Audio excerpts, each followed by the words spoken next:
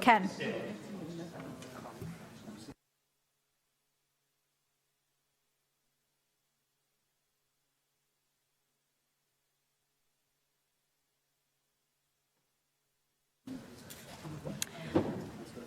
Galw'r aelodau. I call the members to order.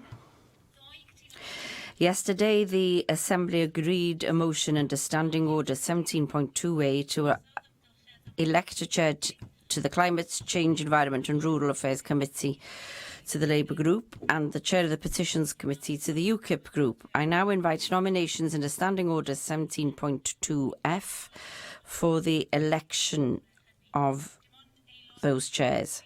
Only a member from the political group that has been allocated that committee may be nominated as chair, and only a member of the same political group may make the nomination.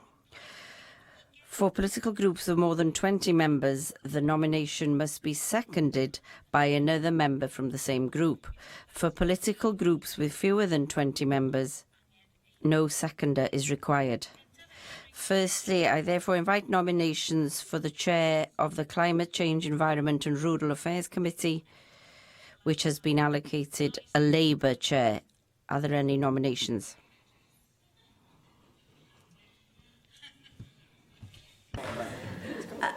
Mike Hedges wedi. Mike Hedges has been nominated. Is there any seconder for that nomination?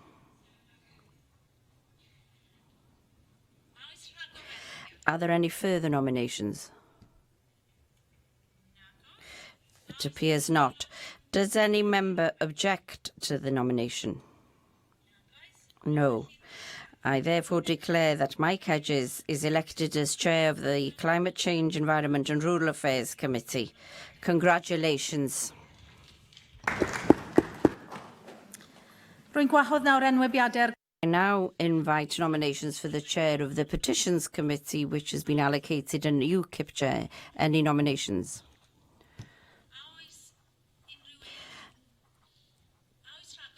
Are there any further nominations? Does any member object to the nomination? No. Therefore, I declare that David Rowlands is elected as chair of the Petitions Committee, and congratulations to him.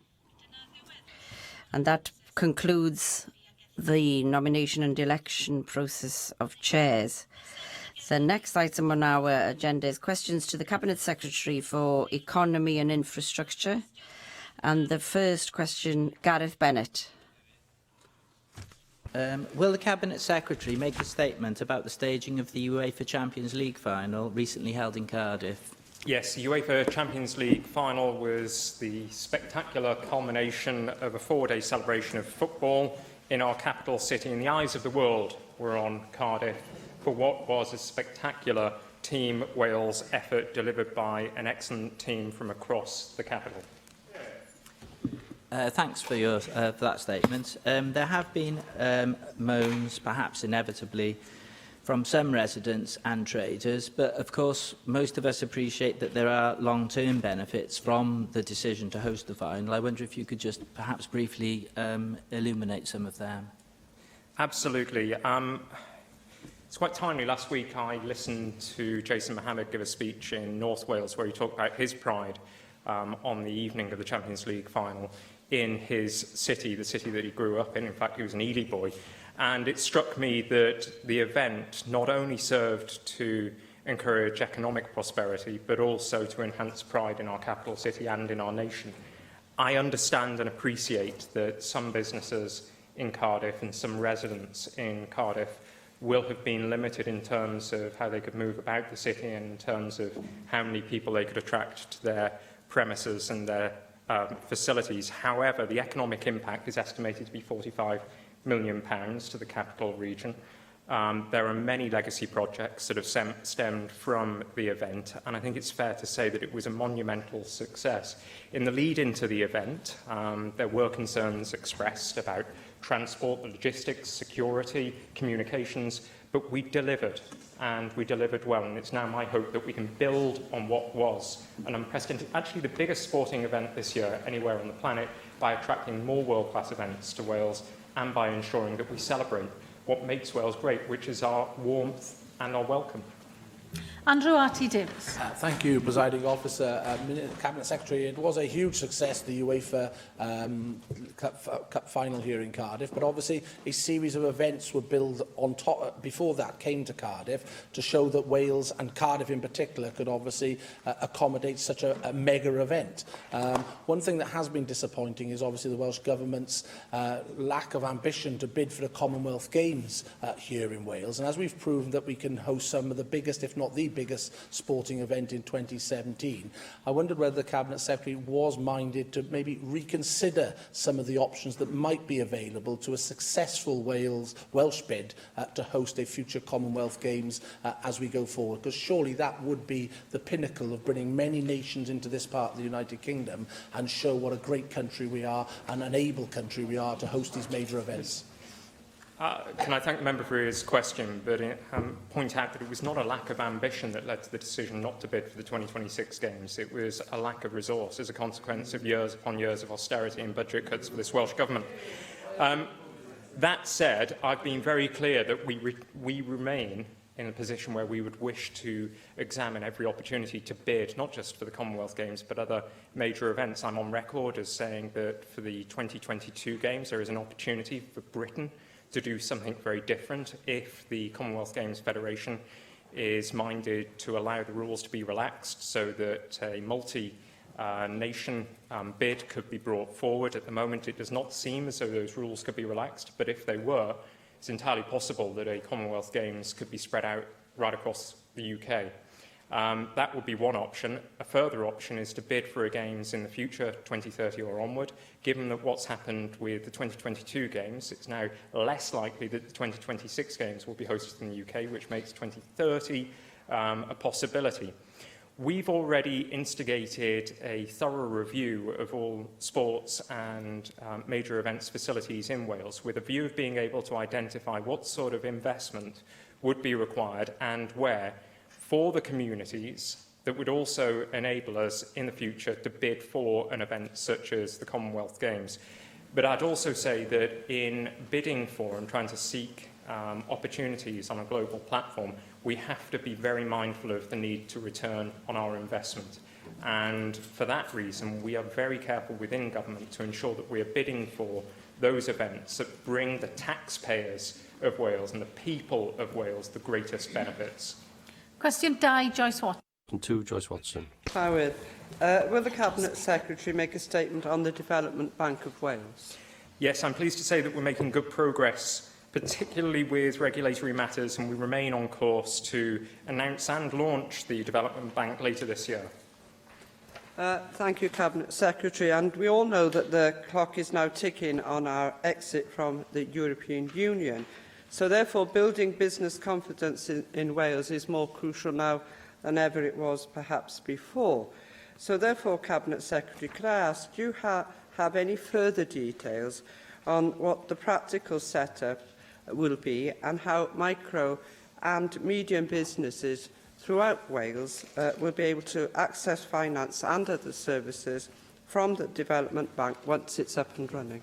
Well, the Development Bank's main purpose, of course, will be to seek out where there's market failure and to address it. And we know that micro, small and start-up finance is a particular problem in rural Wales, those areas of Wales that the member so brilliantly represents and serves. Now, I've charged Finance Wales to develop a location strategy that will take account of the emerging regional structure within the economy and infrastructure unit, and we are currently working on that restructuring exercise.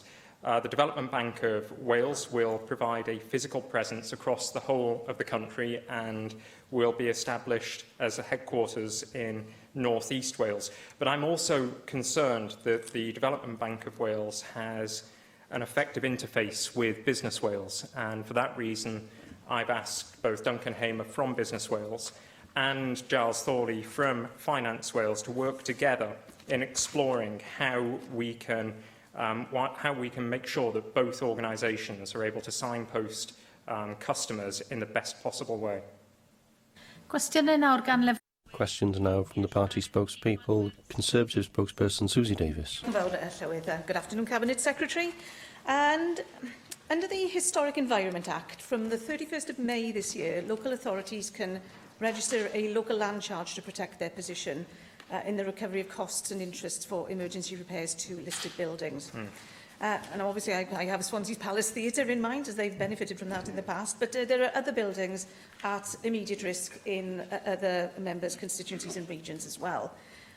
When councils were setting their budgets this year, did you receive or did you seek any indication that they were more willing now to proceed with emergency repairs, confident that this new power would help get the reimbursement? Well, this power was designed to enable local authorities to do all they can to protect the historic environment in those areas of Wales that they represent.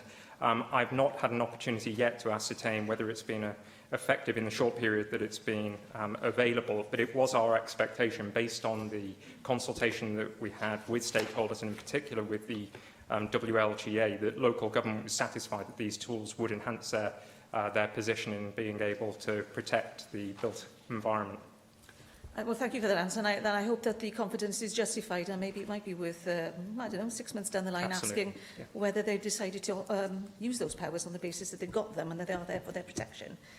Moving now to the National Library, obviously it's got an expanding role at the moment, taking on the BBC archive and helping this Assembly approach the huge task of archiving our own work. I think its outward reach is much more visible than it used to be. You know, the online services it's producing is burgeoning, and I'd like to just briefly draw members' attention to the new website, which allows free access to over 450 Welsh journals published since 1735. So, you know, if you've got 5 minutes today, you find that it turns into 5 hours, so watch yourselves. The library benefits, of course, from public investment, and I acknowledge the recent additional money that it's had in the last budget. But no investment is condition-free, and I understand that you're looking for the library to attract more visitors. By that, will you accept that more online visitors would count towards an overall total, or are you looking at visitors through the door? Because as we follow that new funding, and maybe it doesn't appear in next year's budget, we'd like to be absolutely certain as to the reasons why. The member raises a very good point, actually, because one of the key strengths of the National Library is the exemplary level of skills in digitisation that is so apparent at the Aberystwyth Library. In terms of visitor numbers, I wish to see an increase in both online visitors and visitors to the actual library itself. The advantage of online visitors is that they can be used to push up the income that can be generated through the purchase of digital archives, and that is proving, I think, to be one of the primary areas of growth in activities for the National Library. In terms of driving up visitors to the actual library itself, I do believe that the outreach work in terms of education has a magnificent effect on schools and colleges and universities, but it would be advantageous for more people to visit the library, not just because it is a unique and magnificent place, but also because commercial activities at the library through sales of goods purchased is incredibly important in terms of the revenue that it raises. Thank you very much for that answer. I'll see what happens this time next year. Just finally, the Year of Legends, of course, has hopefully sparked a great interest in Wales as a film and TV location. I'm already aware of their back catalogue, so I don't particularly want to hear about that, but I am keen to know what Welsh Government is doing to support the future for the 2 main film studios in my region. The creative industries in Wales are an incredible success, and we should applaud the leadership within the sector. The sector is growing faster here in Wales than anywhere else in the UK, and that's down to a relentless focus in promoting Wales and the skills within the sector in particular for television drama. In the future, we are looking at a huge slate of activity through Bad Wolf. We are also looking at utilising some of the greatest outdoor facilities that we have across Wales as filming space. In terms of other studios, it's our understanding that there is considerable demand for studio space, but our particular focus now is on making sure that we have the crews available to meet the demand. Demand is exceptional. right now. Our focus is on making sure that we've got the individuals with the skills that can ensure that television and film production is achievable. Llyfarydd UKIP UKIP spokesperson David Rowlands.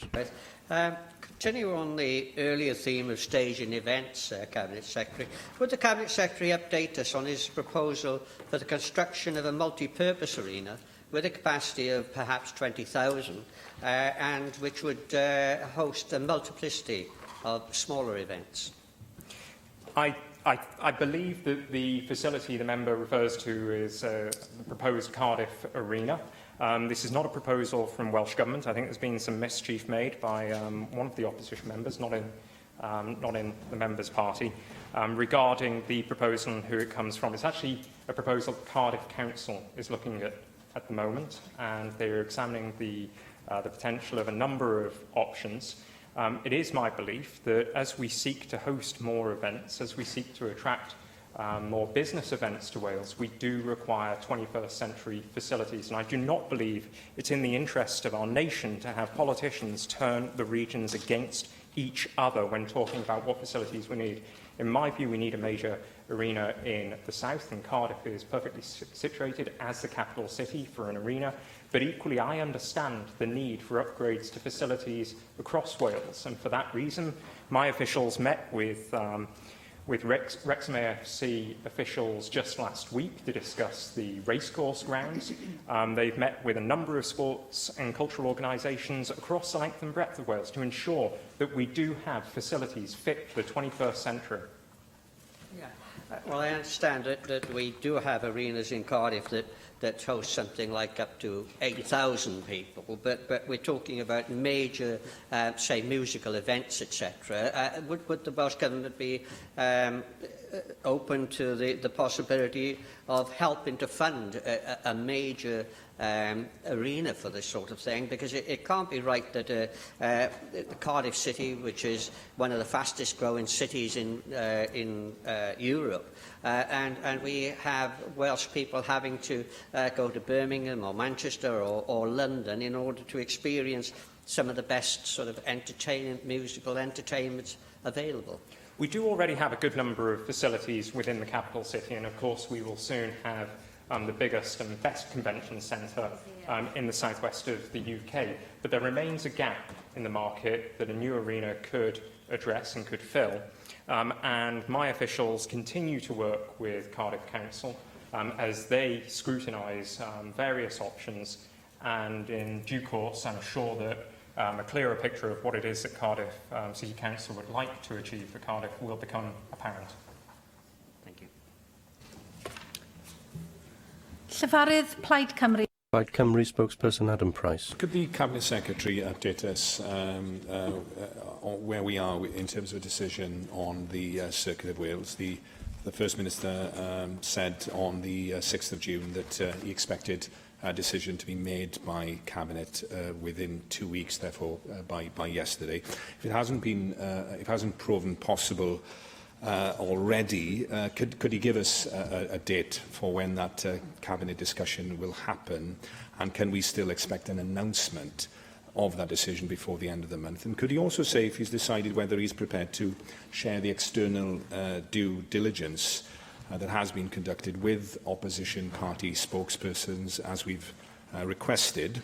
A positive decision will, of course, bind future administrations of different political colours, potentially, and so it would only seem appropriate to involve other political parties in the decision-making over this project. I understand from the company that they would have no objection to this being done on a commercial confidence basis. The decision will be taken by Cabinet next Tuesday, and it's my intention to ensure that members are informed of that decision as soon as possible thereafter. In terms of the due diligence reports, there's not just one, there are several. This is an issue that we are currently considering, whether the due diligence can be published, not just for members but for a wider audience. It is something that, of course, we would wish to discuss with the developers themselves. I'm grateful for that answer. Could the Cabinet Secretary set out the criteria by which he will arrive at his final recommendation to Cabinet? I understand his demand of a 50% or less government guarantee and named investor term sheets has already been met. The external due diligence that we refer to has covered a wide range of areas, economic impact, fit and proper person test, various other issues. He's presumably now seen that due diligence. Can he say if it's identified any major issues which are a cause for concern? Does he now have an independently verified figure for job creation, and can he tell us what it is? Has the project been subject to any other review, external or internal, of which he has not previously informed us? And given that we've had 6 years of deliberation on this project, can the Cabinet Secretary assure us that when he gets up next week, it will be a case of not another delay or a deferral with a further change potentially in the government's evaluation criteria, but a final and definitive decision in relation to this project? I think the First Minister and I have been clear that in determining the Circuit of Wales, the project must stand up on its own 2 feet. It must deliver for the people of Blaenau Gwent and the heads of the valleys. It must meet the criteria that was set out last summer, where at least 50% of the finance comes from the private sector and at least 50% of the guarantees or the risk is shouldered by the private sector as well. We need to examine the value for money, the jobs that are likely to be created, and the viability and sustainability of the project, not just during construction, but for several decades. All of those are being considered as part of the work that's taking place right now in the lead up to the Cabinet decision next week. The project, as a member is aware, has evolved many, many times during the last 5 to 6 years, and whilst previous reviews have been carried out and appraisals have been carried out, they would relate to previous business models.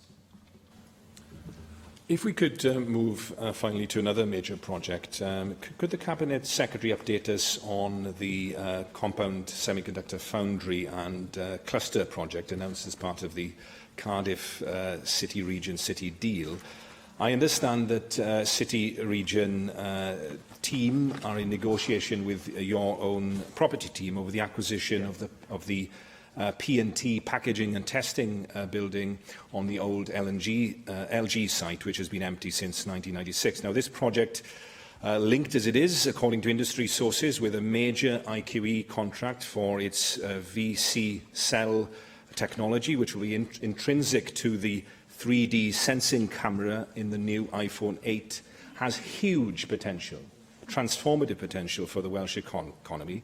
I'm told that haggling and foot-dragging by government over the terms of the acquisition of this empty building has meant the company has now had to prepare a plan B, which would involve manufacture at its facilities in North Carolina, with the consequent loss potentially of thousands of jobs to the Welsh economy.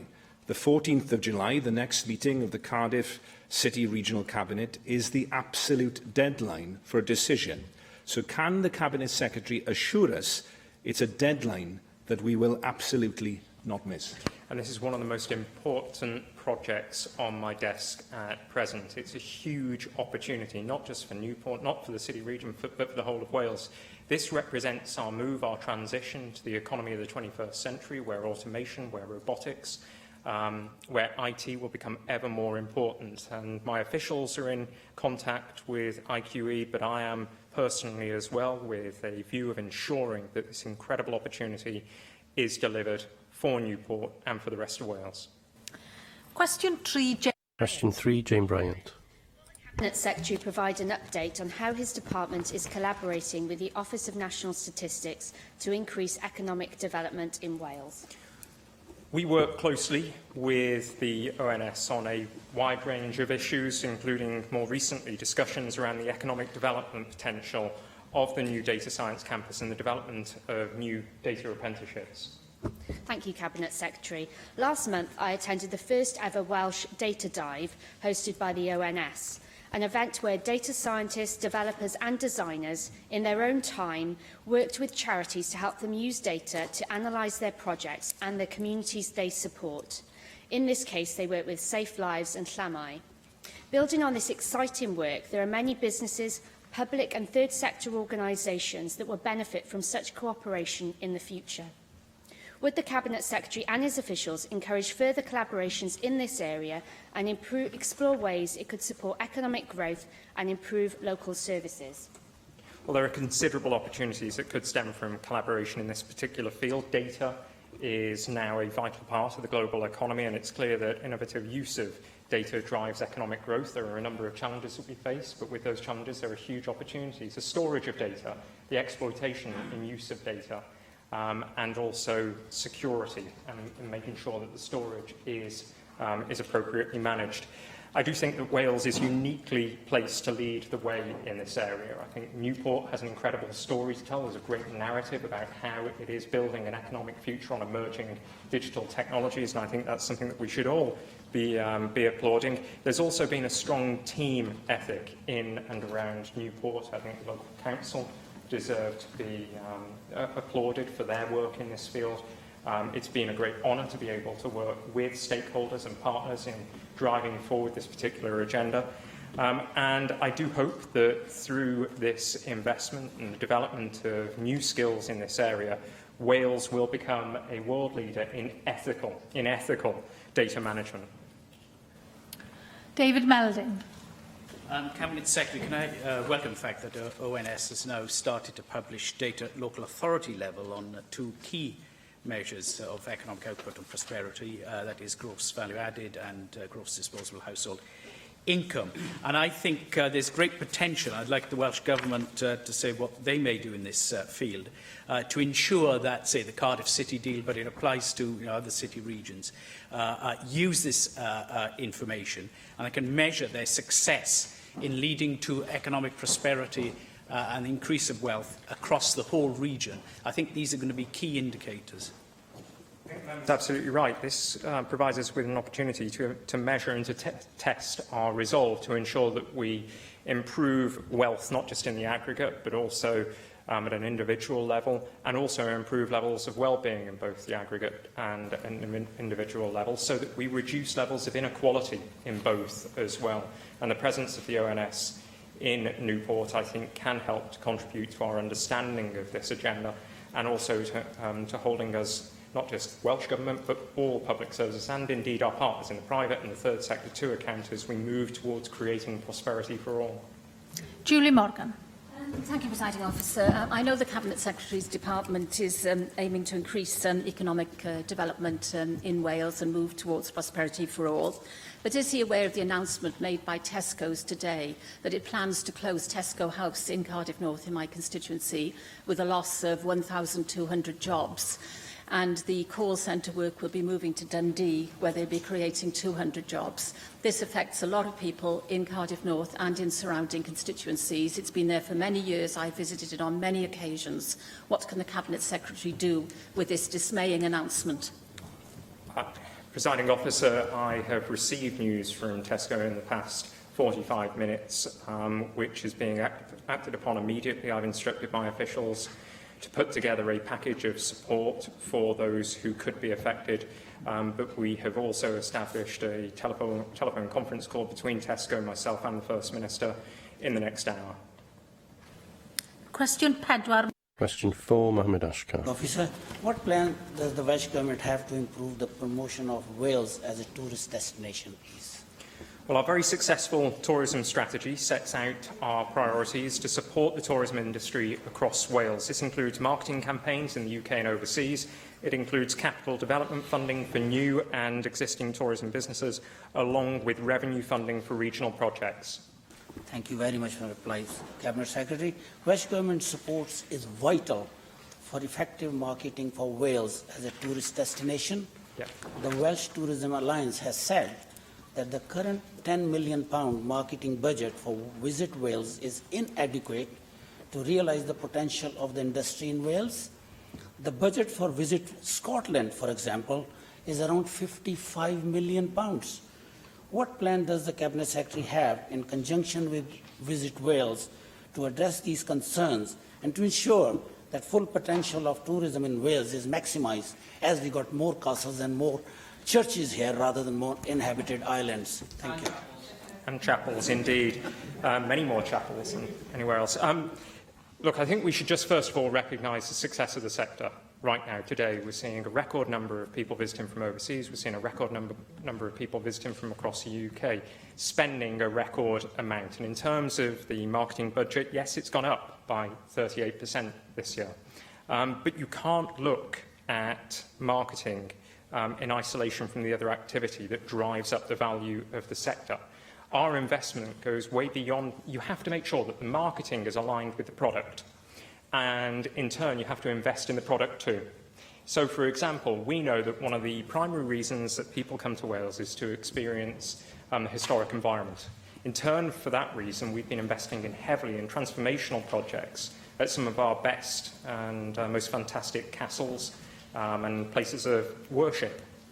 Now, in terms of the marketing effort, it's not just how much you spend, but also in what way you spend it, how smart you are. And the traditional view that you have to spend a huge amount of money on print and broadcast advertisements is becoming increasingly redundant. Yes, there is still a call for that, but of increasing significance is the role of social media. That is far more cost-effective. And in order to capture the imagination and the attention of a global marketplace, you have to have a very strong product. You have to have a very strong marketing exercise. And I have to say, if I had a tattoo for every award that the Visit Wales team has won for the marketing programme, I'd have 2 full sleeves by now, because they have been doing an excellent job in promoting Wales here in the UK and abroad. And it bears out with the figures. The figures are astonishing, and I'd very much welcome any discussion that members have in terms of the ideas that they may have for promoting Wales still further at home or abroad. Hannah Blythen. Diolch, Llywydd. Cabinet Secretary, you'll be well aware that tourism is a vital sector when it comes to the economic development of North Wales, and I previously welcomed the Welsh Government's plans to create what's called a culture corridor across the A55, which will link key attractions on what is the gateway to North Wales. And as I understand it, a major part of this will be new enhanced signage, which will literally mark out the amazing heritage and tourism assets in our region, and including in my own constituencies such as Flint Castle, Theatre Clwyd and St Winifred's Well and Holywell. And on the latter, I think there's much needed replacement of those brown signage around the A55 as we come into Holywell, and it's been raised with me with the Town Council. So perhaps if you consider not only just bringing in something, but enhancing it as well to make it much more interactive, and not only drive people to our tourist attractions, but actually to investment and to stimulate the local economy. So do you agree with me, Cabinet Secretary, that improved and enhanced signage that best promotes Irish tourism is really essential, and it needs to be put in place as soon as possible? The member makes a number of important points. In terms of the culture corridor, the A55 is one of 3 new international focused tourism routes to be launched as the Wales Way in late 2017. The North Wales Way, the A55, which is a culture corridor, will be joined by the Cambrian Way, the A470, and the Coastal Way, the A470. What they are going to be striving to do is to capture the unique selling points of the respective regions and promote them even better to a national and international audience, and make the visitor experience not one of just visiting places, but also experiencing a journey. The routes are the main arteries of significant parts of Wales, and they'll encourage visitors to meander off-piste and to visit some of our most spectacular locations. But the member is right that we need to look afresh, I think, at signage, particularly in a digital age. And with specific regard to brown signs, I can tell members today that I've recently asked my officials to review the application process, as I am aware that there have been some delays. Those delays have been raised in this chamber, I think primarily by Darren Miller, but also by others. And we're working on improvements which will enable us to have greater control regarding the speed and delivery of those brown signs.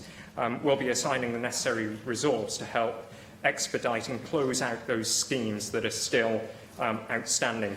Heritage, though, and the member pointed to the value that castles and major heritage locations have, contribute something in the region of £900 million to the Welsh economy every year, and they employ in total something in the region of 41,000 people.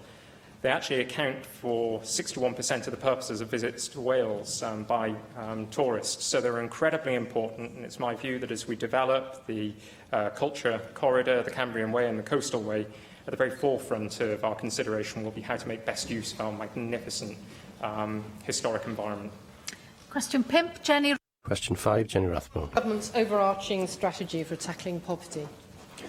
Supporting a strong economy that generates sustainable employment opportunities that are accessible to all is fundamental to our ambition of delivering prosperity for all. The evidence is clear that fair, sustainable work provides the best route out of poverty and also the greatest protection against poverty for those most at risk.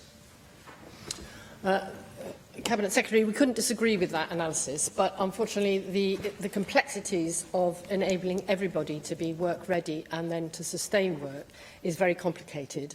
And the winding down of the Communities First programme has raised many concerns that the place-based strategies for strengthening the resilience of deprived communities to both articulate their needs and be involved in solving their problems may be completely undermined. And the government seems to be relying on the competencies of public service boards in line with the Future Generations Act and the lead delivery bodies for the Communities First programmes to pick up those programmes that have worked well. It seems that we are taking a very substantial risk in terms of complementing the employment-focused strategies that I know that you've just spoken about a moment ago. So I wonder if you can say how the government is determined to ensure that those place-based strategies that have really contributed to the community are going to be retained. The member may be interested to know that with the proposed regional model of economic development, we'll be bringing together on a similar footprint those activities that relate to employment and skills training and skills provision, so that we have a more place-based approach to economic development and the delivery of skills provision. But there will continue to be programmes, of course, that are based on need. What we're keen to do is to make sure that every barrier to employment, every barrier to prosperity is torn down, whether it be the barrier of transport through the provision of metro in the south, a better rail franchise across the rest of Wales, better buses, or whether it be through childcare, through the rollout of the most generous childcare support anywhere in the UK, or through the provision of skills training, through the rollout of a new employability plan. The key thing is that we have a sensitivity to regional idiosyncrasies and requirements, whilst also making sure that there is equitable provision for every individual right across our country. Bethan Jenkins. Cabinet Secretary, it's clear from independent evaluation with regards to Communities First that the government has failed in its aim to decrease general poverty in these areas. With the scrapping of Communities First, how will you deliver on the specific goal of decreasing poverty?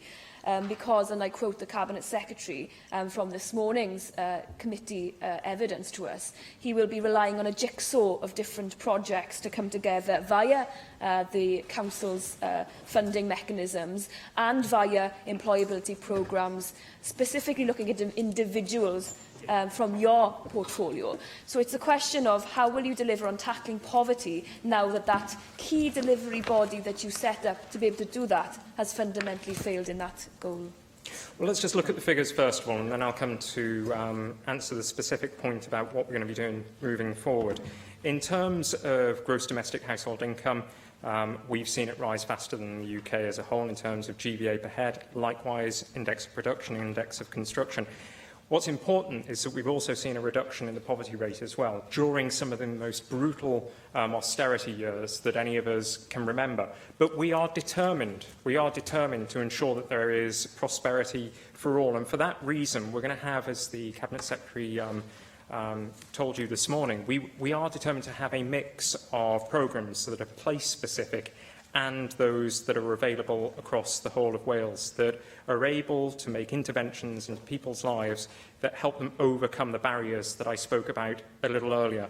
I do believe that the rollout of an all-age employability programme will be crucial. Likewise, a most generous childcare offer and the retention of other programmes where they have proven to be effective. Some of the programmes that have proven to be effective and will continue have been relatively inexpensive as well. It's not always the most expensive programmes that are most effective. We know, for example, that the Fusion programme that brings together communities with cultural institutions has been delivered for a relatively small amount of financial resource, but the impact is considerable, with a huge number of people who are previously economically inactive, gaining the skills, gaining the experience to get into work or to go on to higher and further education. And I think that's a valuable contribution to some communities that perhaps have felt left behind as the world has transitioned from the old economy to the new. Question 6, Mark Isherwood. How is the Welsh Government increasing transport infrastructure in North Wales?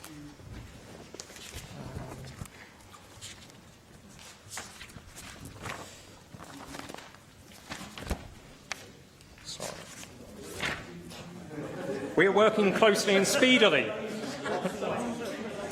with partners to deliver one of the most generous packages of investment in North Wales, more than £600 million, that will improve the infrastructure right across the region. Well, thank you for that. Without commenting on the adjectives you use, as this isn't the opportunity to do so, you have said that the initial assessment of possible new stations has prioritised the proposal for a station at Deeside Industrial Park and Northern Gateway for further appraisal.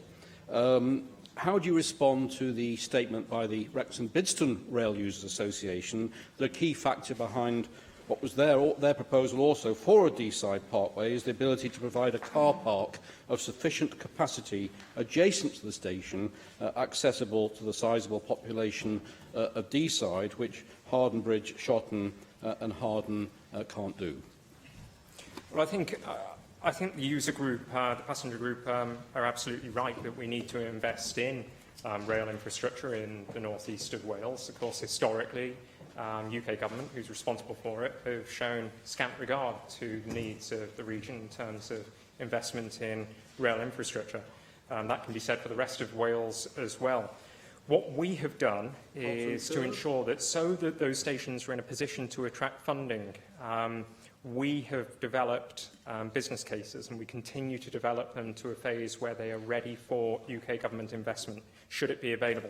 As I said, we are constantly arguing for a greater share of that resource. Now, Deeside Industrial Park, Northern Gateway, is a project that would enable people, a larger number of people, to use park and ride facilities. We're incredibly keen that that part of Deeside can be utilised not just for road and rail transport, but also for active travel. And for that reason, the Welsh Government has granted Flintshire Council funding to look at how to improve active travel in the area.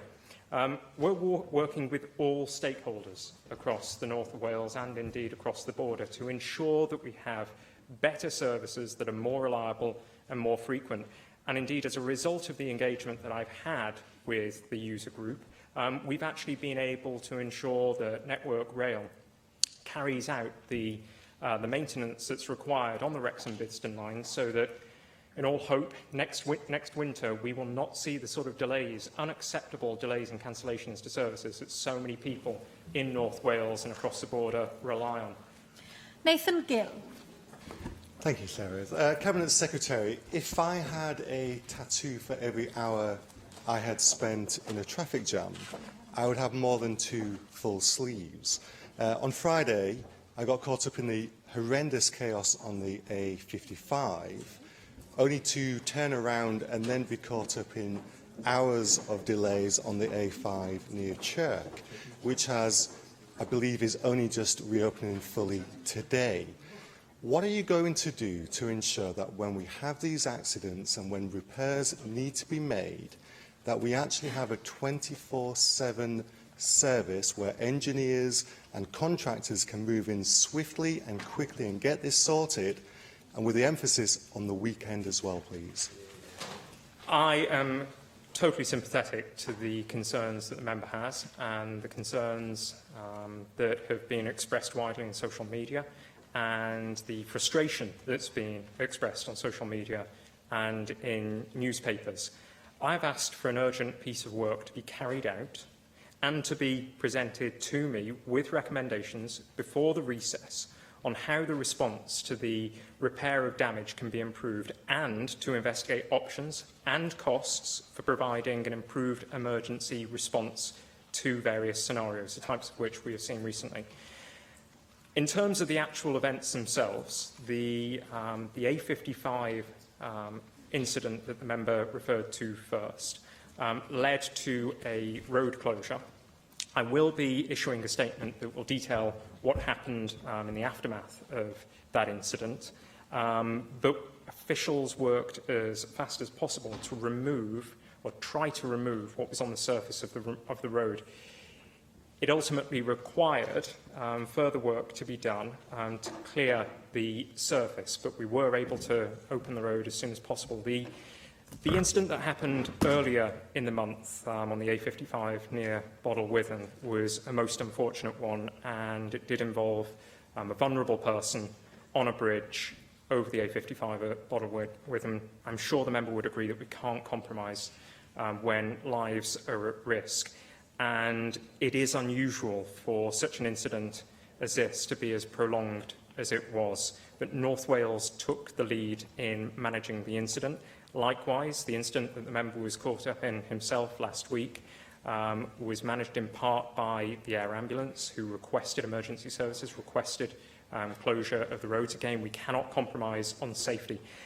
And in terms of the A5 incident between Halton and Gledrid on the 19th of June, this occurred when a vehicle struck a parapet on the viaduct itself. Local diversions were put in place, but we could not open the road without suitable protective barriers in place. I and my officials have been pressing for work to be carried out urgently so that the road can be reopened. There has been a great challenge in identifying the specialists that are required to carry out that work, in part because of the extraordinary amount of work that's now taking place on bridges and other facilities in London. But it's my hope that the diversion will be removed by Friday morning so that that road can be opened. But as I say again, a written statement is due to be released shortly, and I have asked for that urgent piece of work to be brought to me before recess with a set of recommendations so that in the future we are able to respond to incidents such as this far quicker and resolve them sooner. Question 7, Jeremy. Question 7, Jeremy Miles. Wales meeting the business support objectives of the Welsh Government.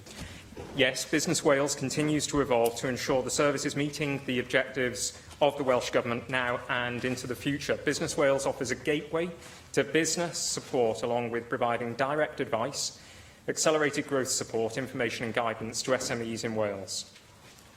I thank the Cabinet Secretary for the answer that he's given and for the time he's given over to discussing with me issues in the economy of Neath and the region. He'll know from those discussions that small businesses, as I've reported to him, often find Business Wales not to be user-friendly to small businesses and to be overly centralised. And yet, for larger businesses at a different stage in their growth cycle, if you like, they're often looking for finance and business support to be joined up and integrated in a seamless offer, and yet we provide those. What steps can the Welsh Government take to address some of those challenges so we ensure that we provide the best possible support for companies that we want to grow, indigenous companies in Wales? I'd like to pay tribute to the passion that the member shows concerning business growth, not only in Neath but across the whole of Wales. We've already taken steps to make it easier for Welsh businesses and aspiring entrepreneurs to access information through Business Wales.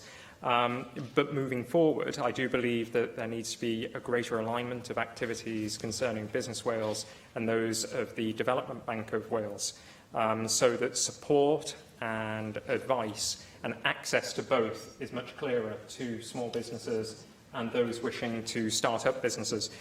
It is worth saying that Business Wales, in the 4.5 years that it's been operating, has improved its outputs year on year. There is a great success story to be told about Business Wales, having helped to create 10,000 new businesses since 2013.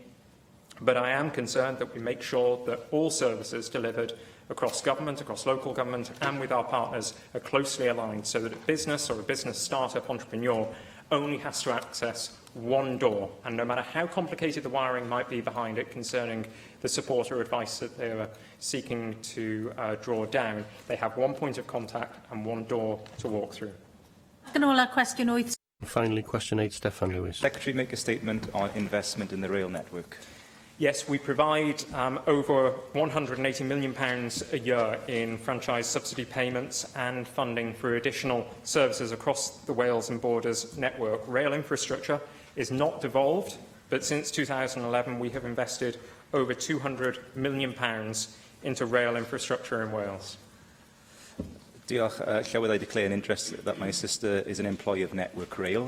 The Cabinet Secretary, as mentioned previously, has published his priority list for new stations to be constructed, and I was surprised that Crumlin was not among those priority stations, given the key location that provides for a multimodal interchange point and the potential as a cycle and long-distance walking hub as well. In the area, the Cabinet Secretary be aware that the street with the poorest air pollution outside of London anywhere in the UK is also located. Now, I understand his resources are finite and there are many competing factors, but perhaps the current criteria for deciding priority stations isn't as all-encompassing as it could be. Will you agree to meet with me to discuss and further explore the specific needs and potential that exist at Crumlin for a new station? I'd be more than happy to meet with a member and any other member who would like to discuss stations in their particular regions or constituencies. I've already done that in other areas. I've had a number of meetings now concerning Newport provision, and I'd be happy to meet with the member. I should just say that this is an ongoing process, and once the assessment of the priority list is completed, there will be an opportunity to then consider the next group of regional stations.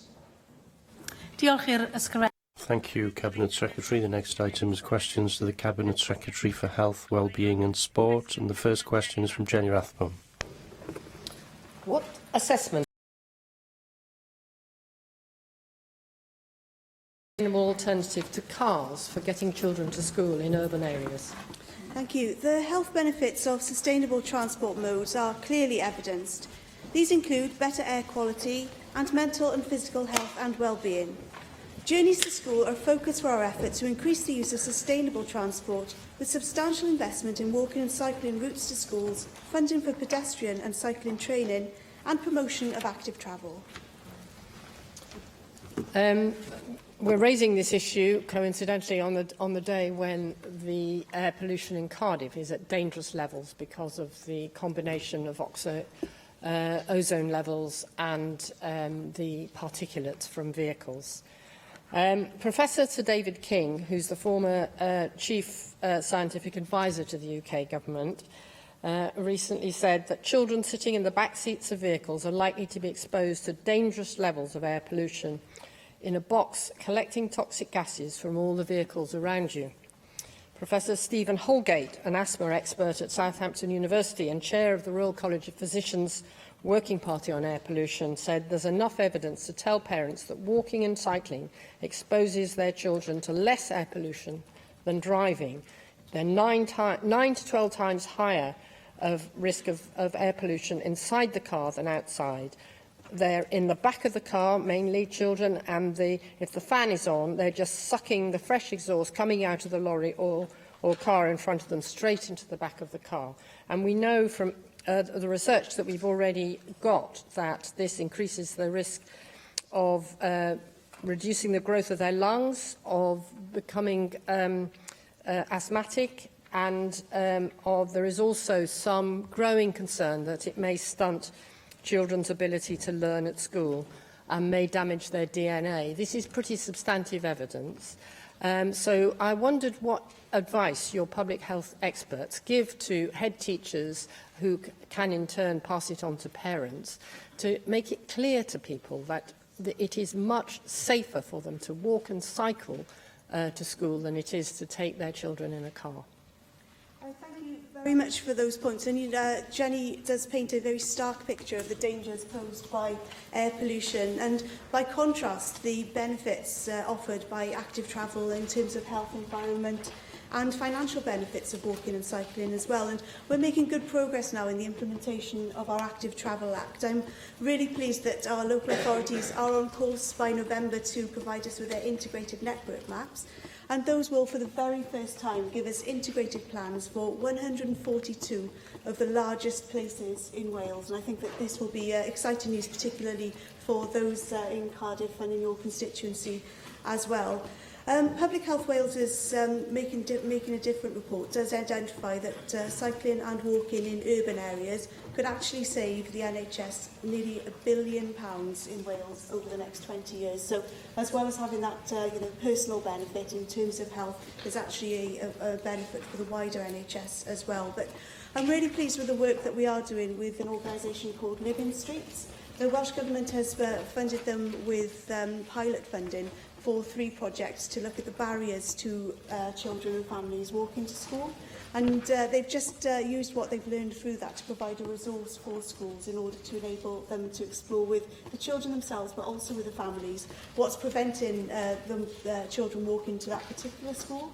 And I'd be more than happy now, when that resource is ready, to send copies to all Assembly members, and we can all promote it in our own communities as well. Likewise, great, exciting work going on with an organisation called Sustrans, who I'm sure that you're really familiar with through their Active Journeys programme as well. So all of this links in very much the promotion and the prominence that we are giving to active travel. And I'm really pleased to start to see the benefits of this Act. David Melding. Minister, the European Urban Audit placed Cardiff as the highest-ranking UK city, the 6th most livable capital city in Europe. Copenhagen was first, 45% of inhabitants there, right to work. As part of the Wellbeing of Future Generations Act, will you set targets for our cities and other urban areas for the number of non-motorised journeys? That would be a good action under the FGA. Thank you very much for that question. Obviously, that would be a matter for the Minister with responsibility in this area to consider. Although I am continuing with my answer to let you know that under the WFG Act, the Public Health Outcome Framework does have an indicator which specifically relates to making the average concentration of nitrogen dioxide at dwellings one of Wales's national wellbeing and public health framework outcomes. So it's very much at the centre in terms of what we would expect in terms of data collection and our ambitions in that area. But you can be as sarcastic as you like, but you wouldn't expect me to make commitments in a different. Minister, thank you wouldn't expect me to make commitments which relate to another portfolio. Tynwyd cwestiwn 2. Question 2 is withdrawn. Question 3, Steffan Lewis. Will the Cabinet Secretary make a statement on waiting times in the Aneurin Bevan University Health Board area? Thank you for the question. Waiting times across Aneurin Bevan Health Board in general terms have improved across almost all main measures in the last year. For example, referral to treatment times improved to 90.5% at the end of March this year.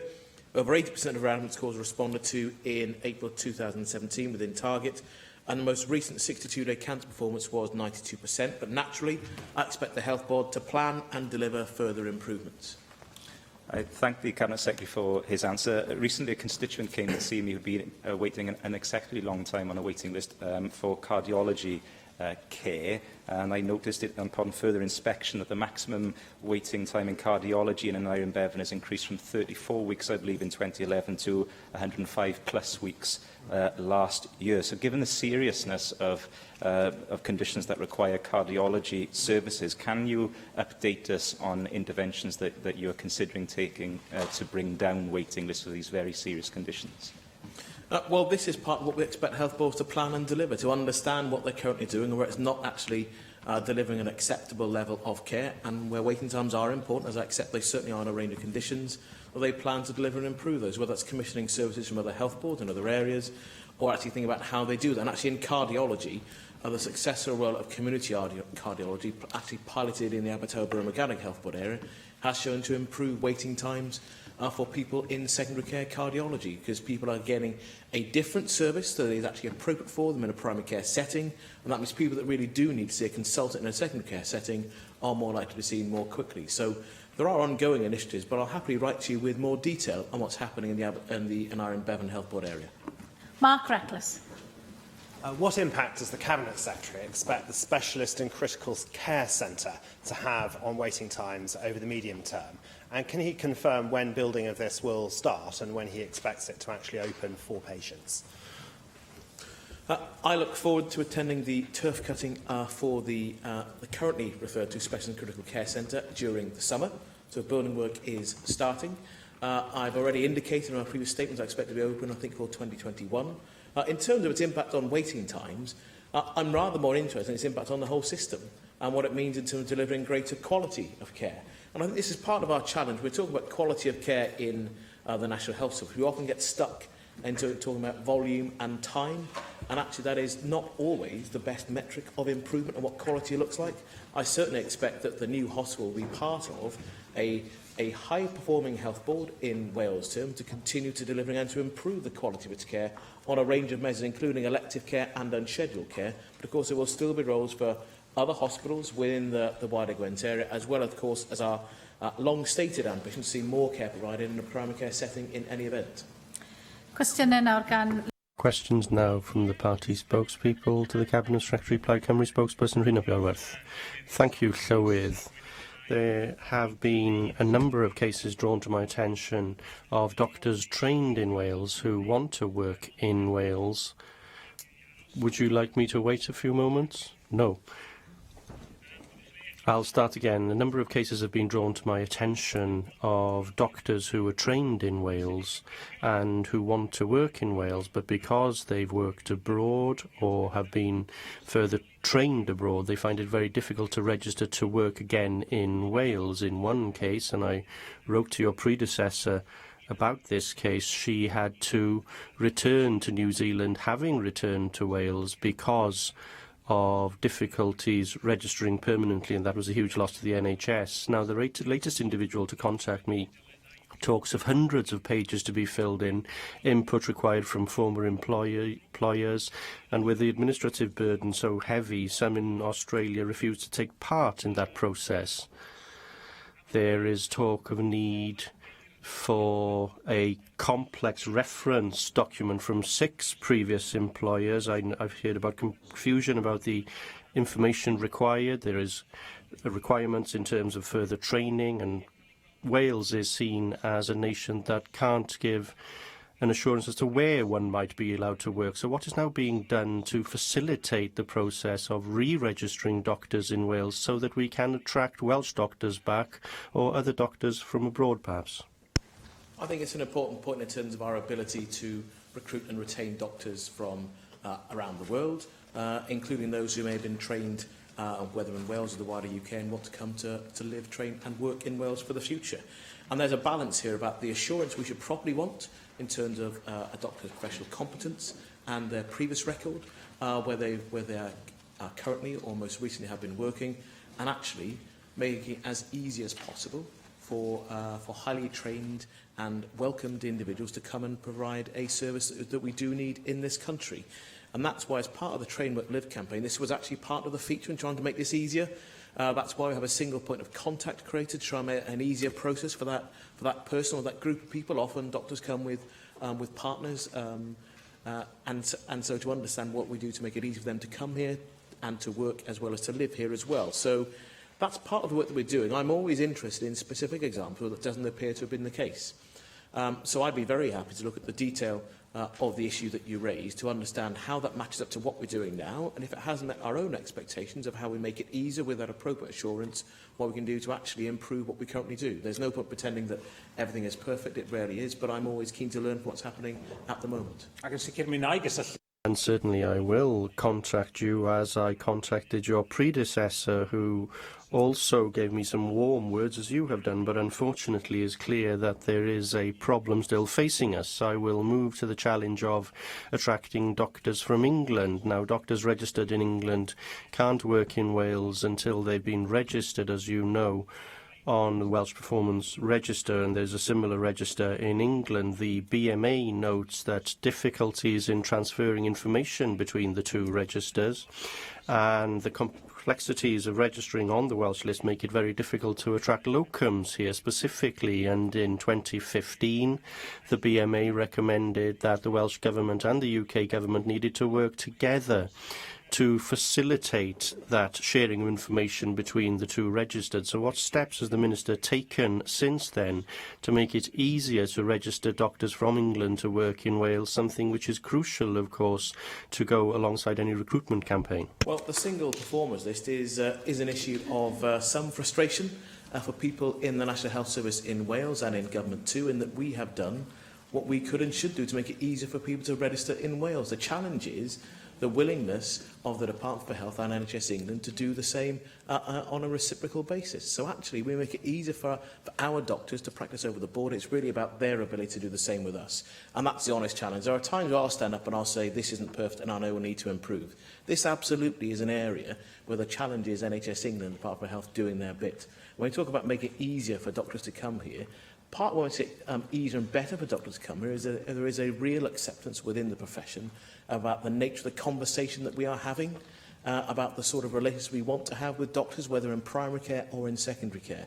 And actually, it's the creation of that culture more so than incentives in many ways that is attracting doctors to come into Wales, and we want to stay here. But the performers list is absolutely an issue, and it's something that we are still continuing to try and persuade the Department for Health and NHS England to move on to help all of us to recruit and retain doctors within the England and Wales systems. Dwi'n sicr yn... I certainly welcome any signals, and there are positive signals in terms of an improvement in the number of those choosing to come to work in Wales, an increase in the number of those choosing to train as GPs, and the financial incentive can play a part in that. But developing expertise and having the support to develop expertise is also something that appeals to junior doctors. And knowing that our rural areas are facing a very real challenge in recruitment, does the Minister agree with me that there is real scope to use a new medical school in Bangor as a centre to develop expertise which could become global in its significance in rural medicine specifically, and that in the primary and secondary care sectors, and that as an aim should be a reason to move quickly towards establishing medical education in Bangor? I thank you for the further follow-up question. Look, I've been clear and consistent about the question of a medical school in North Wales. I'm awaiting final advice, and when that advice comes in, I'll make a decision. I'll also need to have a conversation with my Cabinet colleague, the Cabinet Secretary for Education, because the budget isn't in one particular area of government, it spreads across budget pressures for both of us. Whether that is a new medical school, or whether it is expanding the numbers of doctors we want to train and recruit here in Wales. So there's honesty and, I think, consistency in the questions that you and other colleagues have asked again, and I don't have any difficulty with you asking the question. When I get the advice, I'll be clear about what the advice is, I'll be clear about what the government response is, and what we then expect to do. But I do recognise there is a clear aspiration for more people to be able to undertake their medical training in different parts of Wales. And of course, rural Wales isn't just an issue for North Wales, but there are other points of questions as well about how we both keep people in whether it's West Wales or North Wales who want to train to become a doctor, but also about how we get people to come back into the system. If you're 18 or 19 and you live on the island of Anglesey, you may want to go to London or Liverpool or somewhere else to do your training, but we need to be better at getting people to come back into our system. So it's more than one thing, so I don't want to try and pretend that a medical school is the only answer or the answer to resolving some of those challenges. We see work in this already, for example, in the curriculum programme the Cardiff University are developing, where they recognise there's more they could do about the speciality of rural medicine that will be attractive to some people who want to become doctors now and in the future. There's lots of different work ongoing, and when there is advice and a response from myself that I'll sit down and agree and discuss with my colleague Kirsty Williams, we'll need to cover all of those in pointing out what the response is going to be. Llefarydd y Ceidwadwyr. Conservative spokesperson Angela Byrne. And of course, Cabinet Secretary, one of the ways that we can attract more people into medicine is by ensuring that people have the opportunity to have a good work-life balance. And I'm quite sure that you will agree with me about the importance of ensuring good work-life balance for all workers in the NHS, a very stressful job at the best of times. The recent undertaking to attract more GPs into Wales has been successful, and I do praise you for that and your government. But we are still struggling to... Yes, I'd write it down too. Doesn't often happen, but I will give praise where it's due. But we are still struggling to attract physicians. The route from undergraduate to consultant physician can take over 15 years. And with such a time commitment, especially when you're starting out so young, an individual's career, their needs change, they might end up meeting the person of their dreams and marrying children, the whole lot. That is a huge commitment to go straight from 18 and planning your life forward. What plans do you have to ensure that leadership and management pathways are open during these 15 years, that there might be opportunities for sabbaticals or for them to undertake some research while still keeping on that very valuable training course? I think that would help to improve an offer that we could have here in Wales that might attract more people to us than other parts of the UK.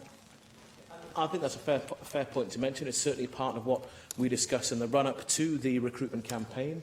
And equally, what lots of our junior doctors are very keen to positively sell about Wales. Because at the BMJ Careers Fair, where we launched the Train What Live campaign for doctors last autumn, what was really encouraging was not just that people involved in their profession already in Wales at a more senior level were involved in promoting the opportunities of working in Wales, but actually junior doctors who attended, who'd agreed to come and be part of having that conversation with peers in that particular event, came back after there a lot of times, spent more time doing it because they believe there's a really positive offer here in Wales. And it is about that mix of understanding, about the balance and the different opportunities. You can be a doctor who wants to work in an urban setting, you can work in the middle of a city like Cardiff, or you can work in Pembrokeshire or in Gwynedd with a very different sort of approach. And it's about selling all those different opportunities. That's why it's about training, working and living in Wales. It isn't just one of those things, it's a range of different parts.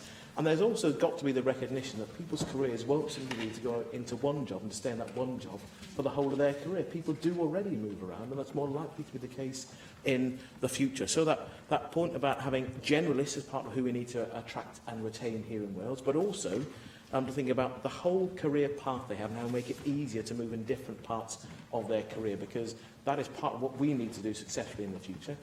And that, of course, is a common challenge right across UK systems. We face many similar challenges. We can always learn what is done successfully or unsuccessfully in other parts of the UK. And I'm keen that we have an open-minded approach to that conversation in the future. Well, I mean, that's great news.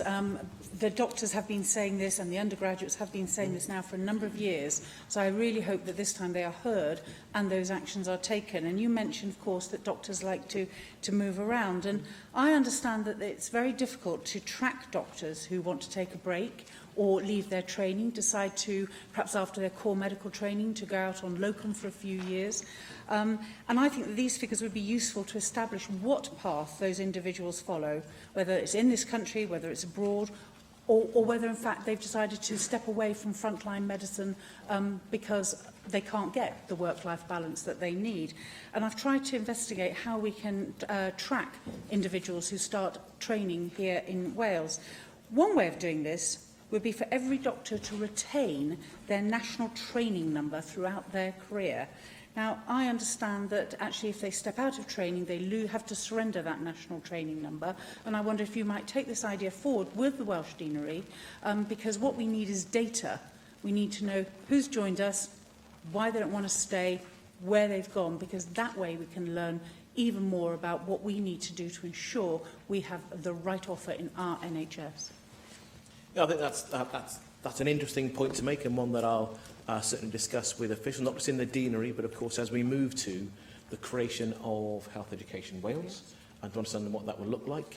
And I think I've indicated that I'll update members on the progress of that and the creation of a shadow body to lead to its coming into being in the future. And these are subjects we do talk about regularly with both the BMA and other stakeholders as well. I met them this week, in fact, and met their representative from the Junior Doctors Committee as part of that conversation about what the current position and the challenges over the different contracts in England, the feeling of juniors in England, how that affects people in Wales, what that means for choices we want to make here, not just about the contract, but on the different offers that we have on working here as well, because those different working patterns won't just be about people going in and out of medicine. It will also be that people want a different work-life balance, you started off by saying. Not just women, but actually lots of men will want a different work-life balance. There's a very different, and I think very welcome attitude to what it is to be a parent. And that means that people will want to work different hours and try to manage and to have other things outside their life. The way that people trained in the past isn't something we want to reinvent, where people work crazy hours as part of what they were doing. Now, that means that we have to think more about the resource we have in financial terms, and how we use a human resource of the doctors we're getting through training and how we do our best to keep them. So I'm interested in how we could usefully track the choices that they make and the feedback they give us, and that's part of what we're able to do with the current campaign as well. And I'm happy to make sure that we share more information with Assembly members as we get that through the campaign as well, about the level of real attendance we're getting back from people who either decide not to come to Wales, because that's important too, as well as those that do decide to come here as well. But I'll certainly take up the particular idea of whether the national training number could be something useful as part of that. Now, I know that you are going to be starting the nurses recruitment training programme as well, and I think recruitment drive.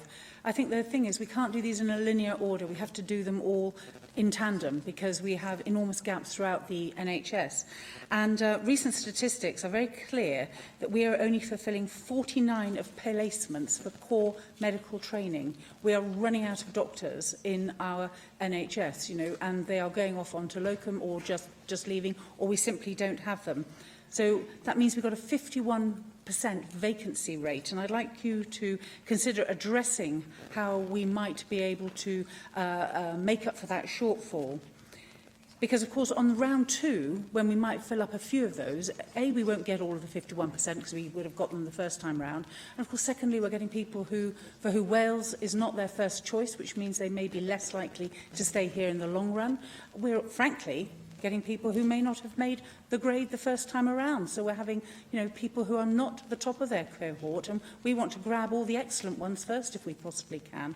So I wonder, Cabinet Secretary, if you can tell us what discussions that you are having with organisations such as the Hospital Trust, Royal College of Physicians, in order to increase the number of physicians that we can recruit to the Welsh NHS on that first and very important attempt. 51% is a big, big shortfall. Yeah, and I recognise core medical training is a real concern.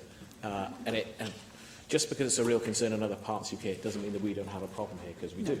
And it's a very real challenge for us to take on board. And actually, it's part of the conversation that we have had, and a very constructive conversation with the Royal College of Physicians, as well as other partners and stakeholders. And then part of the honest and the mature conversation we have to have is that, given that we all know this is a big problem, how do we look at what we can positively do, given that we know those shortages exist in other parts of the UK too?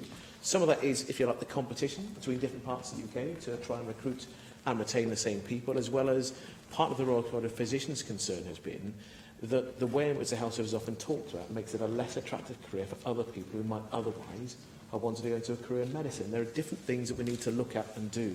So I won't pretend to you there is a single answer that I have hidden somewhere in my pocket to reveal and to resolve the whole of the problem. That would not be a smart way to go about this. I couldn't pretend to you that everything will be fine within 6 months' time, but what I can say is that I think we have the right partners having the conversations with us, with officials here in the government, with health boards, and as I said earlier, leading into the creation of health education Wales, to have a more joined up and intelligent conversation about who we want and how we get them. And it's how we get them that I think is a more challenging part, rather than trying to understand in workforce terms who would ideally like to be working in the service.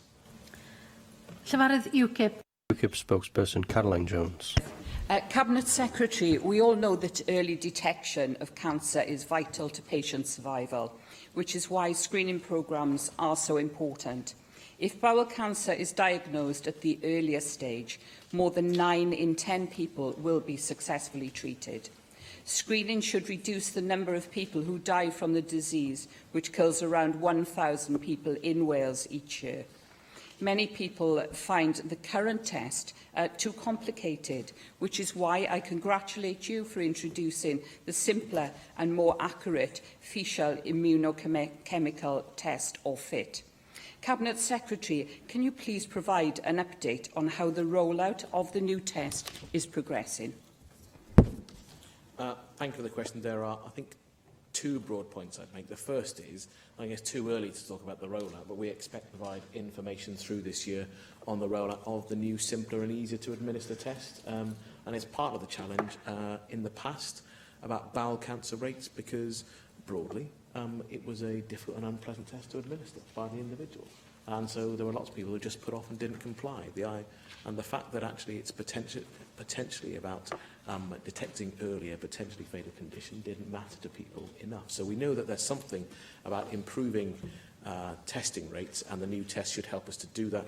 And my colleague, the Minister, will take a lead on providing that information with her responsibility with screening programs. The second point that I'd make is that when we talk about earlier testing, there is always a challenge and a demand to have more testing and more screening and surveillance programs. And this is really difficult because we, as with other parts of the UK, we follow the expert advice that we have about where is the appropriate point and the appropriate group of people to test to actually save the greatest number of lives, because there's potential harm that's done in the testing programs as well. And we're making choices about our use of resources. Now, that is always difficult, because as people in this chamber will have known, with the recent passing away of Sam Gould at a young age, that's someone who is younger than our standard bowel cancer testing programme. And that's because we're acting on the advice we're given about how to get the best return for the public and the health service, about how we save the greatest number of lives. So whilst I understand that members will often want to come and say, expand the screening programme, test more people, it often isn't as simple as that. And I'd ask people to think and to try and engage with it on the level of where the evidence takes us and why it's there, and whether we actually want to run this sort of campaigning, a campaign around the testing programme led by evidence, or led by who's going to have the loudest voice about what to try and change. This isn't an easy choice for anyone to make, and I think that anyone in my position now, or in Rebecca Evans' position, would still have to be led by the evidence what is the right thing to do for the service and the public. Thank you for that answer, Cabinet Secretary. Wales has opted to set a much higher sensitivity threshold for the FIT screening. While it is lower than the level set in England, it is double the level set in Scotland and 8 times higher than the threshold set elsewhere in Europe. Cancer Research UK state that the reason for the much higher threshold is due to the lack of endoscopy capacity here in Wales. Wales routinely sees around 1,000 patients waiting more than 8 weeks for a colonoscopy. If we are to maximise the benefits of the FIT test, we must increase endoscopy capacity. Cabinet Secretary, what actions are you taking to increase capacity? And will you consider lowering the FIT screening threshold once we have sufficient colonoscopy capacity? Well, I'm happy to deal with both parts of that. I'm certainly not aware that we've set the threshold in the test on anything other than evidence based on what is the right thing to do for patients. If she wants to write to me with specific issues that have been raised by Cancer Research, so either myself or the Minister can respond, we'll happily do so. In terms of endoscopy capacity, we do know that we have a particular challenge in the southeast part of Wales, and we've actually made significant progress on reducing weights and improving capacity, but also improving quality at the same time. In West Wales, in Mid Wales and in North Wales too. Our challenge is for South East Wales, where most of these weights exist, in the Cardiff and Vale, Cwmtaf and Aneurin Bevan Health Board areas. And whilst they've made progress over the last year that is really significant, there is still much more to do over the course this year. I expect them to make a real and significant difference again into the backlog they have, so we then have a much more sustainable system where people are seen within their target times. Thank you, Cabinet Secretary. Bowel cancer screening is offered to those aged between 60 and 74. Scotland has opted to screen those aged between 50 and 74. Bowel cancer can, however, strike at any age. A few weeks ago, we sadly lost a colleague to bowel cancer, and he was aged only 33. Cabinet Secretary, does your government have any plans to offer routine FIT screening to those deemed to be at a higher risk of bowel cancer, whatever their age, and to roll out screening to the over 50s as they do in Scotland? As I think I said in the second part of my first answer, we have to be led by the evidence. And if there is evidence that changing the age limits is the right thing to do, then you can expect the government to do that. But what I don't think we can do is to set an arbitrary limit on age that is driven by a campaign that isn't supported by evidence. And that's really difficult, because I understand the emotion, the understandable impact for people that are outside the screening programme window, but nevertheless acquire conditions including cancer. But I just don't think that any responsible company is going to be able to say that we'll make a choice about running a national screening programme outside and without due regard for the evidence that exists on what to do with what we recognise are finite resources in the health service, and the real harm that is done potentially by screening for those who don't need it, as well as a real gain to be made by an appropriate, resourced and high-quality screening programme undertaken across the country. Question 4. Question 4, Vicky Howells. What are the Welsh Government's priorities for tackling childhood obesity in Wales? Our priority is to take a preventative approach to tackle childhood obesity. We do this through a range of approaches, including campaigns, programmes and legislation. Examples include our Active Journeys programme, the Healthy Child Wales programme and Public Health Wales's 10 Steps to a Healthy Weight campaign. Thank you, Minister. The Cwm Taf Health Board area has the worst childhood obesity rates in Wales. Over 1 in 4 children in my constituency of Cynon Valley is obese. And as well as posing health challenges, we know that this also impacts on both their social and educational lives as well. Innovative and inclusive practices like the Daily Mile can encourage healthy activity, and I know that yourself and the Education Secretary wrote a letter to primary schools in January encouraging take-up of this. What progress has there been on this issue? We have seen a large number of schools expressing a lot of interest in the Daily Mile scheme and accessing the online bilingual resources which we have. I don't want to give quite a number yet, because when we get to a landmark number, I'd like to make an announcement then. But I will say that there has been great interest in this scheme, and those schools which are doing it are reporting that they're already seeing a difference in behaviour in class and so on. It's very popular amongst teachers themselves, also the children, and amongst parents as well. I've been working, as you say, with the Education Minister to explore how we can roll out other things within the school environment as well. And one new programme, which I'm very excited about, which has been built up over a period of time of pilot projects, has been the School Holiday Enrichment Programme, which will be taking place in schools right across Wales over the course of this summer.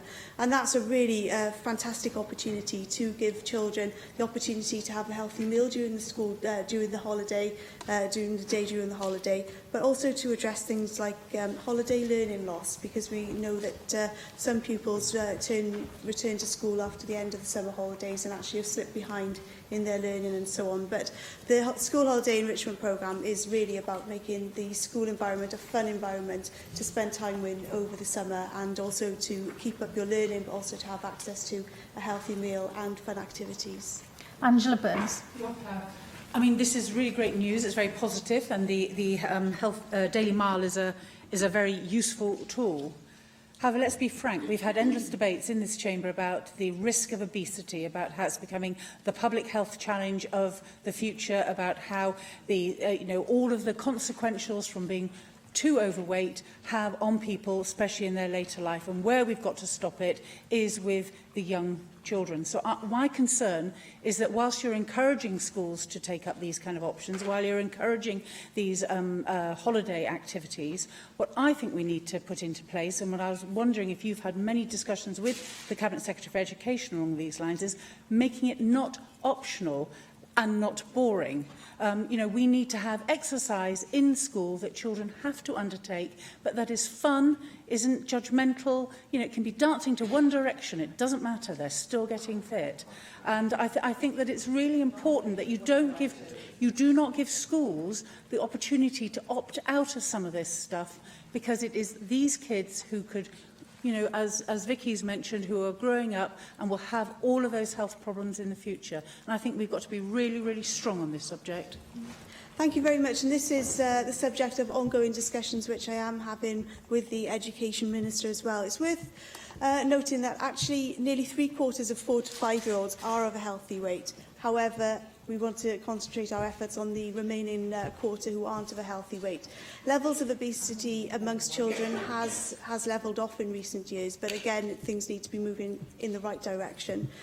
It's important to note as well that we must support children who are already overweight at a young age, and I'm really pleased that Public Health Wales has been working with health boards and has now developed an agreed service specification for level 3 services for childhood obesity. So this will help us in terms of the efforts we're making to make a fully integrated obesity service at all tiers of support in Wales. So I think that this is an exciting and new and important step forward in terms of supporting children who who are already overweight. But if we take action at an early age, then certainly they can look forward to being of a healthy weight as adults. Question 5, Caroline. Question 5, Caroline Jones. Will the Cabinet Secretary outline the Welsh Government's plans to improve the Welsh NHS IT infrastructure? Thank you for the question. Informed health and care is our strategy for implementing new ways of delivering care through exploiting IT to improve outcomes for people in Wales. Based on Once for Wales principles, it is underpinned by major national solutions and architecture designed to enable safe and secure use of information. Thank you for that answer, Cabinet Secretary. Information technology has the potential to transform how we deliver healthcare in the future, from telemedicine to interactive health apps. The benefits to patients are enormous. Unfortunately, our current infrastructure is not able to meet today's demands. With doctors and nurses forced to use age-in IT, unable to instantly share diagnostics or access patients' records, it is clear that we need a complete overhaul of our IT infrastructure. Cabinet Secretary, what can your government do to ensure that we have an efficient and secure IT system that is suitable for today's demands and future needs? Well, that's a very clear, the clear goal of this government in our informed healthcare strategy. We've got a range of national systems that are now in place to allow a much easier transfer of information across the healthcare world. And, Choose Pharmacy is a good example of that. It's not just creation of the architecture, but what it allows and enables people to do, both to put services in that make best use of a pharmacist's expertise, as well as taking pressure off GPs. There's a much greater ability to see a version of the GP record in unscheduled care in a hospital now as well. That's a recent delivery. So there's more that is happening. With each year, you'll see more and more of this in Wales. And again, the national systems are a really important strength for us. Rather than having 7 or 8 different systems trying to talk to each other across health board boundaries, we're insisting on a genuinely national approach for Wales, and that is delivering real and tangible benefits. It's also part of the rollout of an information system between health and care as well. I'm trying to think about the particular acronyms. The Welsh Care Information Service that is being rolled out at present in Bridgend and Powys should allow that safe and secure transfer of information between health and social care professionals. So there are steps being taken, but I recognise this is an area where these 2 big blocks of the public sector have not, up to now, been able to keep pace with the demand and the reality of the change in people's lives. The way we live with smartphones, smart technology, the health service is still catching up. There's a challenge to do that safely and securely, but there's huge potential and huge gain to be made from people in doing so, but also in healthcare professionals in the way they work with each other and others in the social care field. Russell George.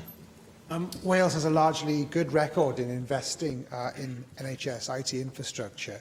Now, the Welsh Government has outlined aims for 180 million All Wales Digital Services Framework. Can I ask the Cabinet Secretary to outline his vision as to how the NHS IT infrastructure will be improved by the scheme? What safeguards you have in place to protect patient confidentiality, especially in regards to breaches in other parts of the UK? And what assessment has been made on the overall savings which the new framework will provide in terms of monetary value for clinicians? I'm happy to write you with the detail of the points you've raised, rather than trying to reach into the depths of my memory to do so. But what I will say is that the broad points you raise about the potential for improvement, about the safety and security of patient information, and understand the trade-off between that and the benefit that can be gained from the sharing of that information, are significant features in every single development that we undertake. Because we actually recognise a risk to patients in not having a more seamless transfer of information between health and care professionals. And actually, most members of the public expect this information to be provided in that way already. The challenge really is how the service catches up in actually meeting that expectation and the clear desire for the public to do so. There's also a cultural change as well, and in understanding that the patient records are patient records, not healthcare records that they hold about people. And actually, in the past, there's something about how we shift that culture. So actually, then citizens take more control over their own healthcare information and are able to make different choices as a result of it. So there's a big cultural challenge both for the members of the public to participate in their healthcare in a different way, but also for healthcare professionals to do so as well. But I'll happily write you on the 3 specific points that you mentioned in the question. Question 6, Elin. Question 6, Elin Morgan. Cabinet Secretary make a statement on hospital food standards in Wales. Thank you for the question. Directions and guidance are in place in hospitals for patients, staff and visitors in relation to healthy eating. These include mandatory food and fluid nutrition standards for patients, mandatory healthy food and drink vending standards, and guidance for food and drink to serve to staff and visitors. Diolch. In October 2016, Hywel Dda University Health Board threw away more than 7% of the food it was providing. That's the worst performing board in Wales. And the real shame of this, of course, is that Hywel Dda Health Board is set in an area which is rich in fresh food produce. I wondered, Cabinet Secretary, how much further you think you can go in terms of cooperating with public sector procurement agencies in Wales to ensure that more tasty Welsh local food can be put on the menu in our hospitals. Now, these larger purchases by the NHS in Wales could have a significant impact on the Welsh food industry, and we're going to be proposing this in the Rural Development Plan that we'll be publishing next week. To what extent do you think you can cooperate much closer with, in particular, the Economic and Agricultural Rural Secretary on this issue? Thank you for the question. And it's fair to, on the food waste point, we've actually changed our target from getting down to 10% in waste terms, actually down to getting to below 5% as well. So there is a point about waste within hospital sector, about making sure that we have a continuing journey of improvement. On the specific point you mentioned about how we procure for the National Health Service, we're actually undertaking an exercise already with the National Procurement Service, and they're actually working with the whole Welsh public sector. And I'm happy to say that we, as part of what we've asked for, we've actually asked for Welsh Protected Geographical Indication status to be contained within the specifications. So we're actually asking for produce from Wales to be part of what we wish to procure. And it's also about trying to understand how we make it easier for small and medium suppliers to actually be partner providing that produce as well. There's a consultation that's been undertaken with people in the food business to understand how we make it easier for them and at the same time get good value for the public, because there are the twin points here about the economic value from the procurement service, but also not compromising on the nutritional value of what we want to provide in our settings. But I'm happy to say that tenders for the current framework across the public sector are due in this week, and there's then a scheduled awards against that framework in this summer as well. So you should, I hope, see a greater number of Welsh producers taking advantage of the opportunities available, good value in economic terms of Wales, but also good value in terms of nutritional standards as well. Jonathan Saunders. And I thank the member for bringing this really important question to this chamber again. Cabinet Secretary, there are 2 deaths per day as a result of malnutrition and dehydration in the NHS across Wales and England. The Older People's Commissioner has recently highlighted food remaining uneaten on trays, patients struggling to eat, and little or no encouragement on the ward. I can resonate with this experience. Patient diet plans and weight checks not always undertaken. Appropriate nutrition and hydration for the sick is equally as important as medication, treatment and care, and yet is often overlooked. What steps are you taking to make sure that any patient admitted to hospital receives the appropriate nutrition and hydration they require in order to assist in the overall care and treatment back to good health? Oh, thank you for the question. I don't think that's really about hospital food standards. It's more about how the hospital food standards lead to dignified and compassionate care. And whilst there is always an issue for improvement, and I accept that there are parts of our National Health Service we do need to improve on the way in which food and nutrition is actually provided to make sure people have food and drink appropriately and aren't left without. I think to say that that's often overlooked, I think, goes beyond what is reasonable and factual. There is always, though, a need to understand wherever there is a shortfall, where there is a failing in the care that we would all wish to see for ourselves and our own loved ones, let alone our constituents that we represent, that we understand why that has happened. Again, reiterating the importance of food and nutrition, either to get people ready for and healthy for treatment, but also to make sure that they don't suffer greater harm if they're in a hospital setting, for example. And alongside, we're actually not having appropriate food and nutrition and particular fluids can be a real difference, not just in their recovery from an intervention, but the state in which they then leave hospital to go on to the next setting for their care or recovery at home. So these are really important. As again highlighted last week during Dietitians Week, we recognised the key importance of dietitians right across the health service in a whole range of different settings. So this absolutely is part of what I think about, the way we think about planning the future for our health and care services, both in primary care, in residential care, and of course in hospital settings as well. Thank you, Cabinet Secretary. The next item on our agenda is the topical questions, and the first question, Darren Miller. Diolch, Llywydd. Will the Cabinet Secretary confirm what the Government's targets are for the 2018 PISA assessment? Thank you, Darren, for the opportunity to discuss the 2018 PISA assessment today after yesterday's questions on the 2021 assessment. I'm clear that I expect to see improvement in Wales's 2018 PISA score, but in particular, I want to see progress in the performance above the 75th percentile. I'm very grateful for that response. Cabinet Secretary, you know that the PISA results which were published last year showed that Wales has suffered a decade of decline in international league tables, with worse scores for literacy, maths and science in 2015 than they were in 2006. And those poor scores have prompted your predecessors to announce all sorts of Welsh Government targets, the most recent of which, of course, were in 2011. We had Leighton Andrews setting a target to be in the top 20 in the international league tables by 2015. That, of course, was highly unlikely and, as a result, was scrapped by his successor, Hugh Lewis, who set a new target of achieving scores of 500 at least in each of the subjects by 2021. Now, at the time of that announcement, you criticised the then Welsh Government's decision, saying that it was, and I quote, an example of absolute poverty of ambition, and you accused the Government at that time of settling for mediocrity. Last week, you told the Children, Young People and Education Committee... I want the question to be heard, please. Diolch, Llywydd. Last week,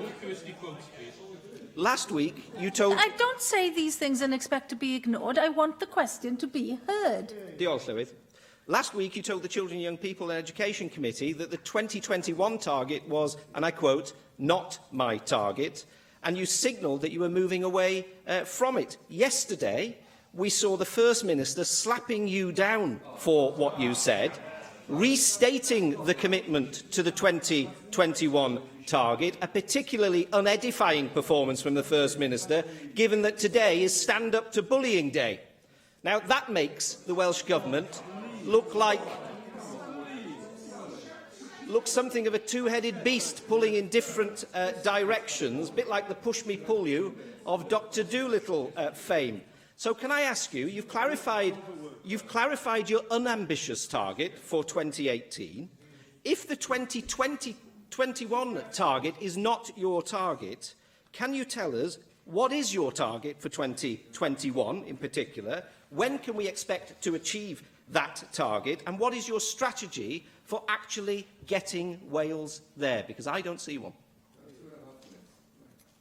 Thank you very much, Darren. I regret your unfortunate phraseology, which I don't think is called for in this situation, especially when referring it to a male and a female member of this Assembly. It has unfortunate connotations. However, you are absolutely right. Wales's current performance in the PISA rankings is not good enough.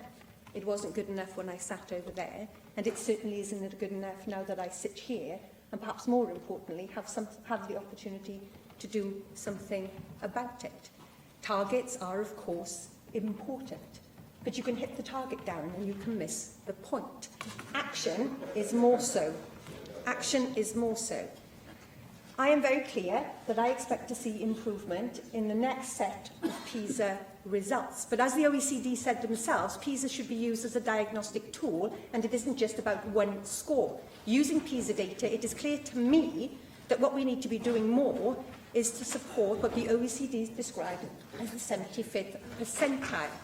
I am actively looking and scoping the introduction of a targeted scheme to better support our more able and talented pupils that will link to the successful SEREN network.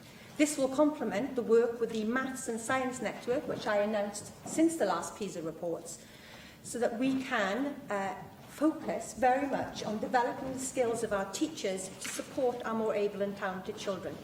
As you will be aware, as you take great interest in this, reading is the focus of the next PISA test. In the last PISA test, Wales had 3% in the top two levels, and I would be extremely disappointed if that number did not increase next time round. Rhina Piorwerth. Thank you very much. It's perfectly clear to me that the government is in some difficulty on this issue. I will keep my comments very brief. I did agree with you when you sat on these benches, when you did mention a lack of ambition among your predecessor Labour Welsh ministers, but having listened to your responses today, I haven't heard whether you are still committed to the targets that the First Minister made clear yesterday that he was committed to.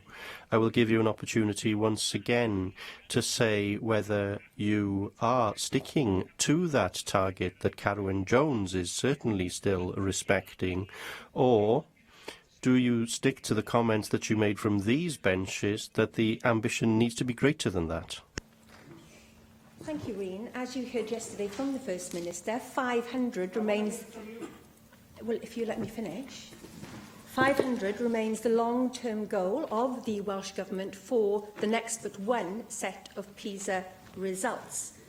Therefore, we need to make progress in the next set of PISA results if we're to hit that next target, and that's why I, quite rightly, whilst I'm in this position, are focusing on interventions that will make a difference to the next set of PISA results, which will be an important waymark to the next set. Thank you, Cabinet Secretary. The next question is from Angela Byrne. Presiding Officer, will the Cabinet Secretary make a statement on the commercial access deal between NHS Wales and Roche, which will mean that breast cancer patients in Wales can access their Cadsila drug? Thank you for the question. I'm delighted to announce that the commercial access agreement for Cadsila commences in Wales today, exactly the same time as in England, and is identical to that negotiated with NHS England. This is the type of medicine that the £80 million to treatment fund was set up to support. Thank you, Cabinet Secretary. Your decision to enable access to Cadsila is a welcome development, and I would like to pay tribute to all the campaigners throughout the UK who have fought for so long to have access to this life-extending drug. This targeted therapy is vital for those who have certain HER2 positive breast cancers, but it originally came with a very high financial cost, and we all recognise that it is incumbent upon NICE to ensure that taxpayers' investment in modern drug treatments has a measure of cost effectiveness. Of course, it's not just about the money, as those who use this drug to have more time with their loved ones will attest. My understanding is that one of the reasons that Cadsila was able to gain NICE approval was because of the revised methodology used to compare its efficacy against different combinations of treatment. Are you able to give an insight into the methodology process used by NICE? Is the principle behind the revised methodology process for green lighting Cadsila able to be used in connection with other drugs that are currently not available or can be, for example, comes to mind? I appreciate that you will not be able to disclose the detail of the commercial agreement between Welsh Government and Roche. However, I would be interested to know if it is the same deal as the one NHS England secured. And finally, what lessons are we able to take from this in order to exploit new drug therapies to help our sickest people, whilst preserving an appropriate margin window for developers and manufacturers, and at the same time ensuring taxpayers' money is spent wisely? Thank you for the three distinct points of question. On the first of understanding whether there's been a different approach to the technology assessment undertaken by NICE on both the clinical effectiveness but also the cost effectiveness in terms of improved life outcomes, I couldn't obviously tell you about the detail of that. I'll happily have a conversation with officials and people in the All-Wales Medicine Strategy to understand whether there is any difference, but I'm certainly not qualified to give you an answer whether there was a different approach. But I'll happily have a look at the process and the manner in which that's been undertaken and come back to you. On the second point about whether we have the same deal in Wales, yes, we do. We have the same terms applying in Wales at the same time. That's been part of the negotiation. I was actually in the audience at the NHS Confederation conference in England when Simon Stevens announced the deal from the stage, which set a few hairs running about whether that was an England-only deal or not. So I'm really happy to have been able to confirm it's an England and Wales deal with no differential in terms of the availability of the treatment here in Wales. And then for the future, I think this really does tell us something about not just campaigning, but actually about the grown-up relationship we need to have, both with the public, with decision makers, but also with people in the pharmaceutical industry, because it's easy to run a campaign based on the emotion of people potentially having a life-extending or a life-saving drug. But as you rightly recognise, there has to be a balance for the public person, for all of us together, about how much we are collectively prepared to pay for individual treatments, and to understand the genuine efficacy of those treatments. We've seen in the Cancer Drugs Fund, the independent review, that recognised that of the £1.27 billion, about £1 billion couldn't really have been said to have been spent on improving outcomes. Now, that's a poor way to go about this, and I don't think a great use of public money. So we do have to understand a process that is genuine, that is expert and evidence-led, provides proper reassurance about the value and the efficacy of treatments, and equally that more grown-up conversation with the pharmaceutical industry, what they can expect and what the public purse can and will deliver, and the evidence we require on that efficacy and the cost and value of it. Trina Bjorwerth. Diolch yn fawr iawn, gai na- Thank you very much. May I welcome this step that's been taken. The principle is established in terms of this drug. It's the practicalities which are important to cancer sufferers who this drug has been designed for. So two simple questions. When, practically speaking, will this drug be available in Wales? And how long will patients have to wait to receive a prescription to access this drug? And one further question on another drug that breast cancer now have raised concerns about, whilst welcoming the agreement on Cadzilla, and I will quote from Delyth Morgan, the Chief Executive of Breast Cancer Now. The real possibility that Perjeta, excuse me if I haven't got the pronunciation right, the first-line treatment for this group of patients could soon be removed from NHS use with a decision imminent. Perjeta's benefits are extraordinary, offering nearly 16 additional months of life to women with incurable breast cancer, and it is imperative that a solution is found to save this drug at a cost affordable to both the NHS and the taxpayer. Felly, tra dan ni'n... So, whilst we welcome the decision on Cadzilla, can you give us an update on this other drug? Yes, and the point about Consider is that initially the manufacturer had a cost price that was simply too high for the health service to pay. And that was the advice that health ministers were given. That's why the drug wasn't available. There's now been a reconsideration, and that's very welcome. The challenge is for any indication, whether it's Perjeta or any other drug, the balance between, like I said, effectiveness in clinical terms and the cost effectiveness of it as well. And in the IPFR process that we collectively agreed to run through, that came back very clearly as a unanimous point from the panel about not losing sight of the fact that there is a cost to this. And every penny we spend on one particular treatment is a penny in a pound that we don't spend on other treatments as well. So that balance has to be maintained. And I would again encourage manufacturers to get involved at an early point to discuss the effectiveness and the cost effectiveness of their treatments. And what that means is in having genuine access to the service, to actually understand more about the development of the treatment as well as more people take it.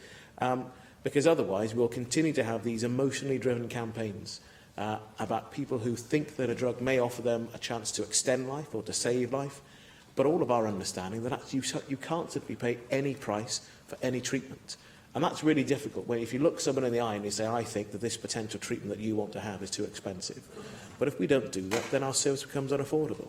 And if we're not prepared to do that, potentially risk the whole service that does so much good and so much positively as well. So if we can't hold the line about having an evidence-led approach to this, then I think we actually risk and undermine the whole service. That's a difficult point, but I think it's absolutely the right one, and it's certainly the unanimous with the IPFR panel that the recent reports to all of us in the last few months. Caroline Jones.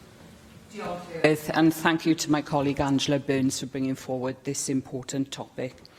Cabinet Secretary, the deal between NHS Wales and Roche is terrific news for breast cancer sufferers in Wales and a perfect example of what we can achieve when we work in conjunction with the pharmaceutical industry.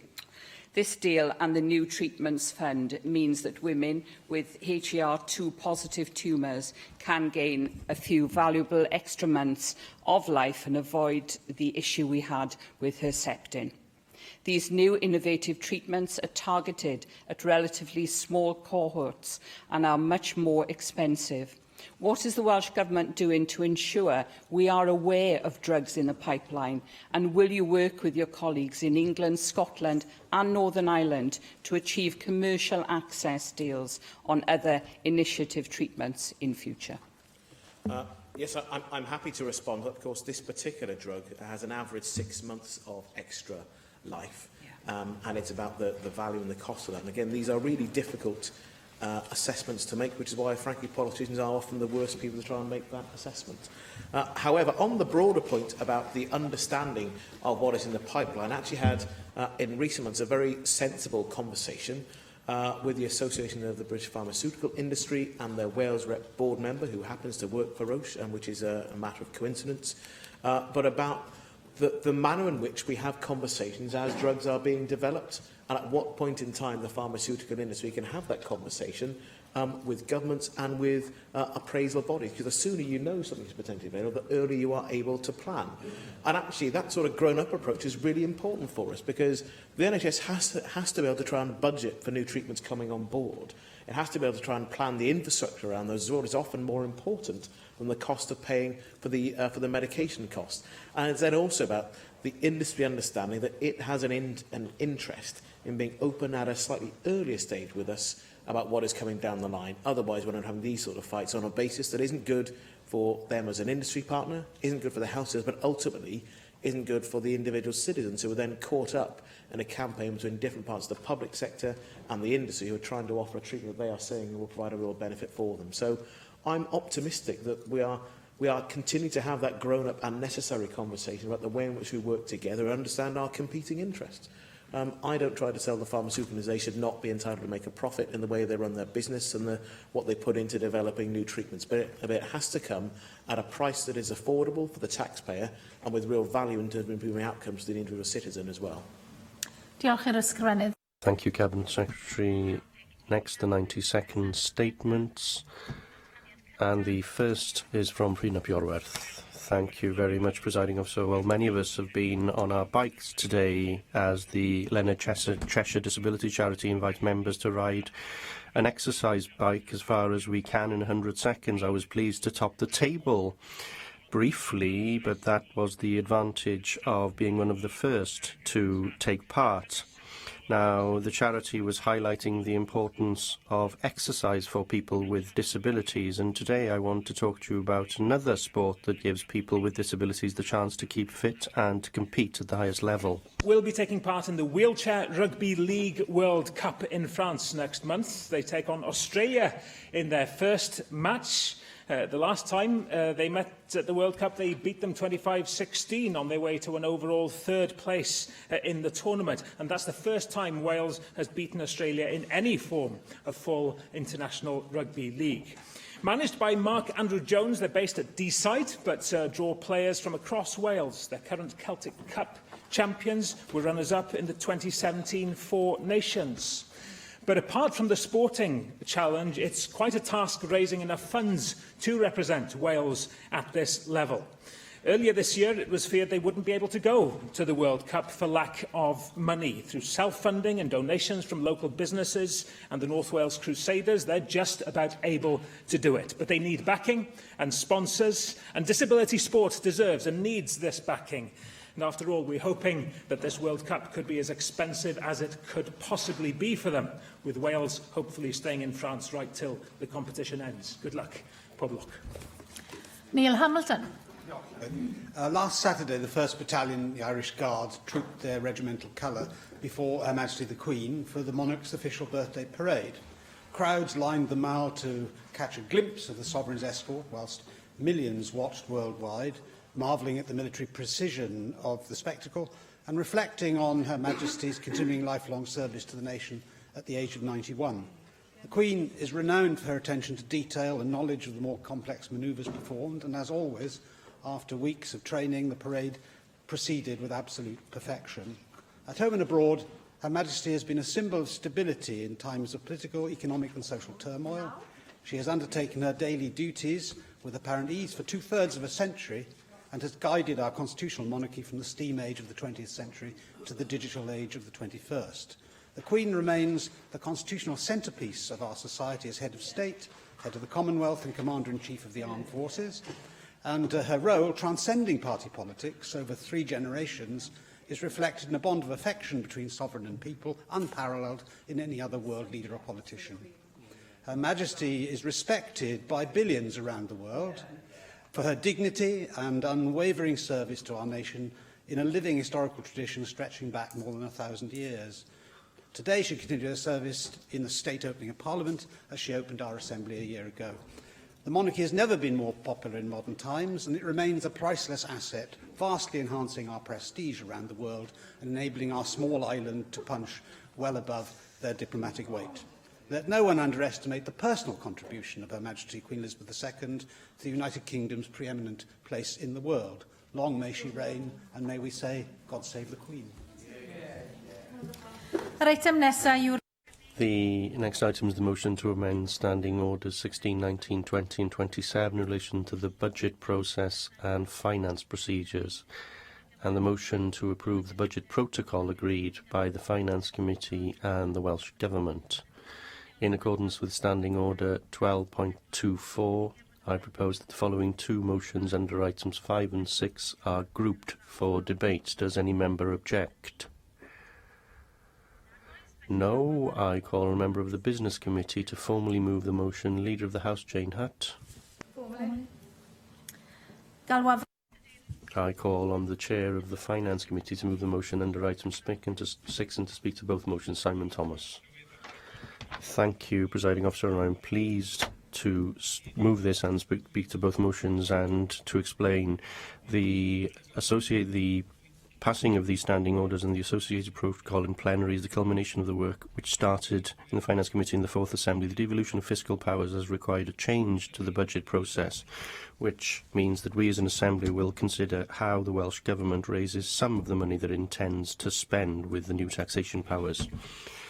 Our predecessor committee undertook an inquiry which identified the best practices in budget scrutiny. Following publication of that report, officials of the Assembly and the Welsh Government have been working closely to develop a new process for scrutiny of the budget which is acceptable and workable for both sides. The new budget process should ensure a higher degree of scrutiny. There will be more time for scrutiny both by the Finance Committee and the Policy Committees alike.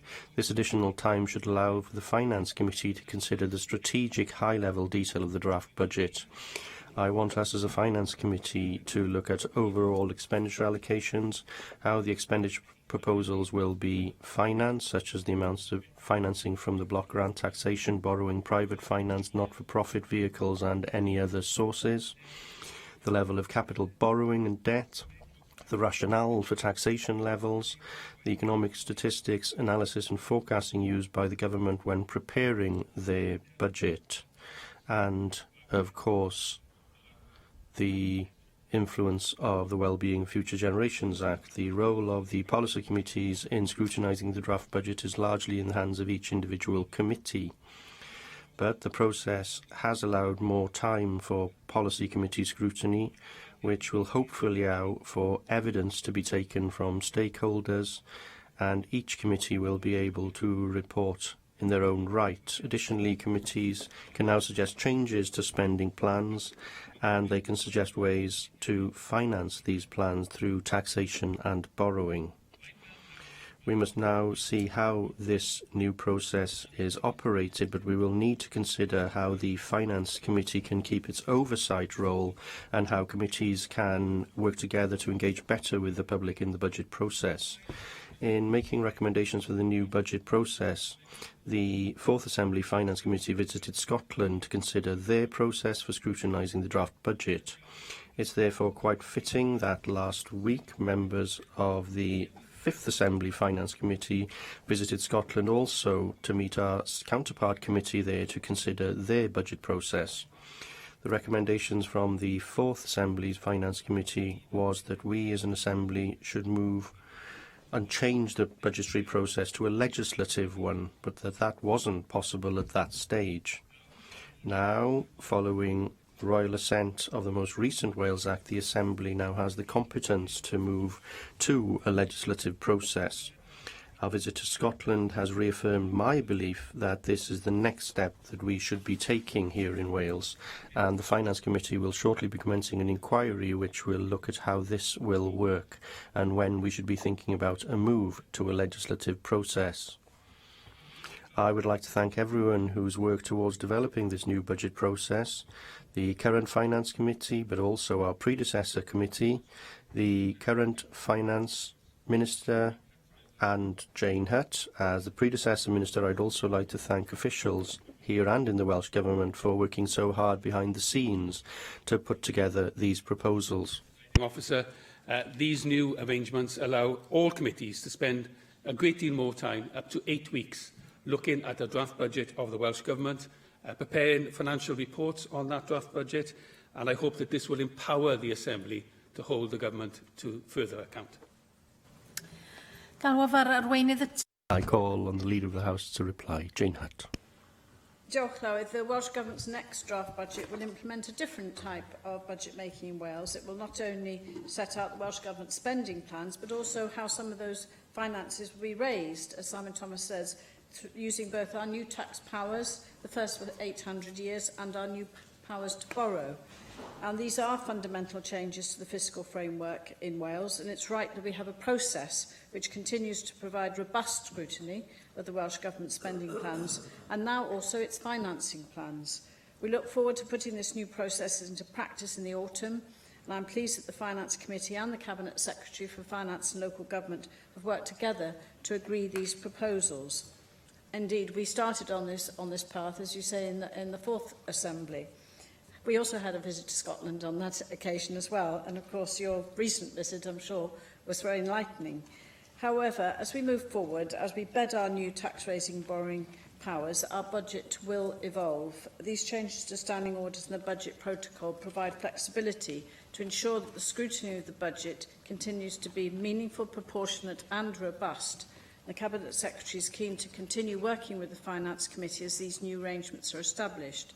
We also welcome the Finance Committee's work looking into a legislative budget process. As Simon Thomas has mentioned, we look forward to hearing the outcomes from that work in due course for the inquiry that you're undertaking. Overall, we support the proposals. Joe.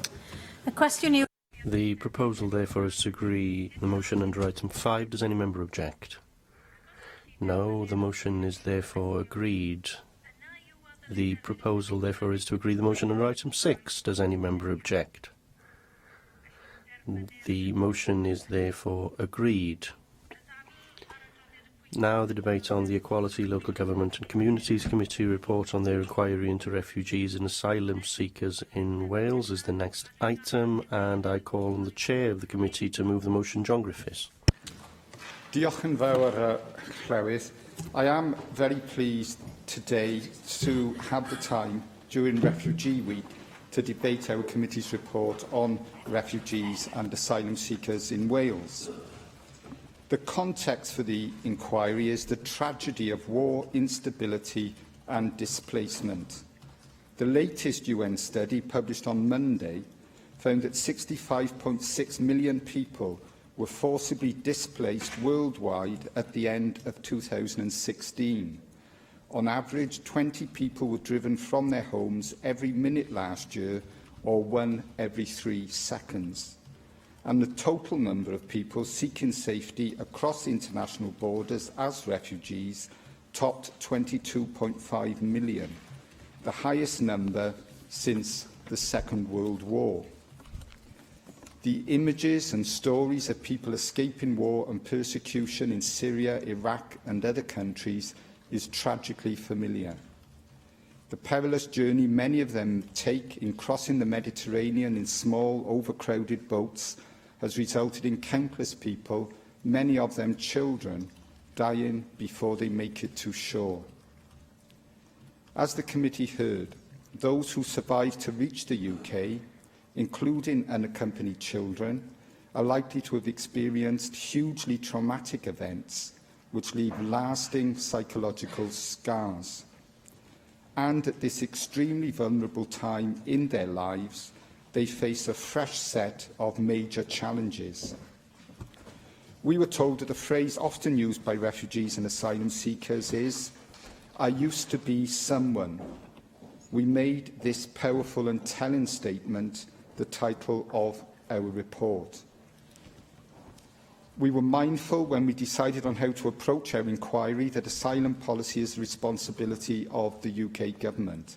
However, the experience of refugees and asylum seekers in Wales depends largely on the accessibility and quality of devolved services, and so within the remit of Welsh Government.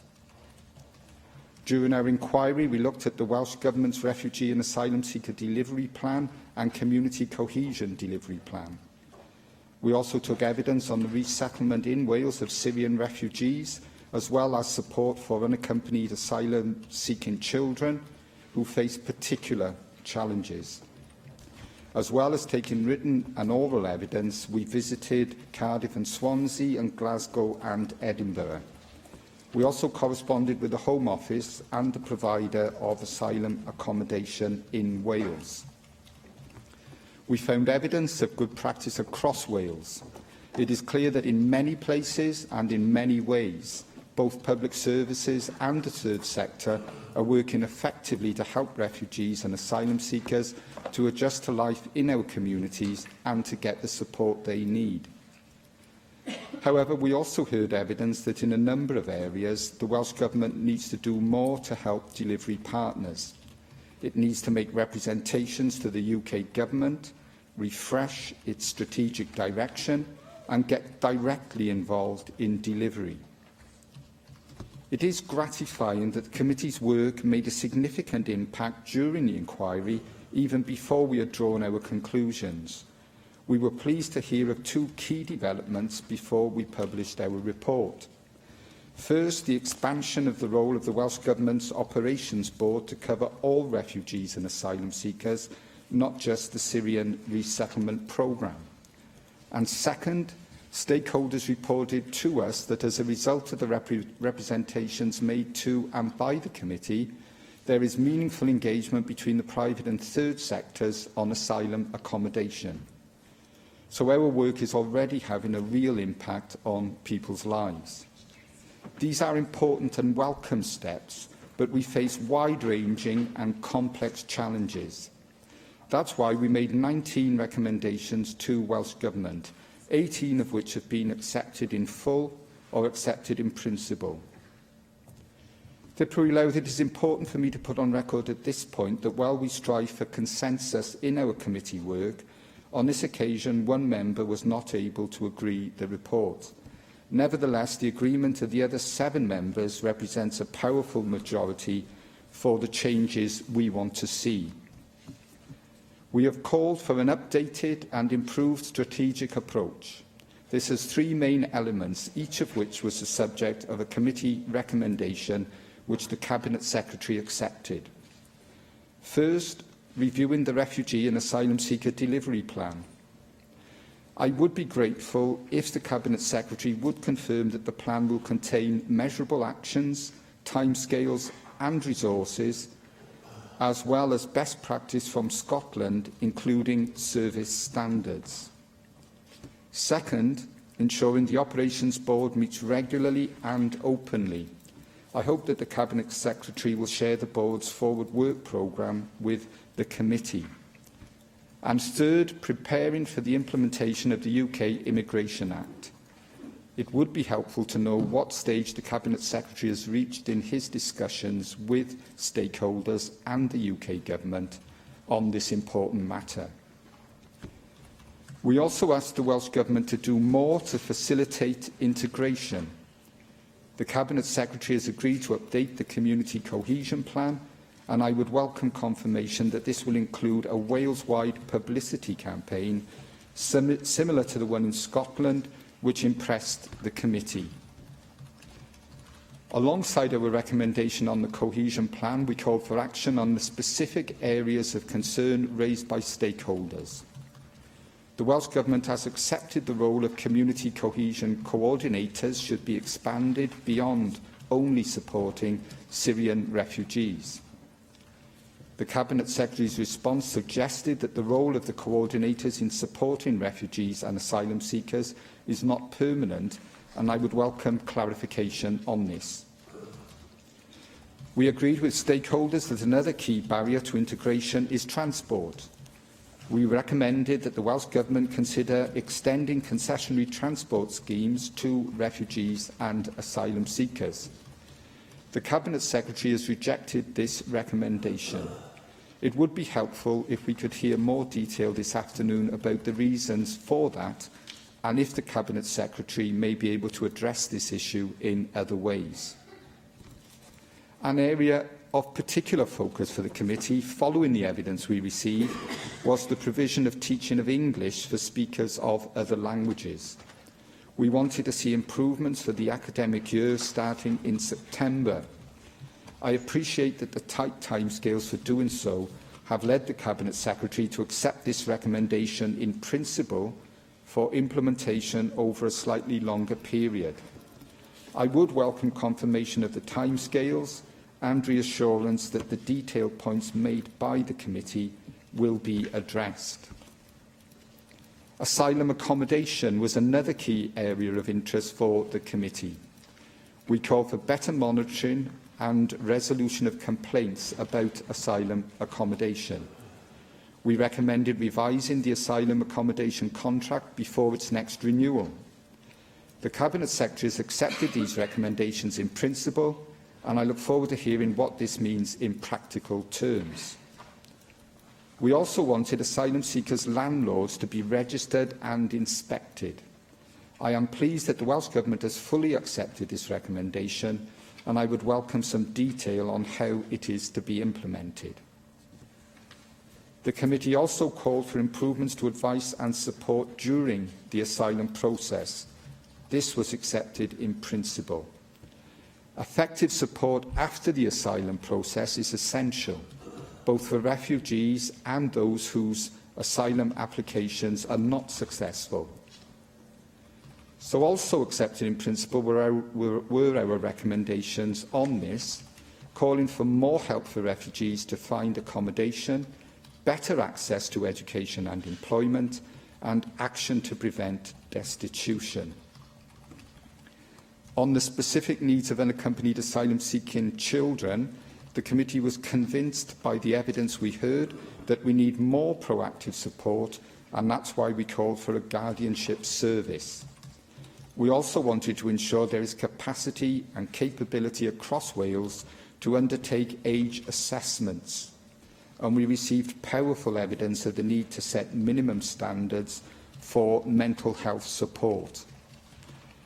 Again, the Cabinet Secretary has accepted in principle our recommendations about support for children, and again it would be helpful for us and for stakeholders to hear more from the Cabinet Secretary about how we will ensure that he meets in full the thrust of our recommendations, even if he is unable, for reasons I am sure he will explain, to commit to every detail. I'm sure members of the committee, as well as other members in the chamber here today, will wish to address some of the detail in what is a wide-ranging and comprehensive report. But before I finish, I'd like to highlight the final recommendation the committee made, which the Welsh Government has accepted in principle. The Welsh Refugee Coalition drew our attention to the 7 steps to sanctuary. These have been developed by over 20 organisations and are reproduced in our report. We share the Coalition's view that Wales should take these steps and become the world's first nation of sanctuary. Diolch yn fawr. Susie Davis. Diolch, can I thank the committee? I'm obviously not a member of the committee, but I thought this was a really focused and forthright piece of work, so I'm not surprised it's been influential already. And thank the Cabinet Secretary as well, because judging by the quoted evidence in the report, you certainly took a very open and responsive approach to the evidence that was heard there. With regard to support for Syrian refugees in particular, I think it would be fair to observe that any government, and we're talking about more than 2 governments in this, there are several just across the continent of Europe, they had a very short time to try and manage a major displacement of people. And we're faced with a huge challenge. And, with the best planning in the world, I think the sort of early and very urgent days when demand was outstripping the capacity to meet it is, obviously it comes as a shock to us, but we need to understand that that's almost inevitable. But even so, John, you might remember me asking you back in September if you were going to have a look at why Wales had taken in only 112 Syrian refugees and 13 local authorities at that stage hadn't taken any at all. I can see in the evidence that Unison told you that the preparedness of local authorities effectively dictated the pace of response. But I was just wondering if the committee really got to the bottom of that, really, to establish why councillors like Torfaen, who deserve great congratulation in this, were able to get their acts together far more quickly than other councils. Because that will certainly have affected the ability of the UN and the ancillary workers to match individuals that they verified before they left Syria with the local authorities in Wales. From the report, though, it seems that once the streamlined system kind of got going, it seems to have proven to be a much better experience for those that went through it. And I can certainly see the attraction of removing the distinction between the Syrian vulnerable Persons Resettlement Scheme and the standard asylum route. I appreciate that's not a matter for this place. But there is a question, I think, whether the distinction can be removed safely without the beginning of the process being located in, or at least very near, the country of origin. Nevertheless, I really do wish the Welsh Government's Operations Board only the very best in trying to square that circle, if in fact there is a circle there to be squared. It does kind of sit a little at odds with the concern that you raised, John, about the future of the cohesion coordinators. It seems to be a little bit out of kilter when you were talking about equalising 2 systems, that doesn't stretch as far as the coordinators. The point made about the 56-day move-on period certainly caught my eye, as did the various recommendations to help with integration from the perspective of the asylum seeker and refugee, and members of the community, of course, into which they're coming. It goes without saying, I think, that the community cohesion plan needs to get to grips with the myths that are surrounding asylum seekers and refugees, their right to the financial support, their ability to work and so on. But I think it also needs to be really bold and unshakable when we're talking about children, accompanied or otherwise. Because, yes, there are children in Wales who have serious needs and lives that we should all feel culpable about, that we still have children living as they do. But children are children, and I don't care where they're from. Their rights under the UNCRC are rights we've all committed to observe. And the patch of earth on which you come into this world should not really determine the level of support you can expect if you happen to find yourself a child in Wales. And an unaccompanied child will have had no responsibility for the decision about why they came to this country and the way in which it was done, who probably endured tremendous trauma before the journey even began, cannot be overlooked just because a child who lives here already also has grave needs. Cabinet Secretary, it's these later recommendations in the report, which I hope have really made an impression on you, as they have on me. And I recall it was actually Leanne Wood, I think, who brought one example of a story that you'd heard about an unaccompanied child and the horrors that they'd gone through, coming in from Calais, that was. But, that is a child. I don't care where they've come from. Nobody should go through that experience. I thought it was very telling, actually, that people coming to this country in chaotic circumstances often saw the acquisition of functioning English to be just as much of a priority as decent housing and access to social and financial support. The inability to communicate has to be the most isolating experience in the world. And I know this is expensive, Cabinet Secretary, and I appreciate it will take time. But there are recommendations in this report about using students and volunteers under professional guidance that really might just help speed this up a little bit. And of course, co-production. Let's use some of those refugees and asylum seekers who've acquired some skills themselves, because their volunteering, more generally, is also key to improving their communication skills, but their confidence, their networking and other skills which improve mental resilience, which I know we've spoken about before. I have plenty of other words of congratulation for you, John, and the committee, but I'll leave those for another day as I'm out of time. Thank you. Thank you very much. Bethan Jenkins. Thank you. Well, we're praising another committee this week then, Susie. There's a theme appearing here, and I'd like to thank the Chair and the other members of the committee, most of the members of the committee, for agreeing to this report. And it's actually one of the most rewarding experiences that I've had in a long time. Quite often we may go to outreach events where there's a decent number of people attending, but it's not as many as we might have anticipated sometimes. I turned up at the YMCA in Swansea, and the place was reeling with people falling out of the doors because there wasn't enough room for them to engage with myself and Joyce Watson, who are there on behalf of the committee. And for me, the biggest thing was that they wanted to be heard, and they wanted to make a difference in the country that they had arrived in, which was Wales. And they wanted to impress upon politicians that they deserved to have that voice and that they were worthy of that voice. And I pledged from that day on to make sure that I would try and represent them to the best of my ability. And the area that was the biggest issue of concern for them in that particular public meeting was housing.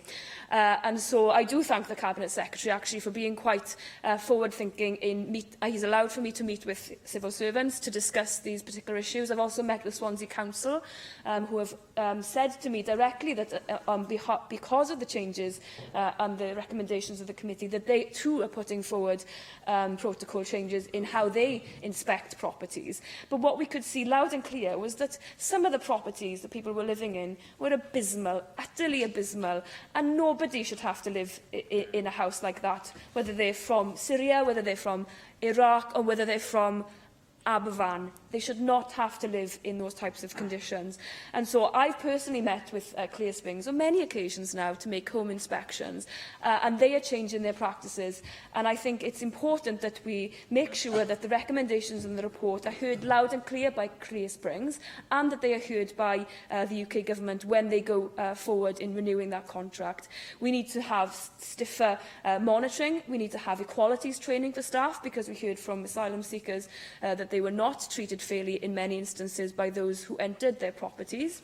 And we need to make sure that there's an independent complaints procedure, if not an independent complaints mechanism. Many people didn't feel comfortable in ringing Clear Springs because they were the company that had alienated them the most when they first arrived in the UK. And I hope those are things that the Cabinet Secretary will carry forth and pursue. We also had lots of evidence from those who came into the committee that they actually wanted to devolve this responsibility to the National Assembly for Wales. And I would also hope, therefore, that the Cabinet Secretary would push to be able to do that. I know that the housing sector here say that they are competent and able to do that, and so why not devolve it when we have all of the other housing responsibilities here in this place?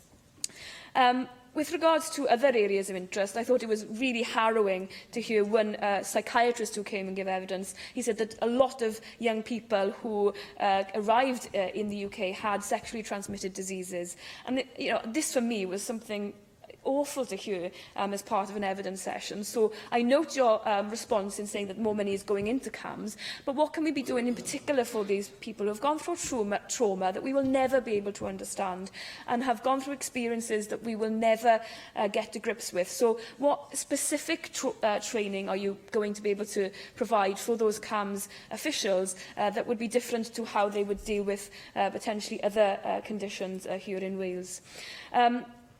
Another issue for me, I've got so many on this agenda, as you can see. I've met asylum seekers and they've said, yes, I want to learn English or Welsh, but I want to be able to do that in a way that is relevant to me. So I've met a plumber from Syria who lives in Neath, and he says, well, I want to learn English, but I don't want to just go into a room and sit there. Academia and sitting at a table actually is really intimidating for me. So can I do an apprenticeship course in plumbing or electrical appliances, but through, and can I do the English learning through that particular course, because he said there's nothing available for him to be able to do that at the moment. So I hope that's something, again, that if not directly reflected in the report, that now that I've said it, you can look into it further, Cabinet Secretary. In the time I've got left, I think it's important that we address the cultural and integration issues, and I think it's important that we don't see this as just a responsibility for the refugees to integrate amongst us, that we need to change our attitudes also towards refugees and asylum seekers. And it's really unfortunate that we had one member of the committee putting out some documents that did not represent the views of what we heard in committee. We are proud as a nation to welcome refugees, and we are proud to support those refugees, and we should not shy away from doing so. Thank you very much. Jenny Rathbone. Diolch, Deputy Llawrydd. I met an Iraqi refugee last week who had lost every single member of his family as a result of the conflict in Iraq. Getting rid of Saddam Hussein seemed a good idea at the time to many in 2003, but the words of caution were not heeded that this would lead to a conflagration of sectarian conflict that most people in this country, quite rightly, had little understanding of the complexity of it. And the sectarian strife, this turf war that has erupted in this sectarian strife, he could not have paid a higher price. Did we have a duty to offer asylum to this individual and others like him? Of course we do. When asylum seekers are first dispersed to Wales, most of them arrive at Link's House on Newport Road in my constituency. And after 3 or 4 weeks in hostel accommodation, they are then placed in temporary accommodation, which may be in Cardiff, it may be in Newport, maybe in Swansea, or maybe further afield. Most asylum-seeking families are destitute, arriving with little more than the clothes on their backs. And our inquiry highlights that children make up between 13% and 20% of the local destitute population. It's a sad fact that asylum seeker benefits are too low to actually meet the basic needs of this community, and one of the biggest problems faced by families is that they simply don't have the bus fare to get to services, so they have to walk or go by bike. And so it's particularly important that services are available near to Link's House, because obviously that is where there is a concentration of asylum seekers. And I just want to pay tribute to members of the community who have risen to the challenge and who are providing services on mainly on a voluntary basis, picking up on the fact that Cardiff is a city of sanctuary for those seeking refuge from war and persecution, and that is a network of people who are prepared to promote mainly voluntary partnerships to support people seeking sanctuary here. For example, the Oasis Refugee Centre, which the committee visited, is based in a former Methodist church in Splot. Set up in 2008, Oasis Cardiff has helped hundreds who have fled war and political persecution from a huge range of countries which have been overcome by war and conflict, many of them which our government has helped or failed to avoid. And it's got 9 part-time staff and literally dozens of volunteers, because at least 150 people walk through the door every single day. And when we visited, there were at least 35 people in an upstairs room, all being given ESOL lessons from one individual volunteer. It was an incredible sight. Within my constituency, which is not that far away from Oasis, there is the Trinity Centre, which is based in another former Methodist church. And they have, for the last 5 years, they provided a home for at least 3 voluntary organisations. Spaces for You operates a drop-in offering information, English lessons, a food and clothing bank, craft sessions, as well as food and drink and friendship. There's a parent and toddler group linked to Space for You, held twice a week, and that's open not just to asylum seekers and refugees, but to members of the local community as well. And so it's a great opportunity for people to interact and practice what little English they may have. And there's also something called Home for You, working closely with Space for You to offer temporary accommodation in empty properties which have been lent to the project. One of my constituents plays a strategic role in overseeing these services, undeterred by the fact that he's been struck down by Parkinson's, and I was deeply honoured to nominate him and his wife to attend the Queen's Garden Party in recognition of his contribution to the community despite his disability. In light of the heinous terrorist attack allegedly committed by another of my constituents this week, I thought it was really important to put on record that most of my constituents in Cardiff Central are more than happy to offer the hand of friendship. I thank you for listening to my contribution. Thank you very much. Gareth Bennett. Thank you, Deputy Presiding Officer. And thanks to the Chairman for laying the committee's report before the Chamber. The report is concerned primarily with improving conditions for refugees and asylum seekers once they have arrived in Wales, and to that end it is a worthy effort. There was a lot of painstaking evidence heard relating to refugee conditions in Wales, and several of the committee members were skillful in bringing these conditions to light. And in itself, the desire to improve conditions for refugees is a laudable aim.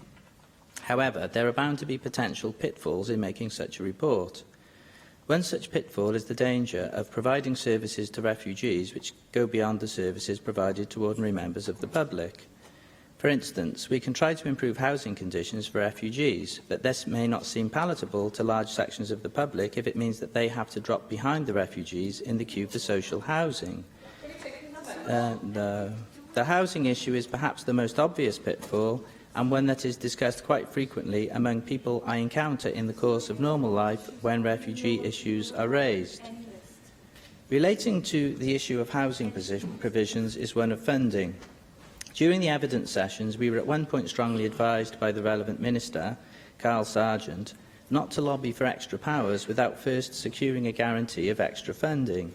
He warned that this had been done in the past and problems had arisen as a result. When I look at the recommendations that are now coming, I struggle to see that there is any sign of any extra money coming from the Home Office or from any other department in Westminster. The Welsh Government itself is looking at setting up a small grants fund to avoid destitution for failed asylum seekers. But as far as I understand it, this is money coming from the Welsh Government's own budget. So what services will have to be cut from elsewhere in the budget to allow for this? And in any case, we don't know if any of the money is going to be forthcoming. One of the points which kept recurring in the evidence sessions was that destitution was inevitable among failed asylum seekers, as there was no welfare payment for them once they had failed their initial claim. But there is also no settled method of repatriating them to their country of origin. Most of them don't have the money to fund their own repatriation. Many of the failed asylum seekers, as a result, remain in the UK and simply disappear off the map. It is truly an absurd system. We cannot hope to change this system in Wales, as the powers to do so do not lie with us. But with this report, we are attempting to become the world's first nation of sanctuary, which may encourage many more asylum seekers to try and come here. The inevitable effect of more coming without any prior reform of the asylum system will, I fear, be more destitution. Thank you. Thank you. Joyce Watson. Diolch, Llywyd, and I want to actually disassociate myself, as I'm sure everybody else here of a reasonable mind would do, with the comments of the previous speaker. But however, as is set out in the report's introduction, this was the committee's first major inquiry, and it was undertaken at a time when we are experiencing the worst global refugee crisis since the Second World War. And politically, it was launched in the months after the Brexit vote, and the refugee crisis, without a doubt, shaped some of those Brexit arguments around the EU's stability and sustainability. But more widely, it appeared at that time that nationalist movements were sweeping the continent, though following recent defeats for Eurosceptic populists at elections in France, Austria and Netherlands, and reverses in Finland, Italy and Germany, maybe the tide has turned. Nevertheless, at the time, there were people who argued that the committee should not prioritise the plight of refugees and asylum seekers in Wales. My UKIP committee colleague refused to endorse the report. despite having not raised any objections whatsoever during the actual inquiry. But I'll move on from that. I, for one, am proud of this report, and I think it reflects well on this Assembly and on Wales that we undertook this work. In the same vein, I think that Gareth Bennett's alternative paper titled Wales's Refugee Problem reflects poorly on his party, light on evidence, but heavy on prejudice. But for the most part, there was lots of support for the inquiry. Groups like the Hay, Brecon and Talgoth Refugee Support provided real insight into what is happening on the ground. And one of the issues that they did identify was a perceived disconnect between those voluntary groups and the professional-led services. I think the Powys Group represents the best of our nation's generosity and goodwill. And while we, of course, need professional coordination, it would be wrong to squash grassroots enthusiasm with bureaucratic heavy-handedness. And I'd like to put on record my thanks to every volunteer, whoever they are, who give help and support to the most vulnerable people in society, and a warm Welsh welcome. I'll return to the report and I shall pick up on a couple of the recommendations. As Chair of the Assembly Cross-Party Group concerned with human trafficking, I am particularly concerned about the plight of unaccompanied asylum-seeking children. So I am encouraged that the Government has accepted in principle the recommendation for Child Guardianship Service for Wales. The Minister will know that is something that the cross-party group that I chair has campaigned for a very long time. I want to really focus on this because I know that children under the UN Convention on the Rights of the Child will have access to advocacy. But I really want to separate out the difference between advocacy and guardianship.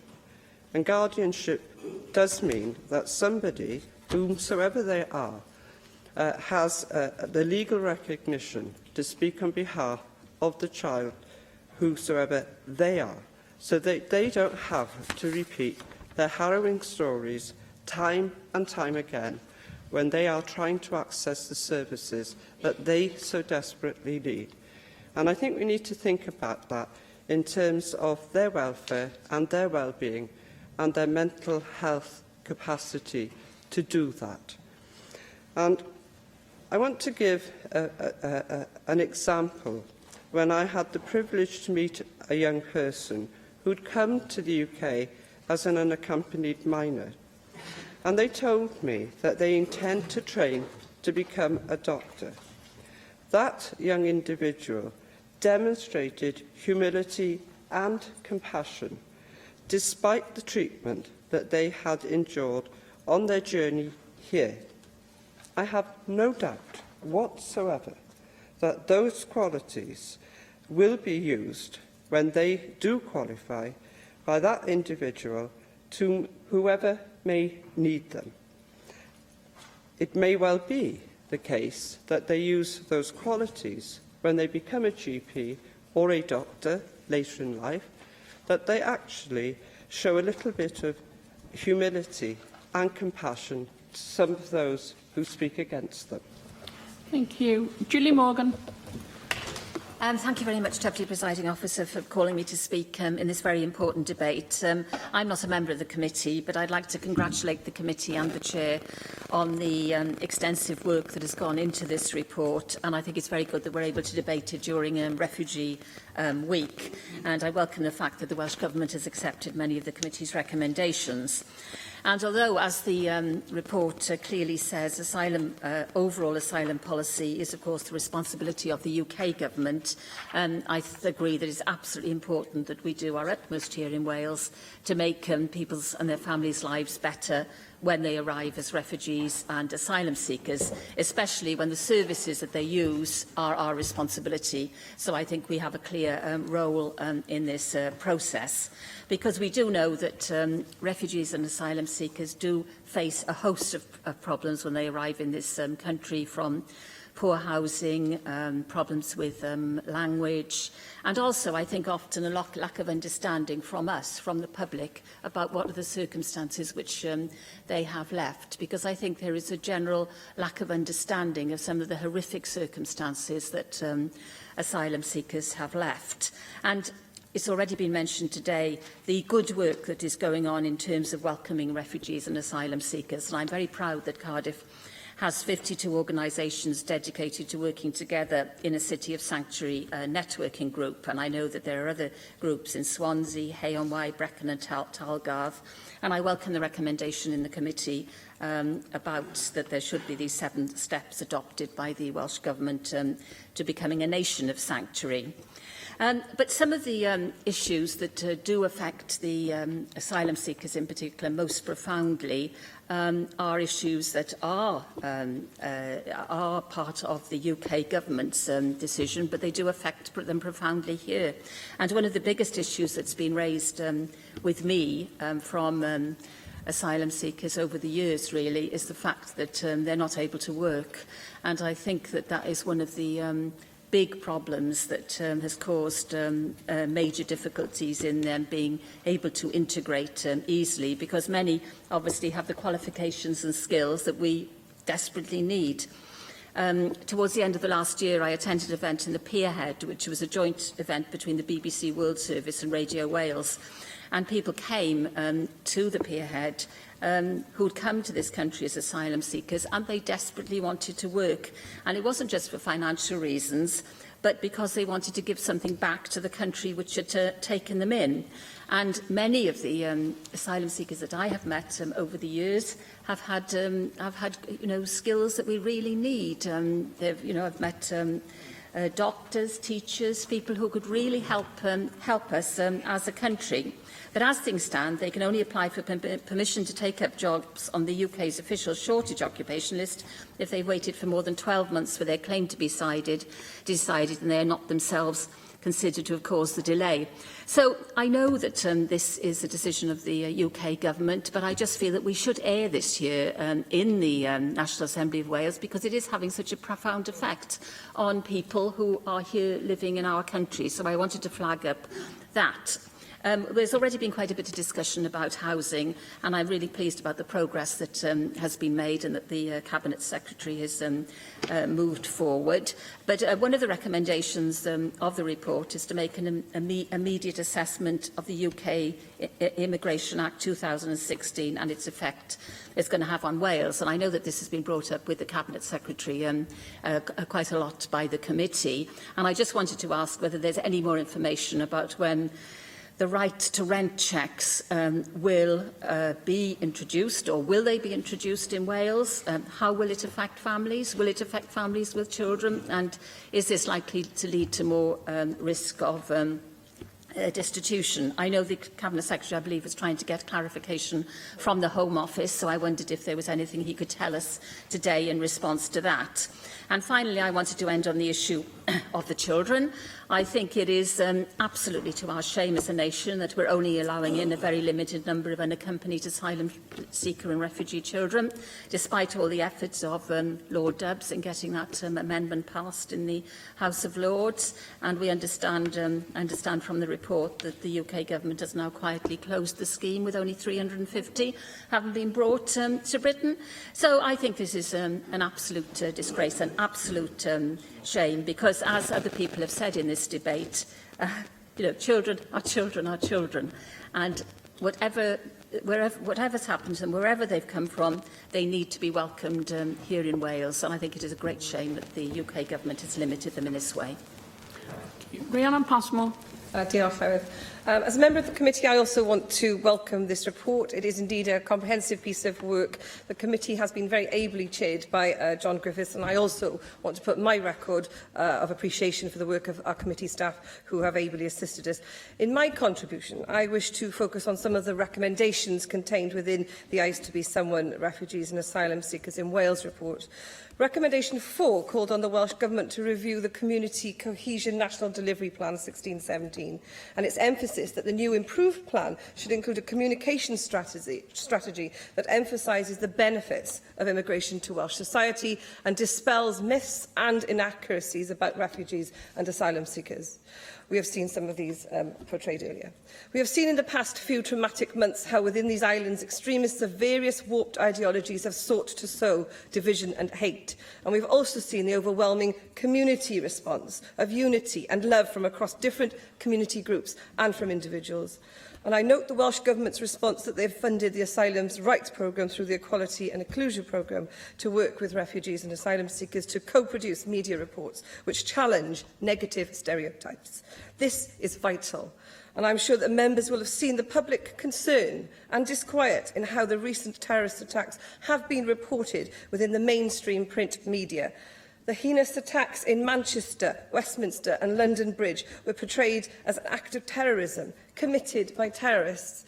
Yet the Times newspaper just yesterday had on its front page headline an emotive phrase of lone wolf to describe the latest terrorists in the UK, whilst also prominently referencing potential mitigating issues of mental health suffering of that white suspect.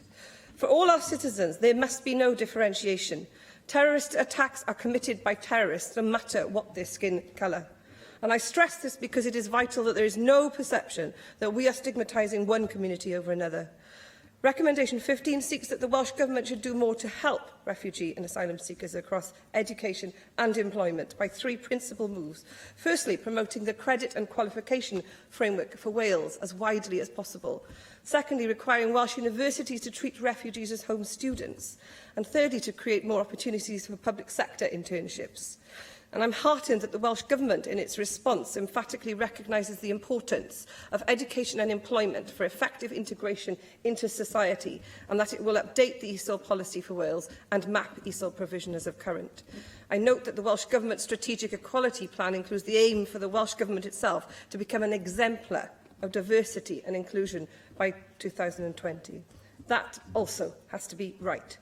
The Welsh Government and we here as members of the National Assembly for Wales must model to the Welsh nation that Wales will always be an open, tolerant, multicultural and diverse country. I was struck by the quality of the representations also made to the committee, and I also, as others, have met asylum seekers and refugees as part of this work and outside of this, and of the Children's Society, who helped clearly illuminate to me some key issues around the implementation of the 2016 Immigration Act in Wales, which Julie Morgan has already mentioned. This is engendering great concern in England. It is right, Cabinet Secretary, that Welsh Government, in its response to our report, is in favour of an evaluation of the Immigration Act 2016 on right to rent checks in England, that this rollout should be evaluated by the Home Secretary prior to any rollout across Wales, due to rises in reported concerns from landlords, refused tenants and the work of the Joint Council for Welfare of Immigrants report. All such matters will no doubt contribute to the increase in both registered and reported hate crime. Finally, here in the National Assembly for Wales, I would like to say that we all here in this place, I would like to say that we have the will, the desire and the impetus to take on these many challenges, as it is in the interest of all of our citizens, and it is the humanity, values and decency of the Welsh people which drives us as representatives in this regard and in this report. Thank you. Thank you very much. Call on the Cabinet Secretary for Communities and Children, Carl Sargent. Thank you, Deputy Llywydd. I'd like to thank the Equality, Local Government and Communities Committee for their considered report on refugees and asylum seekers in Wales. I'm also grateful for the time and effort given by those working in public services and refugee support organisations to ensure this process was as comprehensive as possible. The Welsh Government is committed to ensuring refugees and asylum seekers who have fled war, violence and persecution are able to fulfil their potential. Wales has a proud history of providing sanctuary for refugees from across the world, and this tradition will continue. We will continue our focus on supporting refugees by developing an updated refugee and asylum seeker delivery plan, taking full account of the committee's report and recommendations. And John Griffiths, the chair, ably chaired the committee, asked the question, when will this happen? We will consult on the draft plan in the autumn, including the refugees and asylum seekers in that process. So, as we cannot ignore the fact that much of the responsibility relating to asylum policy is reserved to the UK Government, and this means the solution to some important and challenging problems raised by the committee must be implemented by the UK Government. We will work with them to achieve this, for example, by discussing possible solutions to improve conditions here in Wales. And this includes the standard of asylum accommodation and independent complaints process, the availability of increased funding for transport, health screening reminders and ways to avoid destitution for asylum seekers and new refugees. And indeed, Bethan Jenkins, we had much correspondence regarding the state of some of the accommodation, which was absolutely shocking in terms of people expecting to live in there. We're also taking action ourselves on investing significant support for refugees and asylum seekers here in Wales, and this includes approximately £1 million over the next 3 years under the Asylum Rights Programme. And this work, led by the Welsh Refugee Council and their partners, will provide quality advice and support for refugees and asylum seekers in a wide range of circumstances. I've also provided funding for the resettlement of vulnerable children under the DUB scheme, and I, like Julie Morgan, is also disappointed about the closure of that scheme by the UK Government. This will support the capacity building in social services departments to ensure they can respond to the needs of these children, and these children are children, as Susie Davis pointed out. The Welsh Government also provides funding for Refugee Well Housing Project, to support individuals who have been granted refugee status to integrate into Welsh society, and additional funding has recently been invested in training of mental health clinicians in treating PTSD in child and adult refugees and asylum seekers. The committee produced a number of recommendations relating to the devolved matters, and I will pick those up now. I recognise the committee's concern about the emergence of a two-tier system since the introduction of the Syrian refugee programme. We will do everything we can to minimise this, working to ensure all refugees are eligible to access integrated schemes in Wales. Although we are constrained again by the UK Government funding conditions, we have to work within those constraints, but we will do what we can to help that. We've already expanded the remit of the Wales Refugee and Asylum Seekers Task Force and Operations Board, and we'll be careful to ensure that any schemes and guidance we produce, including the Delivery Plan and Community Cohesion Plan, meet the circumstances of all refugee groups as far as possible. We recognise that the provision also of English for speakers of other language is critical for the integration of refugees and asylum seekers, and we will update the ESOL policy by March of 2018 and work with the Wales Strategic Migration Partnership, ESOL's coordination, to map formal and informal provision and identify barriers and the solutions indeed to accessing learning. 1 second, I will. Of course, where appropriate, we will also encourage refugees to access Welsh for adults provision to Welsh in that principle. And on my visit to one of the centres in Cardiff, I did see volunteers working very hard, including refugees, supporting other refugees in the ESOL programme. I'll take the intervention. Can I just ask why it's 2018? Because we heard from some witnesses who were saying that they were having to volunteer because there was simply nobody else to do it. Can we have some urgency in relation to potentially looking at this earlier? Because at the moment they're so overstretched that I think this is something that warrants looking into. I will take note of the member's contribution, and I will write to the member in terms of the detail of why we picked up the 2018 date. It is something to do with the funding streams around that, but I will look at that more carefully. I also accept the principles behind the committee's recommendations regarding guardianship, guardianship service and a destitution fund. We will explore if these schemes are available and desirable with reference to developments in other parts of the UK and the distinctive Welsh context around that also. I haven't picked up members' contributions in detail today, other than I wanted to pick up the contribution by Gareth Bennett in his contribution. I was surprised by his contribution, where he said other people will be forced down the list to support housing refugees. Can I say this is a myth? It's complete rubbish, and I would hope that the member would not use that contribution Again, generalisation of refugees, as Gareth Bennett has done today, is dangerous, is ill-informed and offensive. And I must say, Llywyd, do we think these children that find themselves in rubber dinghies moving across the oceans of most dangerous seas take this lightly? They go by choice, often fleeing conflict, war and genocide. They have to look for a safe haven, and I'm surprised at the members' contribution here today. Finally, Llywyd, I strongly support the concept of developing Wales as a nation of sanctuary. However, without control of immigration policy, it will be extremely difficult to achieve some of the 7 steps to sanctuary. But in terms of this set out by the Welsh Refugee Coalition, I will work with them to see what we can do to try and overcome some of those issues. It's not through not wishing to participate. Nevertheless, as part of the process of developing our new delivery plan, we will explore issues further to determine what progress can be made. We've already made significant progress towards meeting these recommendations and will continue to do so in the coming months. Just picking up finally on one of the points in regards to the right to rent checks in Wales. I share the members' concerns, both Julie Morgan and Rhiannon Passmore. I've written to the UK Government to ask them to evaluate the scheme. I am still awaiting a response from my letters from the UK Government, and I will pursue that up with my diary team. Intervention. I'm really concerned about the relationship between the Welsh Government and the UK Government about this private contract for housing and the lack of regulation of these landlords because it's not a landlord-tenancy contract. And I just wondered if you can say a little bit more about that. Following on from the discussions I'd had previously with Bethan Jenkins in terms of whether we could include these within the Rent Smart Wales scheme, I've asked my team to give me some further advice about where this might just fit in, to see whether there is more regulation that we can impose on this principle. But as Bethan Jenkins did mention, we have had discussions with some local authorities who are now pursuing this about the issues of acceptable places to live, and I will update members when I have some more information regarding that. So finally, Wales is enriched by the diversity of cultures being resettled here, and we will continue to embrace that. Diolch. Thank you very much. And I call on the Chair of the Committee, John Griffiths, to reply to the debate. Diolch yn fawr, Pwy Lewis. I will not be able to deal with all points as only a limited amount of time is available to me.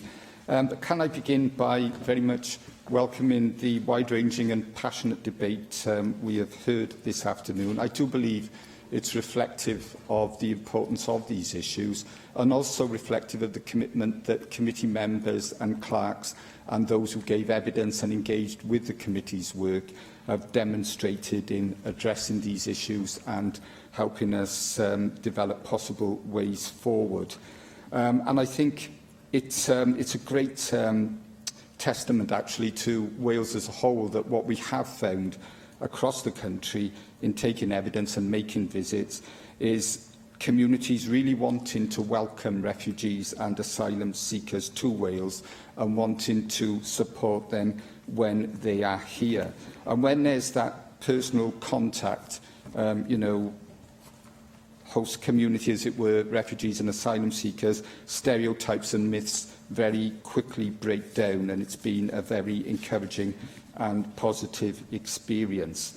I'd very much like to thank Susie Davis for highlighting some of the issues around preparedness of local authorities. I think we did find that there were communication difficulties there that need to be resolved, and there's further work to be done on that.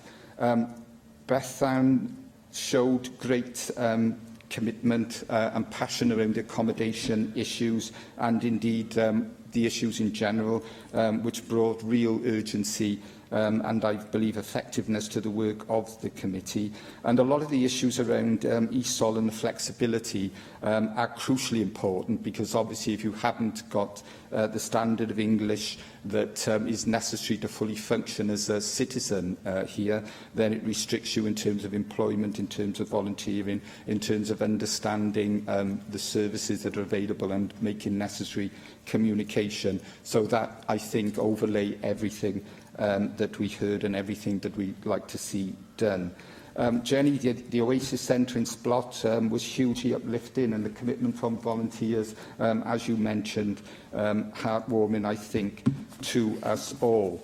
And Joyce, again, the commitment to children and accompanied asylum-seeking children and the guardianship issues through your work on the cross-party group and on this committee is very, very important. And I think Julie Morgan, in pointing to these issues around being able to work, not being able to work, the restrictions involved, really went to the heart of much of what we heard and indeed gave the title to the report, I used to be someone, because these people have so much experience, such high-level skills. They offer so much, and it's a great shame that there are these restrictions in place that stop that great offer to Wales coming to fruition in the timely way that it should. Rhiannon, on communication strategy, I think we were very impressed with Scotland and what they are doing to break down these stereotypes and myths, and the way that they refer to asylum seekers and refugees coming to Scotland as new Scots, I think was very, very positive, and they have built so much around that. Gareth, I too, as the Cabinet Secretary, regret Gareth Bennett's remarks. I think the idea that we should somehow ensure standards of accommodation are lower than those generally available in Wales is wrong-headed in all ways. And the idea that people, experiencing war, persecution, displacement, researching policies in countries around the world to choose which one they may go to on the basis of the largesse available and those perceptions is far-fetched in the extreme. I can see that my time has come to a close, but can I just thank all members who have contributed and the Cabinet Secretary for his response. The committee now looks forward to working with the Cabinet Secretary over the months and years to come and all the stakeholders to make sure that commitments made by Welsh Government are delivered and help our communities support people seeking safety in what I hope will become our nation of sanctuary. Thank you very much. The proposal is to note the committee's report. Does any member object?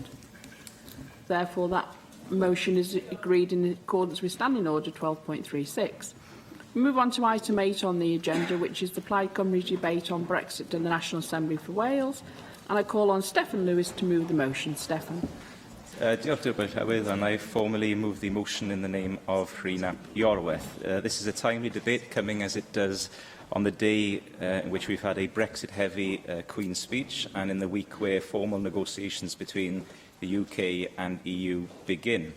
It is also the week where the Welsh Government has elaborated further on proposals first announced in securing Wales's future, the joint white paper between Plaid Cymru and the Welsh Government on upholding devolution and creating shared governance structures between the devolved nations and the UK Government following our withdrawal from the EU. And before going any further, Dirprwy Llywydd, I want to take the opportunity on behalf of Plaid Cymru to set the record straight following exchanges between the First Minister and my party leader yesterday on the issue of single market membership. Yesterday, the First Minister said, and I quote, "Her party has already agreed that you can't be a member of the single market without being a member of the EU. That is what we agreed, if she remembers." In the strongest possible terms, I want to place on record that that is not true. It has never been true, and it never will be true either. Plaid Cymru's position since the day after the referendum last year has been for the UK to remain a member of the single market following our departure from the EU. On the 21st of September last year, we tabled a motion in this Assembly calling for such an outcome, which was sadly defeated, making this Parliament the first in these islands to back a so-called hard Brexit. The position of the Welsh Government was that single market membership did not exist outside the EU. That is not a position shared by Plaid Cymru. However, both parties engaged constructively in a process that led to the publication of the joint white paper, recognising that full and unfettered access to the single market, the preferred term of the Welsh Government, and single market membership, the common shorthand term used by almost everyone else, were potentially one and the same in actuality. That is why throughout the joint white paper, a new term, single market participation, was adopted to accommodate both those positions. That provided the basis for respect and cooperation in the national interest. Llywydd, it is a matter of integrity for me that my position and the position of my party is not misrepresented, and it is a matter of deep regret that it was yesterday. It is important because the issue of single market membership is now the defining issue of our time.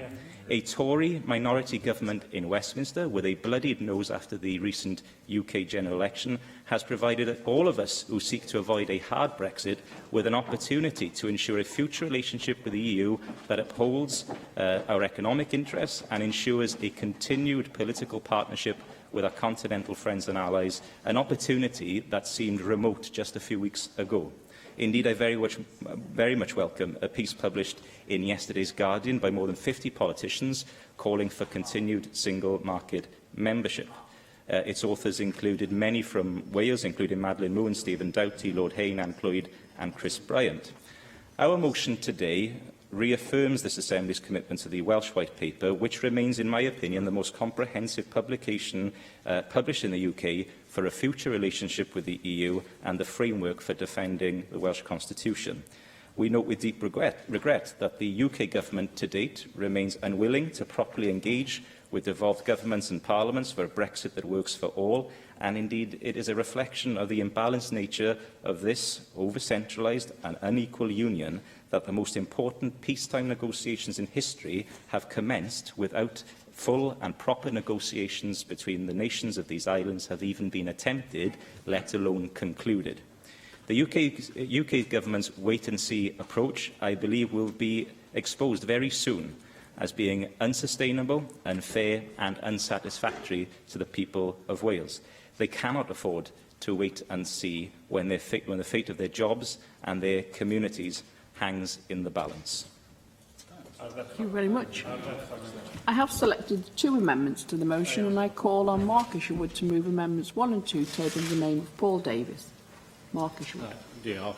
Well, we celebrate the fact that the National Assembly for Wales is the national parliament of Wales, and I'm pleased to move amendments 1 and 2, noting that the UK Government's February 2017 policy paper, the United Kingdom's exit from and new partnership with the European Union, states, "We have already committed that no decisions currently taken by the devolved administrations will be removed from them, and we will use the opportunity of bringing decision-making back to the UK to ensure that more decisions are devolved." And that the Prime Minister has been very clear that she wants a bespoke deal that works for the whole of the UK, embracing the most tariff and barrier-free trade possible with our European neighbours. As the Prime Minister said in her January Lancaster House speech, being out of the EU but a member of the single market would mean complying with the EU's rules and regulations that implement the 4 freedoms of goods, capital, services and people. She added it would therefore be, to all intents and purposes, this would mean not leaving the EU at all. And that is why both sides in the referendum campaign made it clear that a vote to leave the EU would be a vote to leave the single market. Instead, she said, we seek the greatest possible access to it through a new, comprehensive, bold and ambitious free trade agreement. More recently, she's also said we need to ensure that we get the right trade deal so farmers can continue to export their produce to the EU but also trade around the rest of the world. It is this and not hard Brexit which has been the UK Government's stated goal throughout. Although, as the Prime Minister stated, if we threw away our negotiating position at a stroke by rejecting the idea of walking away with no deal, Brussels would think Christmas had come early. As the Chancellor said last weekend, no deal would be a bad deal, although one purpose-built to punish would be worse. As negotiations now move forward, it is in the interests of both sides to recognise that there can only be 2 winners or 2 losers. The UK is the EU's largest export partner, guaranteeing millions of jobs. It is overwhelmingly in the EU's interests to agree a friendly UK-EU free trade deal. The UK is Ireland's second largest trading partner in terms of value and largest in terms of volume. In meetings with Irish Government representatives on Monday, the External Affairs Committee heard that the common travel area issue should be resolved without any real problem, and that Brexit was not close the time advantage of using the UK land bridge to access continental markets. As the Foreign Secretary said last weekend, we can and must deliver on the will of the people. We can reflect the mandate of the more than 80% of MPs whose manifestos pledged them to support Brexit. If we get it right, he said, and he said there is much more goodwill on both sides than you might think, then we can end up with a deep and special partnership with the EU, a strong EU buttressed by and supporting a strong UK, and still trading and cooperating closely with each other too. We are going to deliver, he said, not a soft Brexit or a hard Brexit, but an open Brexit, one that ensures that the UK is still turned outwards and more engaged with the world than ever before. Well, the First Minister was correct. You can only be a member of the single market if you are a full member. Although both Jeremy Corbyn and John McDonnell have insisted that Labour is formally committed to taking Britain out of the single market and the customs union, Labour's shadow Brexit secretary said last weekend that the option of retaining UK membership of the EU customs union should be left on the table. This is counterintuitive because it would prevent the UK from negotiating international trade deals outside single market membership and, as we also heard in Ireland on Monday, you can leave the customs union and still have customs arrangements afterwards. To restate, Welsh Conservatives want agreed UK-wide frameworks which respect the devolved settlement as funding schemes and initiatives are returned from the European Union. We therefore welcome confirmation in notes accompanying today's Queen's speech that the repeal bill, transferring existing EU legislation into UK law, will be a transitional arrangement to provide certainty immediately after exit and allow intensive discussion and consultation with devolved administrations on where lasting common frameworks are needed. I emphasise we believe those frameworks must be agreed. Thank you. Thank you very much. Lynyd Morgan. Diolch, Llywydd. Diolch I Blaid. I thank Plaid Cymru today for bringing this important debate to the table today. It follows the discussion yesterday on Brexit and devolution, and of course it also gives us an opportunity today to consider some of the points that are in the Queen's speech. And it's nearly a year now since the people of Wales voted to leave the European Union. It was a decision that I think will create detrimental impacts for our economy and jobs in our nation. Some of the consequences of Brexit a year on at a conference that I'm hosting in Hay-on-Wye this weekend, where we'll hear a whole range of experts, including Sir Keir Starmer, Lord John Kerr, the author of Article 50, and Neil Kinnock, the former Vice President of the European Commission, along with lots of other business and trade union and academic experts. And there are a few tickets left if anyone would like to join us. Nawr, un peth fyddwn ni yn trafod yn y gynhadledd. One thing that we will discuss in the conference is the way that the results of the election have changed the position. Now, I believe and hope that a hard Brexit is no longer on the table. I'm going to define a hard Brexit because I think that's one of the problems. Nobody quite understands what a hard Brexit means, and I think that a hard Brexit is one that puts immigration controls as a priority ahead of all other decisions in the negotiations. Now, I hope now we will move towards a sensible Brexit, a soft Brexit, which puts jobs and the economy as the priority. But we can't win this argument unless our parties cooperate and collaborate where that's possible, and I'm pleased to hear that Stefan Lewis agrees with that. And I do think it is important that we do work together. We need to calm down the rhetoric if at all possible. This is a hugely important issue for our country. It puts the role of our nation and our people first. The fact is that we are negotiating with 27 other nations. It's 27 against 1, and although I feel passionately as a European, I'd feel even greater passion towards my own nation, and I do think it's important that we get the best possible deal for Wales and for the UK. Now, today, we heard the Queen's speech and the priorities of the UK government. The Prime Minister has said that she wants to see a Brexit that works for the whole of the UK. But how is that possible unless she's spoken to Wales? There has still been no discussion with the Welsh Government on the Great Repeal Bill, although it's contained within the Queen's speech today, and I'm sure that a draft of it is available. I'm pleased to see that Carwyn Jones yesterday announced that the Welsh Government is now looking to prepare a continuity bill in case the Great Repeal Bill actually has detrimental impacts for the Welsh Government. It's crucially important that the powers that belong to Wales but were handed to the EU when the Assembly was established come directly back to this place. There is no mention in the Queen's speech today in relation to agriculture or fisheries that the Welsh Government has any role. There's just a brief sentence taking it for granted that new national policies will be introduced.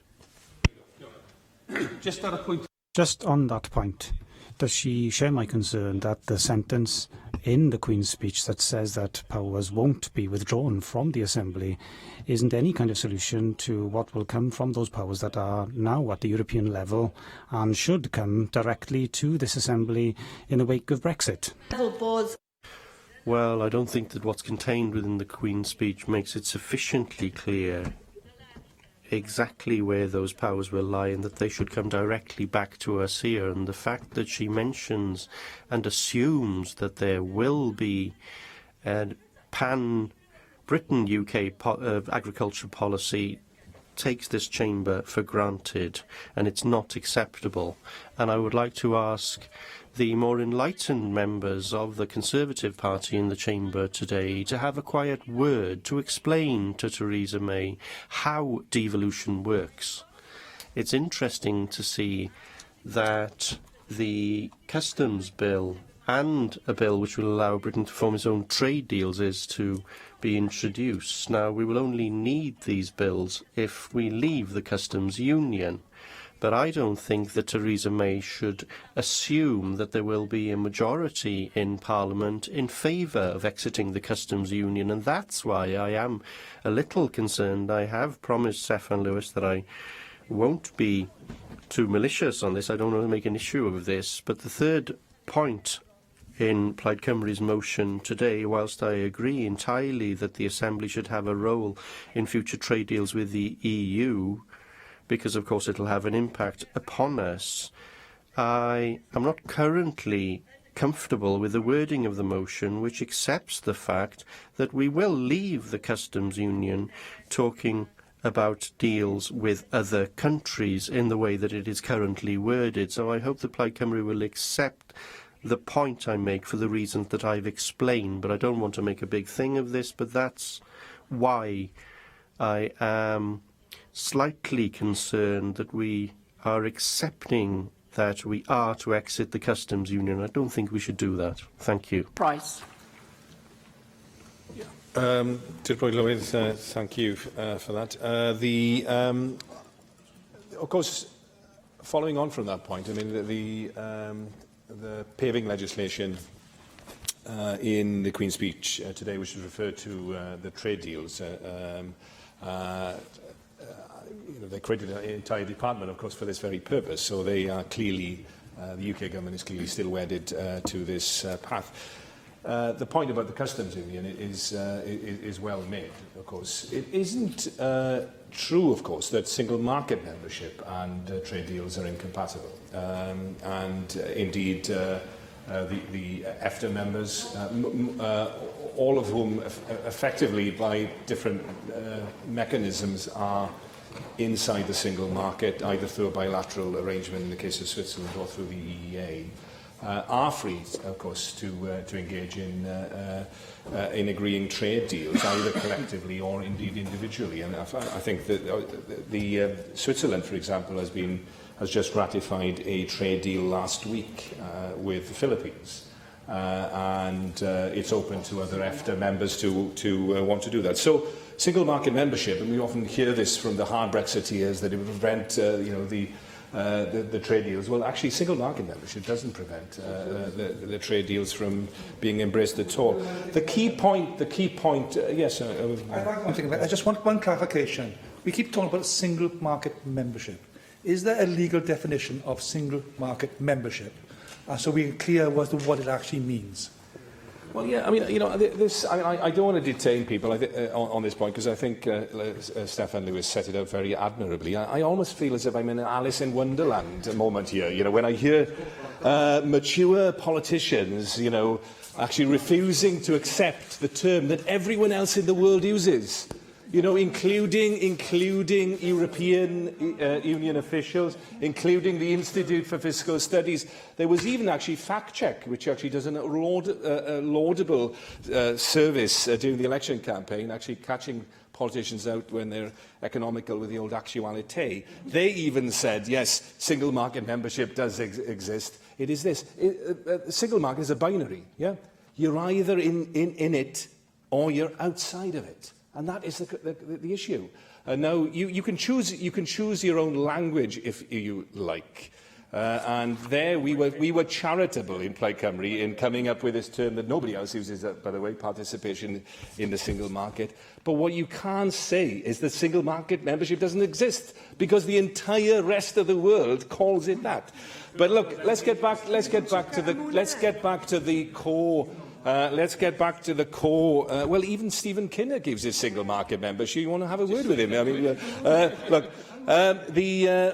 let's get back to the core point of the third paragraph of this motion, which is the voice of Wales. So if there are going to be trade deals, who's going to be listening to us?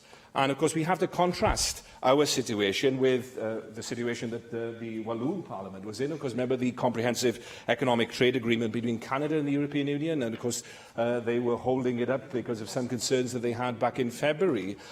What people may not realise, actually, the same process then has been followed in Canada. And, actually, it's only in the last week that CETA has been ratified in Canada, because it had to go to every single province and territory, and Quebec was the last province to support it. The same principle applies in Australia. The Singapore-Australia Free Trade Agreement, for example, the provision of mutual recognition of goods between Australia and New Zealand. All of the territories, the states and territories of Australia had to agree to those agreements, and that's despite the fact that in Section 92 of the Constitution of Australia refers to trade, commerce, and intercourse between the states being absolutely free. They recognise the importance in a federal situation of actually recognising the interests of those devolved state territories. And yet what we get from the UK government at the moment is the promise of the return of the Board of Trade and Her Majesty's Trade Commissioners. It's back to the 18th century. I was almost wondering whether they're going to bring back the East India Company as well. We have to. I'm all for the politics of the United Front. And this is a front where we have to join forces, because we cannot allow a situation where our legitimate and distinct economic interests are ignored by the centre. Hamilton. Thank you, Deputy Presiding Officer. From looking around the chamber today, I think we're suffering, apart from Plaid Cymru and UKIP, with Brexit weariness, but at least we're here to engage in the argument. We have no difficulty, of course, in supporting Plaid Cymru on the first 2 points of this motion. As I've said many, many times before, the Brexit process should not in any way be used to undermine or to row back on the devolution settlement which the people of Wales have voted for twice in referenda. And that would be a betrayal of everything which we stand for. But point 3 is totally unrealistic. The difference, of course, between Canada and Australia is that in their federal systems, they don't have the massive imbalance of population which we have in the United Kingdom, between England, Scotland, Wales and Northern Ireland, where England is 85% of the population of the country. It's inevitable in those circumstances the United Kingdom government is not going to accept what this motion asks for, and therefore I simply can't understand why it's being put forward. All that you do in those circumstances is to undermine the good point, which is that, of course, the interests of Wales should be properly considered and taken into account by the United Kingdom government, because they are inevitably different from other parts of the country, in particular in agriculture, as we know. And the import-export position in Wales is different from the United Kingdom as a whole. And even though we are massively in deficit with trade with the EU, we export to them £250 billion a year of goods. They export to us well over £300 billion. So 7% of our UK GDP is accounted for. Only 7%, 93% is trade either internally or with the rest of the world. Let's keep it in perspective. I should say that to Lynette Morgan. Then there's a bigger percentage of our gross national product which is consumed by what we purchase from them. That is our bargaining counter with them. Yes, sure. Do you accept that it is vital to focus on what we can do and where we can try to influence? And when you say that we are in a huge deficit, we in Wales are not. We have a surplus. I said that a moment ago. But to carry on debating on the basis that the United Kingdom has the slightest possibility of adopting this policy is a complete and utter waste of time, and actually undermines the good points that we could make. That is the burden of what I want to say in this debate. And the idea that single market membership, however defined, is going to be a runner is, again, not practical politics. Why are we flogging this dead horse? I mean, we would be in the single market on that basis, but unable to take part in the decision-making processes. I mean, that, in a sense, is worse than what we've got now. And not only that, we would be making a financial contribution, which was one of the arguments for leaving the EU in the first place, because we contribute, as we know, net every year £8 billion, and a very significant part of that would continue to be paid if we were members of the single market, even on the basis of the Swiss model or the Norwegian model, both of which are very different, of course. Switzerland is free to, and has done, in fact, enter into a free trade agreement with China. Whereas the EU has been wholly unable to agree one in the last 50 years. And you look down the list of the 56 countries that the EU have trade agreements with, they include Jersey and Guernsey, for example, Andorra, Montenegro, San Marino. They don't have any trade agreements with any country of any serious size in the world, apart from South Korea and Mexico.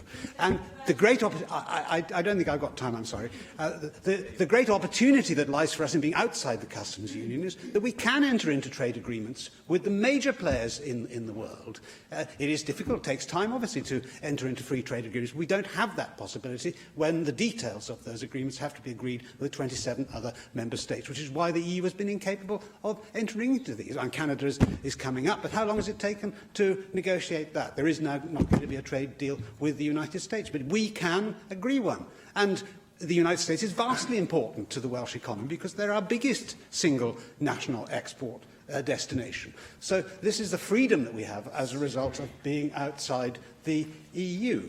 I'm surprised that Plaid Cymru continues to fight this battle, which was lost a year ago. Because, yes, of course, the British government should talk meaningfully on a regular basis to the Welsh Government. But if all the First Minister does is to carry on banging on about something which the British Government is never going to agree to, what is the point of those discussions? If you want to succeed, go with the grain and not against it. And I've urged him, therefore, to involve Andrew R.T. Davies and myself in a common approach to the United Kingdom Government, because, after all, this is a battle that we have fought and won. I mean, I've been fighting this battle. I've been fighting fighting this battle since before most of the members opposite there were born, having joined the Anti-Common Market League in 1967.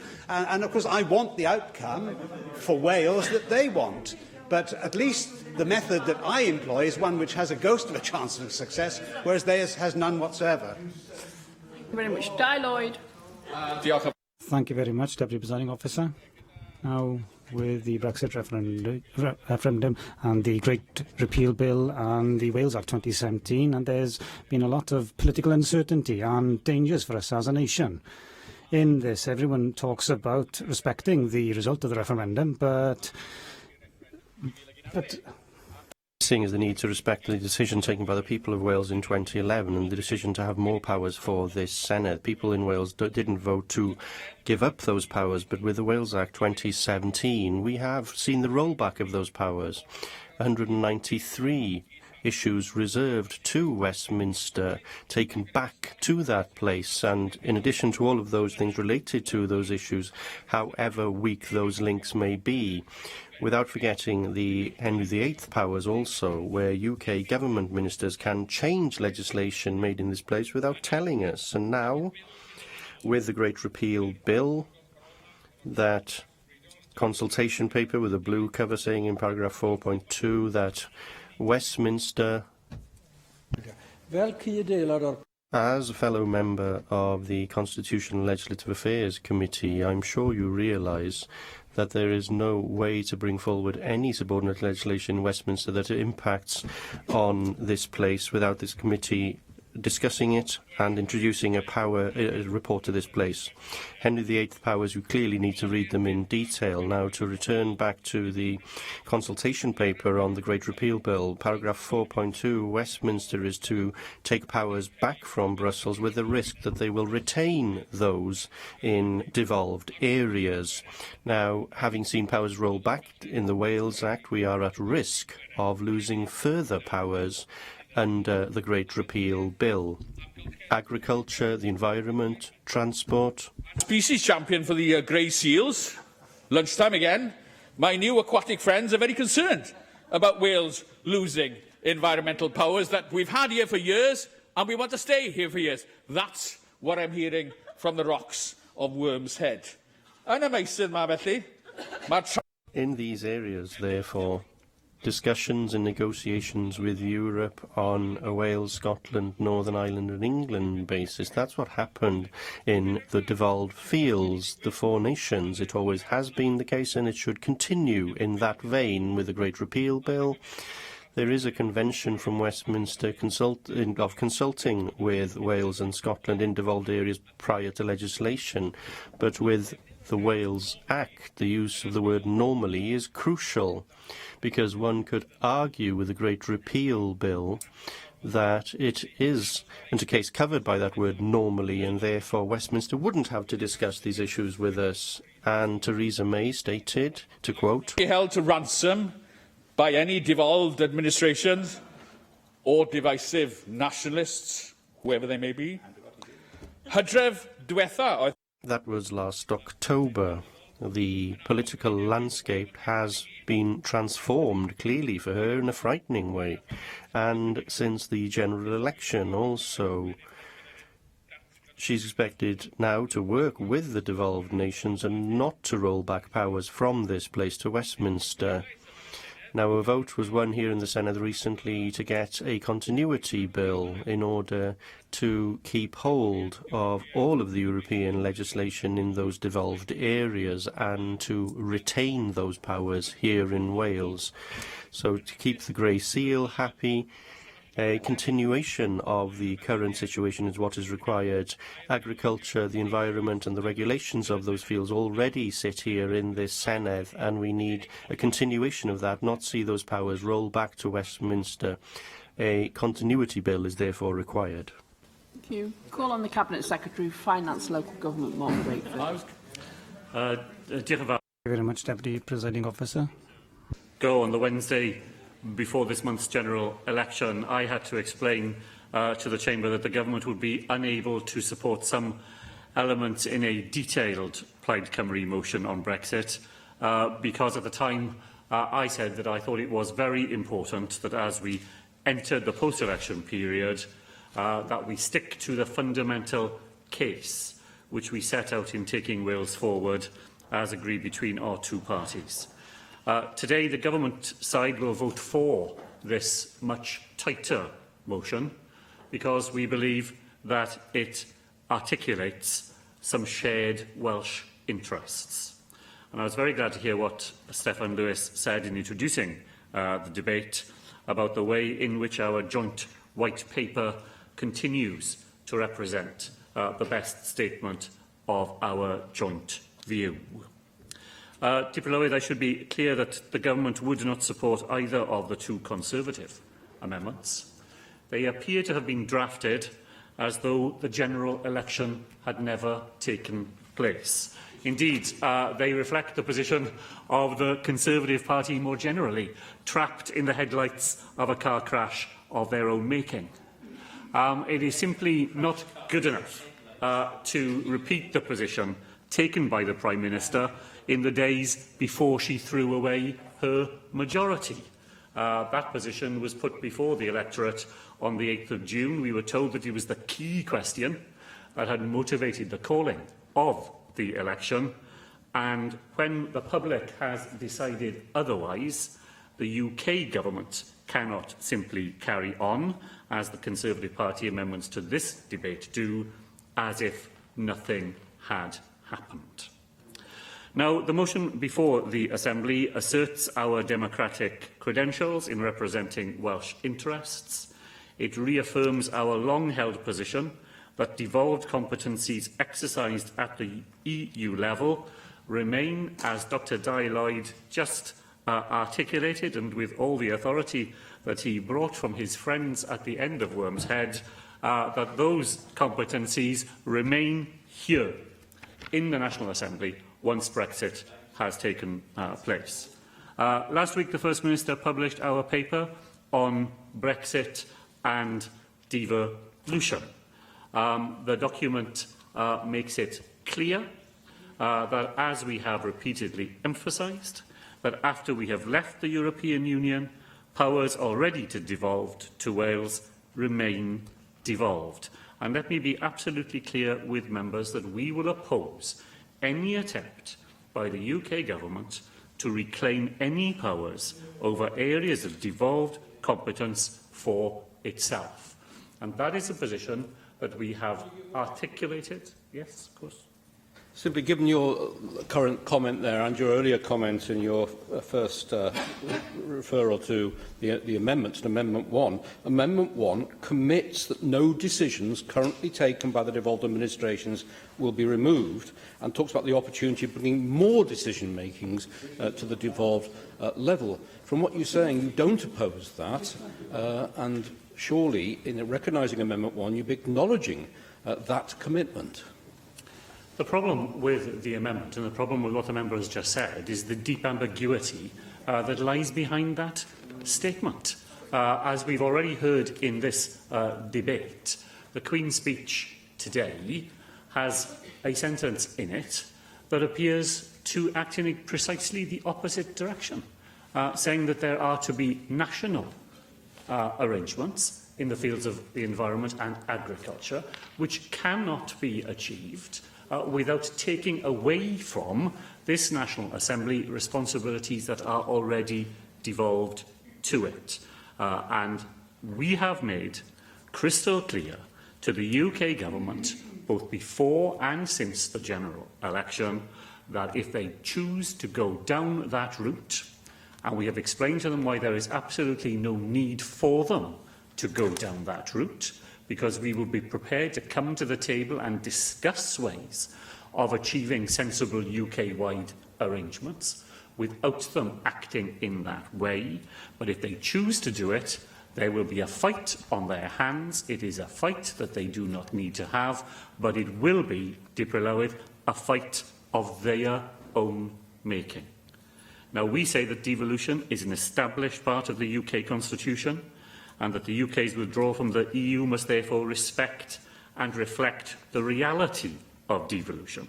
The First Minister wrote to the Prime Minister last week. He stressed that the repeal bill It's interesting to see that the word great has disappeared from the repeal bill, in line with the more modest ambitions of Mrs May. But the Prime Minister, First Minister, made it clear to the Prime Minister that the humility, that is what lies behind the absence of greatness. The First Minister made it clear that that bill must fully respect existing devolution settlements, and, as I've said, that the Welsh Government stands ready to work constructively and positively with the UK Government to help frame the legislation to achieve just that. I have spoken directly with the Secretary of State for exiting the European Union since the general election, and once again I laid out our position on that matter, and both Simon Thomas and Eluned Morgan are right to sound a note of concern about how that is now represented in the Queen's speech. In the document that the First Minister has published, we propose the establishment of a UK Council of Ministers for discussing and agreeing such frameworks. The policy document Brexit and Devolution makes it clear that a UK Council of Ministers could be utilised to gain agreement on areas where reserve powers and devolved powers are interconnected. And devolved administrations have a strong interest in UK government policy, even when that policy is not formally devolved. UK-wide discussions and agreement in some aspects of non-devolved policy will be needed in order to ensure that policies have legitimacy across the whole of the United Kingdom. Of course. Just at this point, I'd like to intervene rather than reply, because I think this point is important. He's talked about the relationship between himself and his government and the other governments in the United Kingdom and how that might be re-established. Can he give some assurances that there is any sign from Westminster at the moment that they are re-engaging with Welsh Government ministers, that ministerial meetings are taking place, bilaterals are taking place, quadrilaterals, whatever's needed to get a shift on for some of these discussions that we need to have? Well, that machinery of government is resuming. As I said, I've spoken myself directly to David Davis. I have a call with the Chief Secretary of the Treasury tomorrow, and I've come directly to the Chamber from a meeting of the JMC Europe, in which I represented Wales. Scottish ministers were involved, and a series of UK government ministers were around that table as well. It's not the absence of machinery, which has been frustrating over recent months. It is the spirit within which that machinery has been conducted, and that's what we need to see altered. Diplowydd, I hope you'll just allow me to deal finally with the third point in the motion, because there's an important point that Eluned Morgan raised, and I want to make sure that the Welsh Government's position is clear in supporting the motion. Because this part of the motion refers to future trade deals. It's an example of a policy area which, while non-devolved, there is a direct Welsh interest in it, given the interdependencies with key aspects of the policy and regulatory context for devolved areas such as steel, agriculture and fisheries. We've made it clear that full and unfettered participation in the single market is our top priority. That's fundamentally important to us in Wales, and we continue to believe that the UK should remain part of a customs union, at least for a transitional period, and we've been unconvinced by the UK government's arguments for leaving.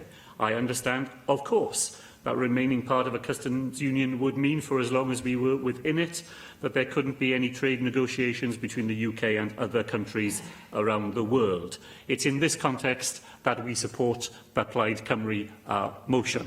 We're not accepting that trade deals with other countries is preferable to a continued membership of a customs union, but if we're unable to be in that position, then the motion reflects where we would need to be.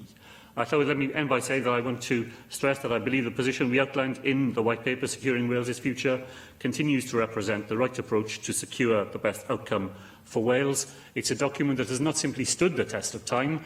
I believe it is more relevant today, even than on the day that it was published, and its ability to influence events is stronger today than it was back when we first published it. I look forward to continuing to argue for it with others in this chamber who are of the same mind. Thank you very much. And I call on Simon Thomas to reply to the debate. Diolch yn fawr, Diplowydd, a diolch Thank you very much, Deputy Presiding Officer, and thank you to the Cabinet Secretary for closing the debate in a consensual manner, and I will return to some of his points in a few moments' time. But the purpose of the Plaid Cymru debate today was to ensure that we keep a focus here in Wales on what is crucially important for Wales's economy and for our communities. And we do that without any apology that there is another Brexit debate. There are 8 bills related to Brexit in the Queen's speech, so I can tell you, if you're sick and tired of Brexit by now, then there's far more to come over the next 2 years from the Westminster Parliament. But we propose and move this motion because we believe that the political situation has changed. Because the UK government and the Conservative Party specifically went to the country just 2 months ago, seeking a mandate for the kind of Brexit that they wanted to see. And what was that Brexit? It's been called a hard Brexit, but it was set out very clearly in the Lancaster House speech. It was a Brexit that left the European Union, yes, but also left the single market and exited the customs union. Now, Plaid Cymru is of the view that we should remain within both of those institutions, and that is what's been agreed between ourselves and the Labour Party in the White Paper. But more importantly still, people, not just the people of Wales, but people from across the UK, said that they were against the Brexit that Theresa May wanted to push forward. It's true, one couldn't discover exactly what kind of Brexit people wanted to see through the election of a hung parliament, but it wasn't the kind of Brexit that would destroy the Welsh economy and Welsh jobs. And by now, of course, we have seen the U-turn that's happened with the Chancellor now talking of protecting jobs, and the Chancellor talking about keeping some sort of customs regime, and the Chancellor talking about a transitional period, something that wasn't on the Conservative Party's agenda prior to the election, and something which has totally changed. And that's why Plaid Cymru believed that it was important that the Assembly should restate, if not unanimously, but certainly in terms of a party majority here, that these are the principles that we should base the Brexit negotiations on. And we are strongly of the view that all the powers and resources currently exercised at the EU level within the devolved competencies should be exercised by the National Assembly for Wales after Wales leaves the European Union.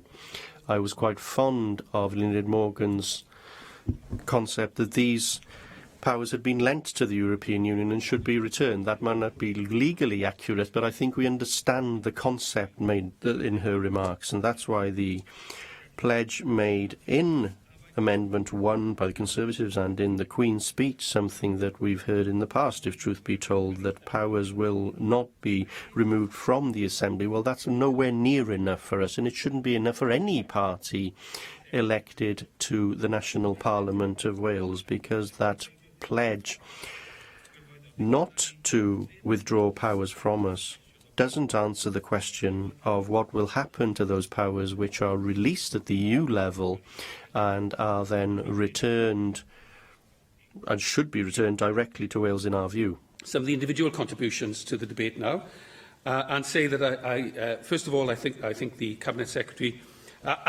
more than adequately dealt with the point around the customs union and the concerns that Lyned Morgan had, and just to put on record that Plaid Cymru's position is exactly that set out by the Cabinet Secretary, and we believe we should remain in a customs union, at least for the time being. But if there were to be negotiations, this is an important point, we don't have a choice about this. It is the Westminster Government who will decide this. If there are to be those negotiations, then surely we should be part of that and have an equal say to the other nations of the United Kingdom in those negotiations on trade deals. Now, it was raised by Neil Hamilton that this was unrealistic because the examples given by Adam Price, whether it be Australia or Canada, were different sorts of nations that had different nation states with different populations. Well, there's 13.6 million people in Ontario and 146,000 people in Prince Edward Island. I don't know if Prince Edward had got a job as an island, but there we are. This is the real difference, I think. In Canada, both of them are provinces. Both of them had an equal say in the trade deal that Canada set in its trade deal. So I don't think his argument is legitimate. And I think Neil Hamilton's argument and Mark Isher's argument share a common fount, I have to say, that the foundation of the argument is the same. The foundation is that we We're a marvellous country, the UK. It's beyond belief how wonderful we are, and therefore these Europeans will have to do deals with us. Well, trade doesn't work like that. Adam Price mentioned we might have to go back to the 18th century. We'll just go back to the 19th century, go back to Disraeli. What does Disraeli say about trade? Free trade is not a principle, he says. It is an expedient. And when we come to negotiate our relationship with the other remaining 27 European nations, they will all have expediencies that they will all need to exercise. And the principle of free trade, which isn't that principled anyway, will get sacrificed from time to time on the altar of political reality. And that is why it's important that the voice of Wales is heard in these discussions and is not diluted in any way, shape or form. Lynette Morgan said that she was concerned that we still have severe economic effects from the decision to leave the European Union. She's not the only one. Mark Carney thinks we'd have severe economic effects. He's warned only in the Mansion House speech 2 days ago that we'll have a wage squeeze coming in as a direct result of that. And it is important, as the seals barked from Vasily, it is important as well that we protect not only the economy, but the standards and the protections and workers' rights that we have currently within members of the European Union.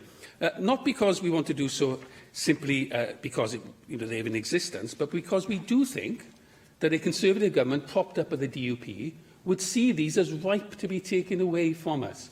And a repeal bill, which will only temporarily perhaps preserve them, while the Conservatives and the DUP get to work on the detail of what they'd like to deprive us of in terms of our rights, has to be protected in the Welsh context. And that's why the seals of Osili and the seals of Pembrokeshire as well, if I may say so, which I'm sure are equally protected by Di Lloyd, are right to demand a continuity bill, I think, now that we state what we seek to preserve here within our own Assembly. The Cabinet Secretary was very emollient and quite generous, I think, in his approach to how we set out this debate, not only the motion in itself, but the context of the motion. But I have to say this, going back to the opening, very precise and very well-argued remarks of Steffan Lewis. We have not heard a clear elucidation, really, of the Welsh Government's position now. We know what it was in the White Paper, and we accept that. But politics does change, I accept that. And let's be honest, the general election didn't just change the Conservatives, it changed the Labour Party as well. There's a different kind of Labour Party that we're facing now. So where now do we lie? And I don't think debate is the right place to iron out these kinds of finesses. It is a theological question to a certain extent. But we want to have this discussion because we want to understand where now, when you've got over 50 Labour MPs and politicians of great note and lords who say it's membership of the single market, when they are writing together with other Conservatives that we want to preserve membership of the single market, something that Plaid Cymru can subscribe to, and yet we can't have the First Minister reply to Leanne Wood and say, yes, membership of the single market. We couldn't even have him say participation in quite the way that it says in the White Paper. Now, I think that's something that needs to be resolved because I also think there's a job of work to be done on behalf of the people of Wales here. And I think there's more than one, certainly more than one party in the Assembly that can do this. And there's more than individuals from more than two parties. I think there are individuals elsewhere that might be interested in taking this forward as well. And I would like to see us work as much as possible in concert on these issues. But in order to do so, the First Minister himself must give a very clear undertaking of what he's seeking to achieve on behalf of Wales. Thank you. The proposal is to agree the motion without amendment. Does any member object? Therefore, we vote under this item on voting time. The next debate we go to is the UKIP's debate on immigration policy, and I call on Neil Hamilton to move the motion. Presiding Officer. The world population at the moment is about 7.5 billion people, and 7 billion of them are subject to United Kingdom immigration control. They have no right to enter the United Kingdom to live, work or to study unless they can obtain a visa, and in many cases, most cases in fact, they need a visa just to visit. Yet, if you're a citizen of the European Union, you can come here as a legal right to look for work, take work up, to live, to study, do whatever you like. That's an inherent part of membership of the single market. And what I don't understand is why the parties who take a different view from us on immigration, those who are going to oppose this motion today, want to discriminate against the rest of the world, because that's what our immigration policy does. And if it's a benefit to Wales and the United Kingdom to have an open door to immigration in the EU, why isn't it similarly to our advantage to have an open door with the rest of the world? This is not something which is ever answered by those who are starry-eyed about the effects of membership of the EU upon, well, we're talking about a free movement of people here, which is a different matter altogether from a single market. And if it's beneficial for us to take any number of individuals who are simply citizens of the EU to become part of our economy, or just our geographical landmass in the EU, and that's a good thing for Britain. Why isn't it a good thing if we do the same for the rest of the world? What is it that distinguishes Europeans from Africans or Asians or Americans? Let's have the answer to that question in the course of this debate, because what we want in UKIP is a non-discriminatory immigration policy. Which, yes, indeed we do. We want to have the same. We want to have the same points-based approach that Australia applies towards all countries, and that will accommodate our need for specific skills, whilst excluding too great an inflow of people who have no skills or few skills. The effect of which, as our motion says, I'll give way to Stefan in a second if he wants to intervene, which actually imposes wage compression upon those at the bottom of the income scale. So I'll give way. For giving way. You just said that the UK policy was a points-based system. A couple of weeks ago, it was a one-in, one-out immigration system. I wonder if you could clarify what the policy might be next week. Well, our policy is the one that we stood on in the general election in our manifesto, which is a non-discriminatory immigration policy which is based upon skills. The overall general target is, over a period of 5 years, to reduce net migration to zero. And yes, net migration is what we're talking about. At the moment, we're adding 500,000 people to the UK population every single year by a combination of immigration and natural population increase. That is fundamentally unsustainable in the longer term. The population of the UK in 2001 was 59 million. It was 65 million in 2015. It will be 73 million in 2023. And, of course, we have no idea actually how many people are in the United Kingdom, because, and certainly we have no idea how many people are overstaying their visas and therefore are illegal immigrants, because exit checks were scrapped by the Blair government in 1998, and therefore it's impossible to tell. So the immigration problem is actually much worse than the headline statistics appear to say. And the principal victims of this, of course, have been people on low incomes. There can hardly be any dispute about that. It's a simple problem of supply and demand, basic economics. And there are plenty of academic studies, apart from the Bank of England, one cited in this motion, that demonstrate that point. Yes, I will give way. I understand the point he's trying to make, but could he explain from his perspective why it is that Germany has had higher immigration, but has succeeded in having higher wages? Well, Germany has a different problem. They will have a declining population over the next few years because their replacement rate is even lower than ours. And there is a population bulge which has long since been exceeded in Germany, and the German population will actually fall over the next 30 years.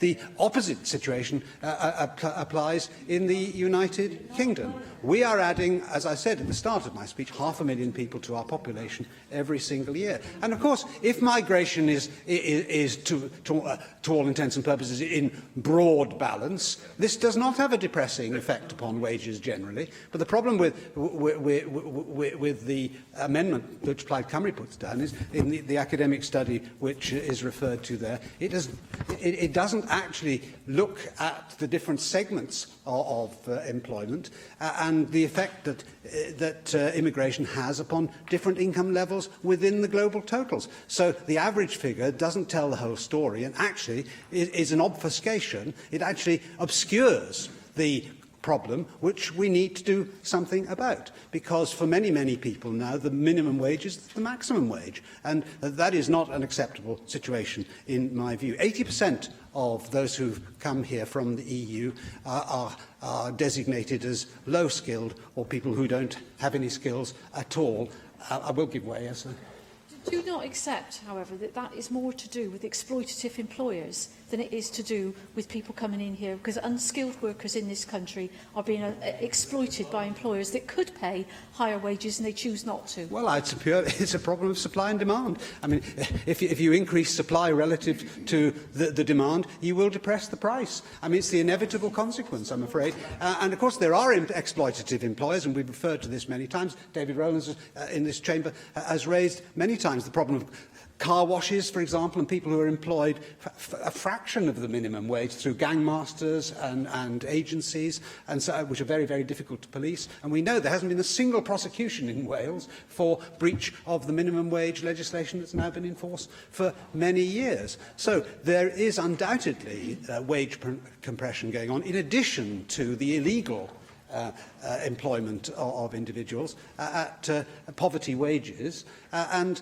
the only way in which we will begin to solve this problem is if we do introduce some system of immigration control which is meaningful and which is related to employment opportunities which exist. At the minute, the United Kingdom is in a relative economic upswing, and so lots of these difficulties are disguised. If we, as we inevitably will do in due course, go into a downswing again, then the problem is going to be manifested not just in terms of wage compression, but actually increasing unemployment. Yet again, it's the people who are at the bottom of the heap in society are the ones who will be paying the price. And admittedly, in Wales, immigration has not created these kinds of problems to anything like the same extent that they have in parts of England, because 90% of those who come here from the EU actually end up in the south and southeast of England. But the United Kingdom is a relatively small geographically country and has a highly homogeneous labour market, and the ripple effects are felt further out from the epicentre, and therefore it does have a depressing effect upon wages in Wales, which is of great seriousness because Wales is the poorest part of the United Kingdom, and in fact parts of Wales are some of the poorest parts of the continent of Europe. And it's a scandal, actually, that average incomes in Wales, relative to the rest of the country, have gone down in recent years, and our GVA is about 75% of the rest of the United Kingdom. And therefore, anything which exacerbates these problems for those on low incomes is much to be deprecated. I give way, certainly. I'm genuinely interested in his reply. The 30% income per capita gap between Wales and the rest of the UK, how much of that does he think is caused by immigration? Well, I can't answer that question. I don't know the statistics.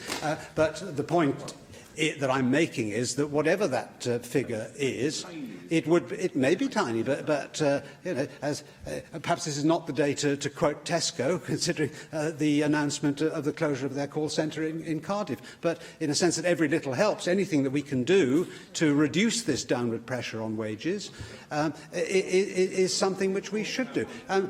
I cannot understand what possible argument there can be for an open door to this country for people doing low-skilled jobs, when we still have unemployment to mop up, and where wage levels at the bottom end of the income scale are continually being depressed. And, of course, that has implications for the Exchequer as well, because in-work benefits therefore compensate for the lower wages which are brought about as a result of this excess supply of labour. It's the speed of the influx which is the problem here. If this happened over long periods of time, then of course it balances out. But when we have the kind of migratory inflows that we've experienced in the last 10 years in particular, then it's a serious problem. Before 2004, immigration and emigration within the EU and the United Kingdom was broadly in balance. It wasn't an issue. It was only when the former Soviet Union satellite countries joined the EU that we began to see these significant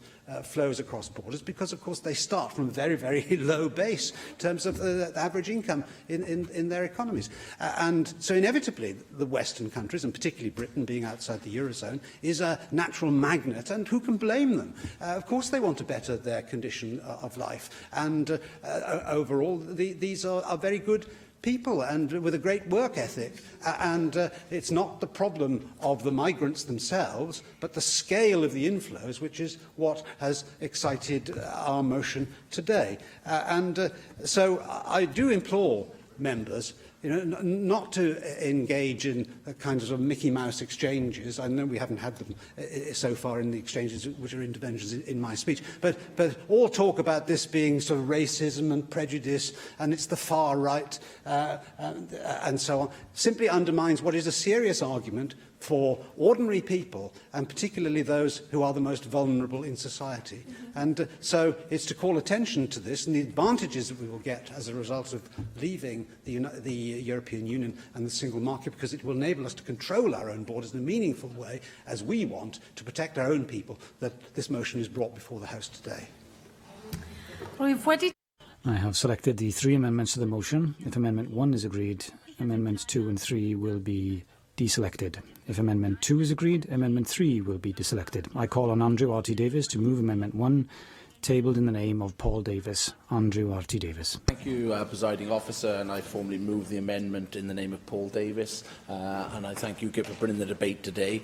I will try not to detain the Chamber too long today, as they're already reporting it's the hottest day possible outside, and after spending yesterday talking again about Brexit on the First Minister's statement, where there wasn't much as an institution we can deal with on that, I do have to say, whilst it's perfectly legitimate to debate immigration, and it's a point that many people do raise as we're on the doorsteps and talking around Wales, as an institution, there's not a lot we can actually do about it, to be honest with you, because obviously it's a reserved matter. But from the Welsh Conservative point of view, and my view in particular, I do believe that it is something we should welcome, the ability for people to move around, to be able to come and go as they please, and in particular immigration, in my view, has enriched us as a country, as Wales, but as a United Kingdom as well, and it is without a shadow of a doubt, economically we are far wealthier as a country by the ability for people to bring their skills, bring their talents into our country, whether that be in the medical profession, whether that be in manufacturing, or an area I understand greatly, the agricultural sector, where much economic activity basically depends on the ability for people to come into our country on short-term work permits, visas, call them what you will, or actually under the rights secured over time, and actually help economic activity in communities the length and breadth of Wales. And frankly, that economic activity would just cease to exist unless that ability to move around was safeguarded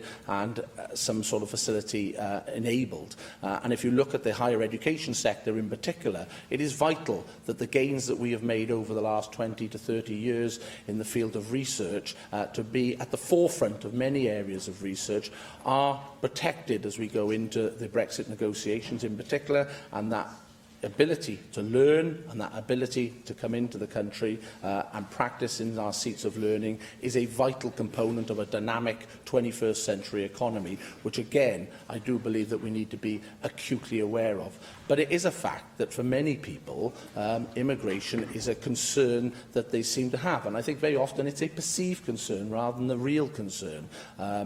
Very often coming across in some extreme programmes that are put on telly that seem to create an image, an impression of a situation that is far removed from any community that I understand here in Wales, or I actually see here in Wales. And I do think as politicians it is for us, along with others, to promote the benefits that we see, both to the economy and to ourselves as a society, about the ability to be able to move around and ultimately ingrain ourselves and incorporate ourselves in each other's culture and way of life. And so that's why we have put the amendment down today that actually calls for the Assembly to reflect on the welcoming nature Wales has, the open economy that we have had and I hope will very much continue to have as we go forward once the Brexit negotiations are concluded, but reflecting on what was an important plank of the Brexit discussions around taking back control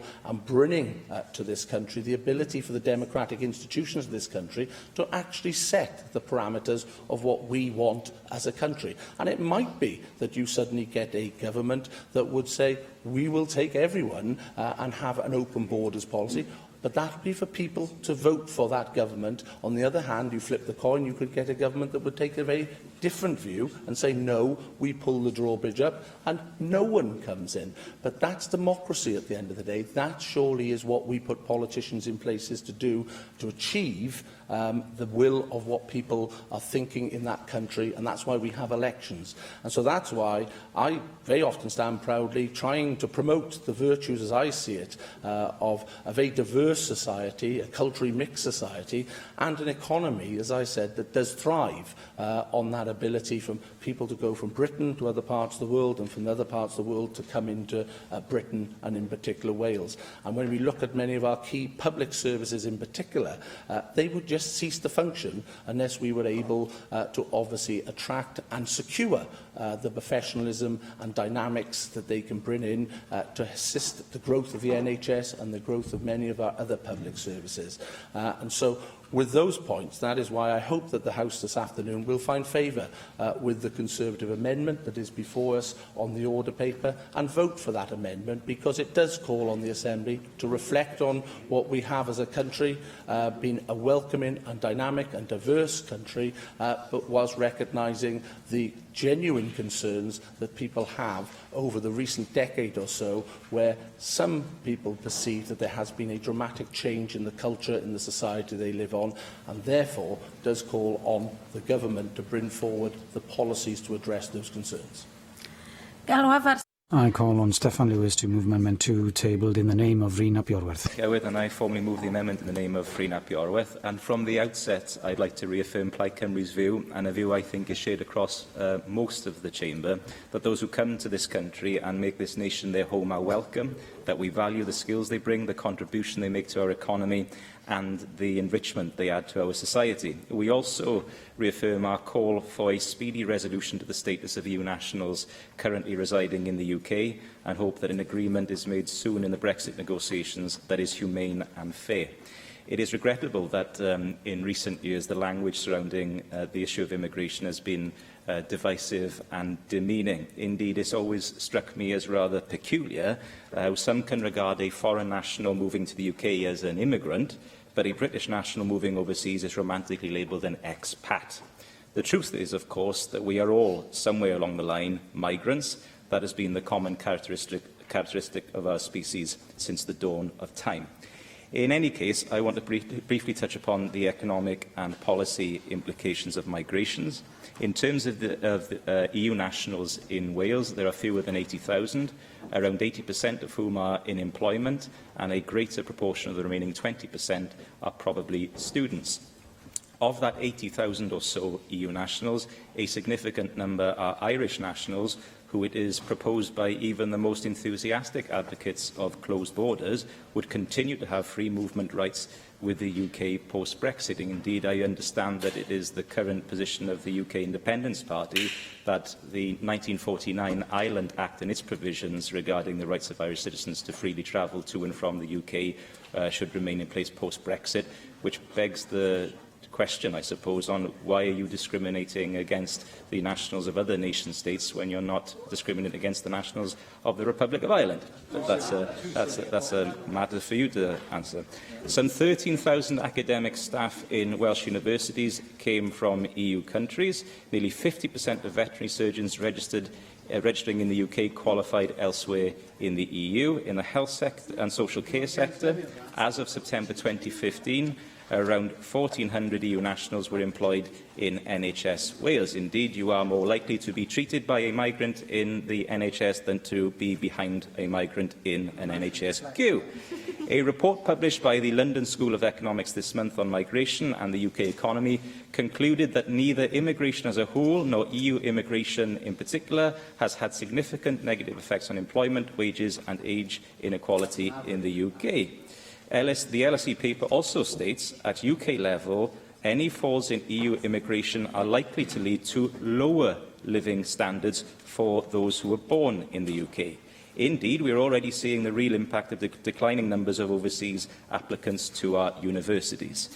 It is worth noting, too, that in countries with a points-based migration system, per capita migration levels are higher. As for the so-called one-in, one-out policy, that would lead us to a damaging situation where a much-needed doctor could be stuck at Dover until a UK resident decides to leave the country, and that would be a preposterous position to be in. It is also worth noting that Germany, with higher migration per capita than the UK, has stable GDP figures, public spending rose by 4.2% last year, growth monthly earnings are on the rise, unemployment is at 3.9%, and there is a higher than average productivity in that country than in this state, which would suggest that conditions for workers in the UK are a result of the intentional structure of the economy on the part of successive governments at Westminster. Indeed, I recall in 1998 Gordon Brown celebrating the fact that even with the introduction of such measures as the minimum wage, that the UK labour market was among the least regulated around the world, and that was a cause for celebration. And now, of course, we are living with the consequences of a light-touch approach to our labour laws in the UK. Declining wages, exploitative working conditions, light-touch regulation, diminishing industrial base have been the cornerstone of British economic policy since the 80s at least, and working people, particularly in the former industrial communities of Wales, are paying the price literally. So we need an economic paradigm shift in this country that is place-based, industrial-driven and centred on the worker and their rights, no matter where they were born. I call on the Leader of the House to move formally Amendment 3 tabled in her name. David Rowlands. Diolch, Llywydd. Well, I'd like to confine my comments to the Conservatives' amendments. First, can I take point 1? That is, of course, after ignoring the usual fallacious point of delete all, a gambit which should be disallowed.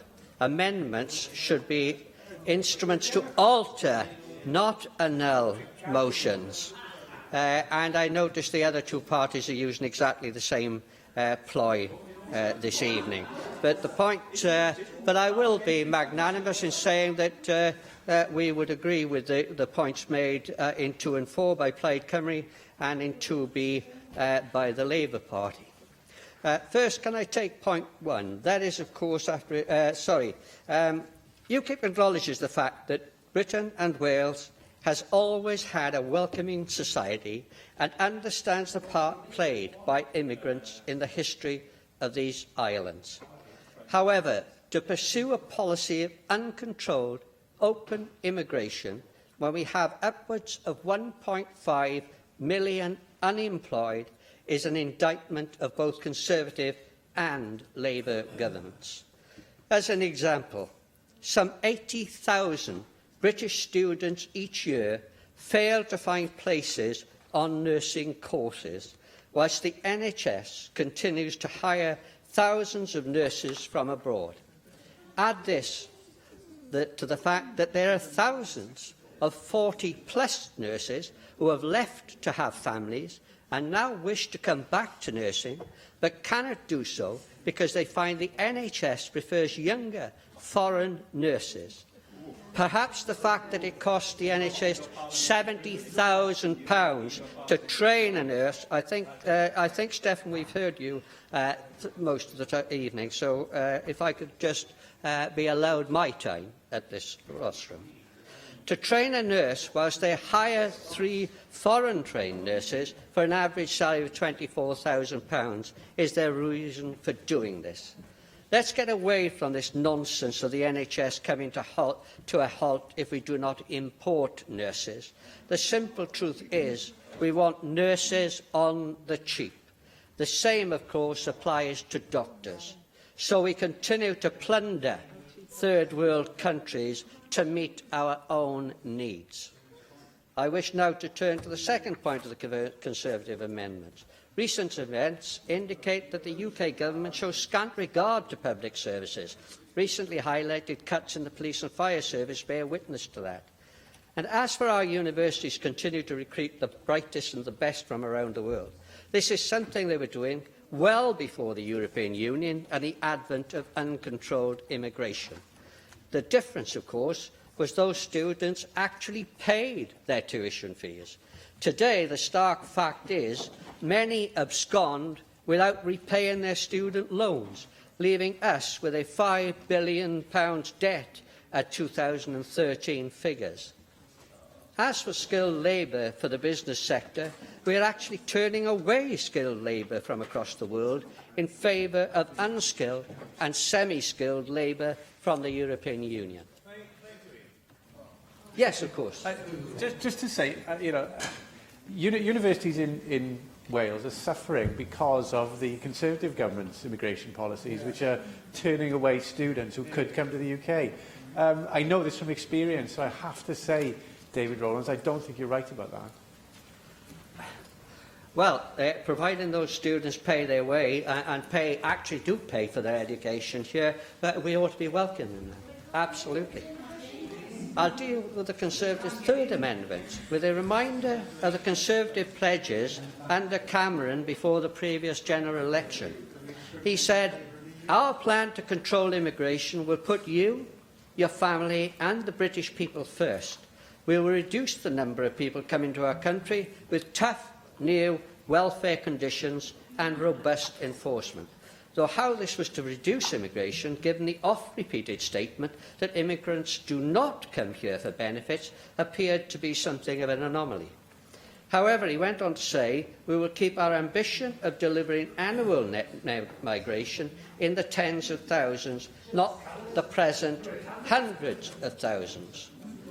We will control migration. We will control migration." Did you want to say something there, Carl? I will give way if you want. No, okay, fine. We will control immigration from the European Union by reforming welfare rules, again intimating that UK welfare rules encourage immigration. We will clamp down on illegal immigration and abuse of the minimum wage. Well, we see that that is not being done. We will enhance our border security and strengthen the enforcement of immigration rules. And lastly, develop a fund to ease pressure on local areas and public services. All this proves the amendment put forward by the Conservative group and the points under that amendment show the turmoil which now exists under the Conservatives with regard to immigration, and that the Assembly Conservatives' amendments seem to put them at complete odds with their Westminster counterparts. Jeremy Miles. Diolch, Llywydd. We are invited in this debate to treat UKIP as having clean hands on the issue of immigration. We are invited to regard the fact that UKIP have been elected to this place as cleansing the stain of insinuation, dog whistle and bigotry, but they do not have clean hands. Getting elected to the Assembly does not erase the stain of former campaigns where they ran posters of refugees fleeing persecution as a line of migrants into the EU, where they used migrants as scapegoats for all our ills, Romanian crime waves, ludicrously M4 congestion.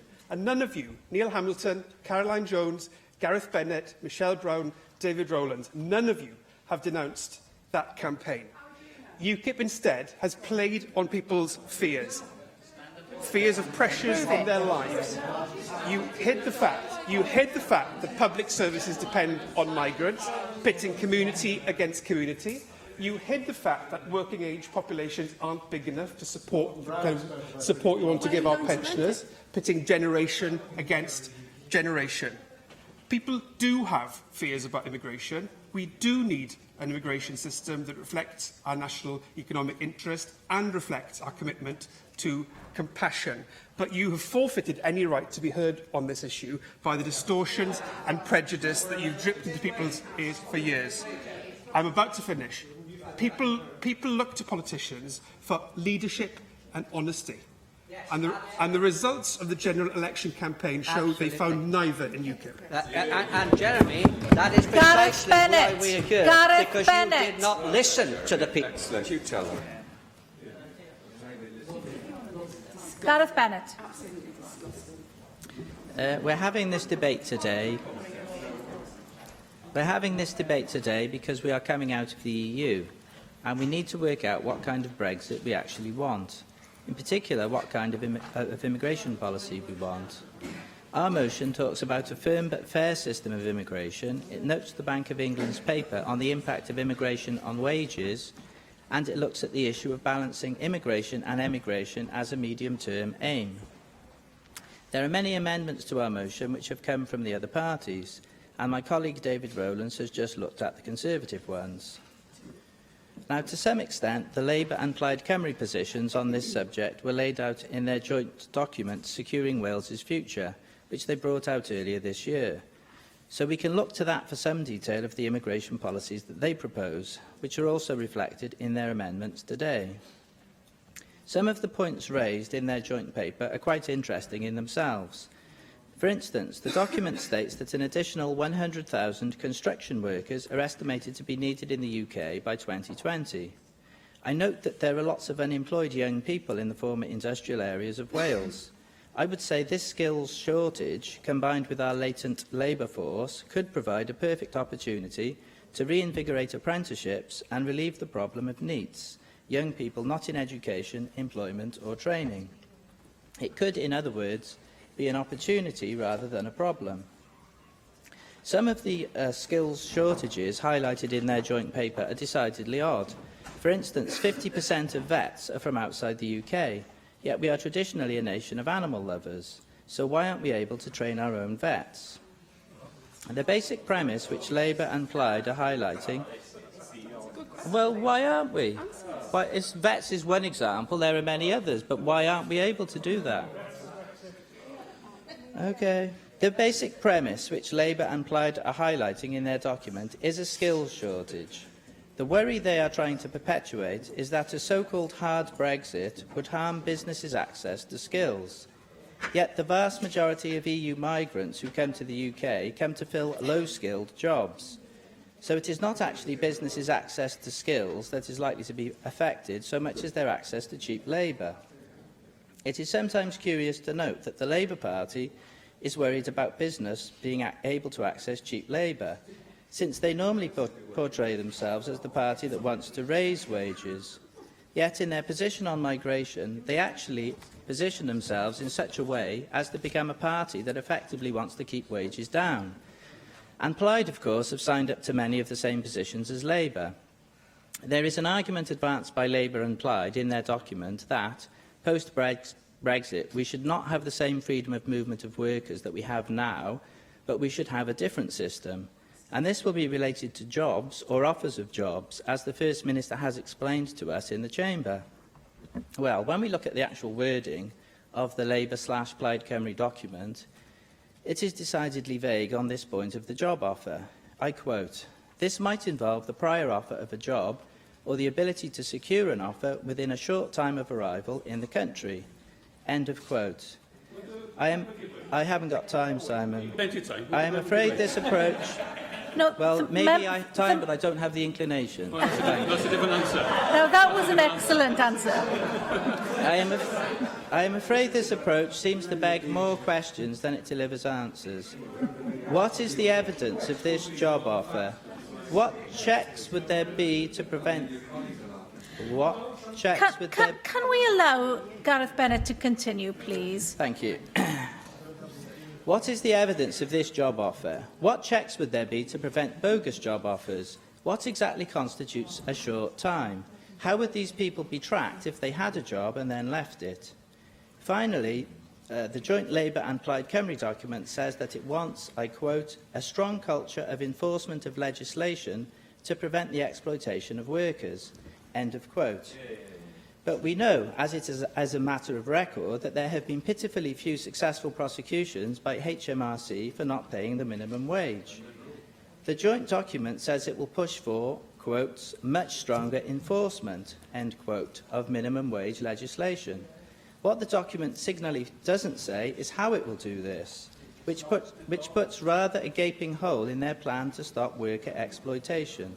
So I would be interested to hear what the Government Minister has to say about this today. Thank you. Leanne Wood.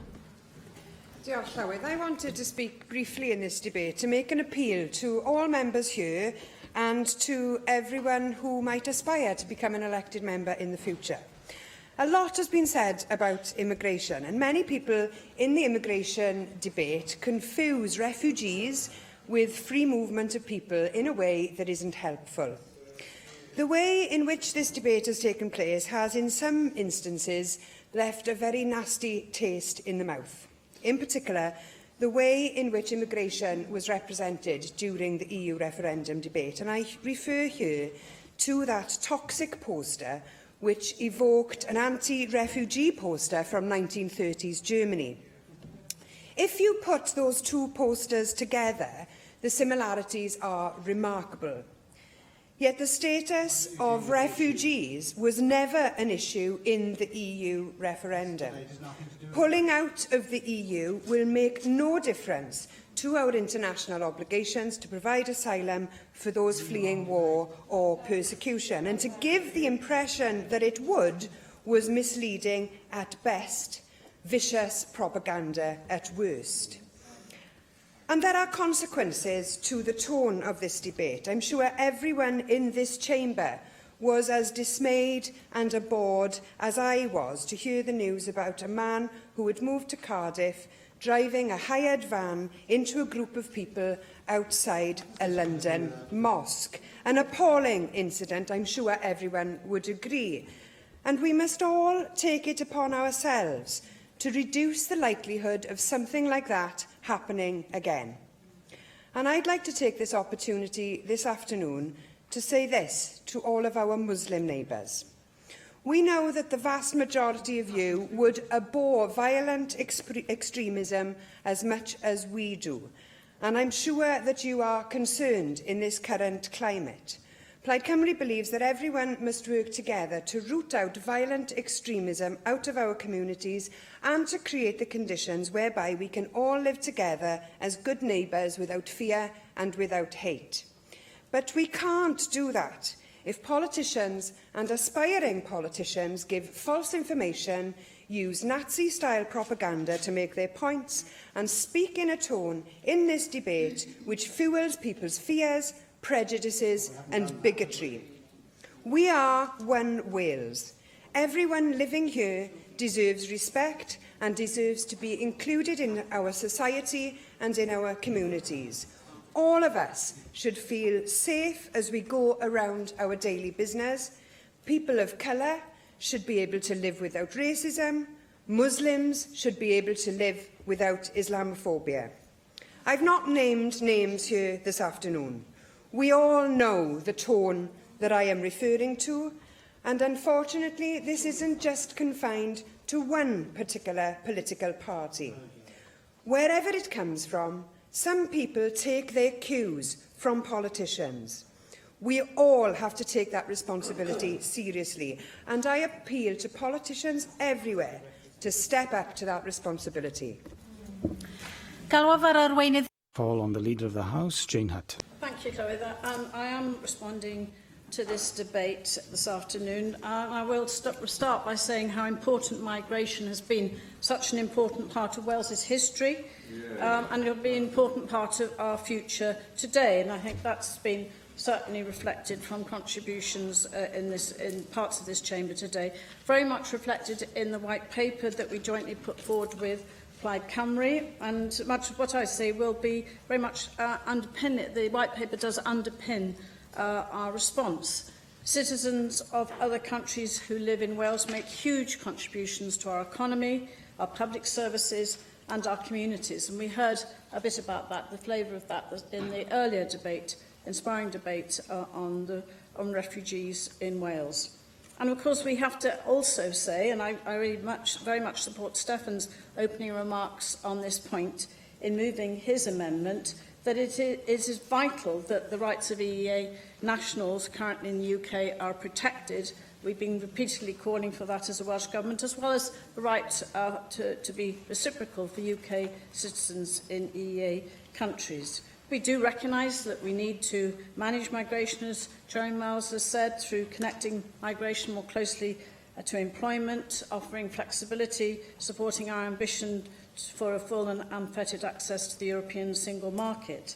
And exploitation of our workforce, of course, is a key and important issue to debate in the Assembly and in this Assembly. Too many workers are exploited by unscrupulous employers, undermining wage levels and terms and conditions for all workers, and we recognise that migrants can be particularly vulnerable to this. But the issue we need to address here is not immigration, but exploitation. And of course, the UK government can do much more to tackle exploitation by employers who don't pay the minimum wage or who deny workers their statutory rights. And the Welsh Government is already doing what it can to drive compliance with labour laws, and these are important issues to debate. For example, our Code of Practice on Ethical Employment and Supply Chains sets out our clear expectations for employers across Wales to embed ethical work practices in their organisations and stop labour exploitation. It should be noted, of course, that we have much lower levels of migration in Wales than most other parts of the UK. And many people who have chosen to live and work in Wales play a vital role in delivering our public services. In the Welsh NHS alone, there are over 1,300 dedicated staff from the EU. In fact, 7% of all Welsh doctors are from the EU. But there are also many people born overseas who work in our key economic sectors, who play a role in success of our academic institutions. Andrew R.T. Davies acknowledged this in terms of research in our universities. These are people who we equally want to see staying in Wales and coming to live and work in Wales in the future.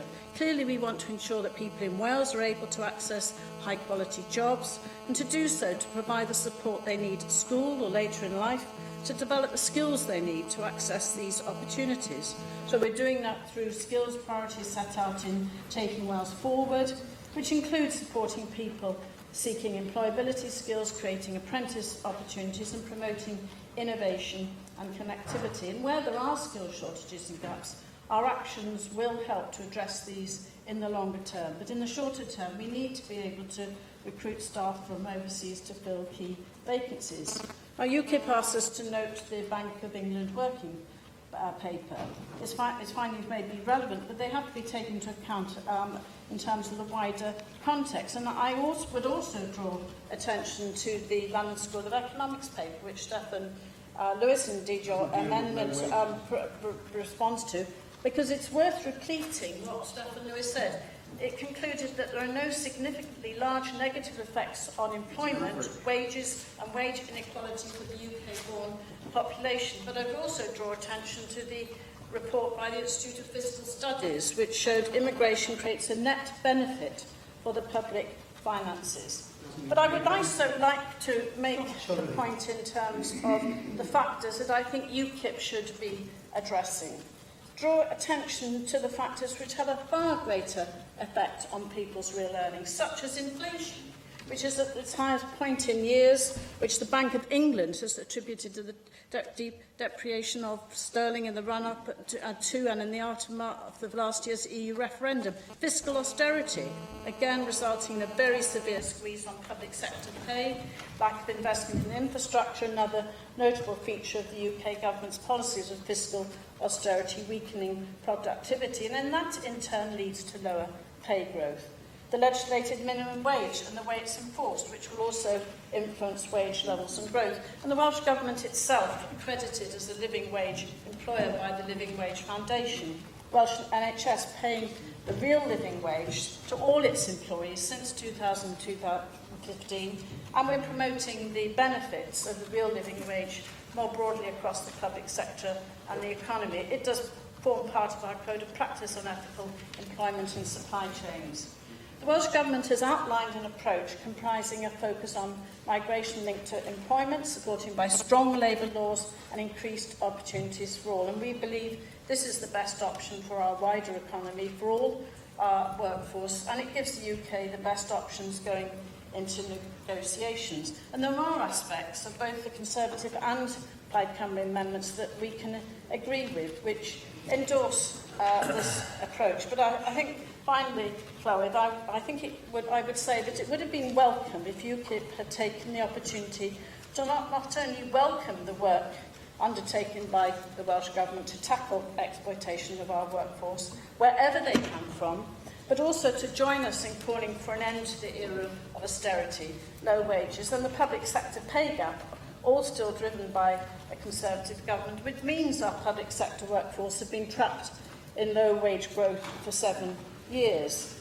And this debate, I fear, does reveal sharp divisions in this Senedd, with the politics espoused by UKIP, which are abhorrent to the majority in this place. And I think, Chloe, this is a week where we're celebrating the contribution of refugees in Wales, and it is relevant to this debate.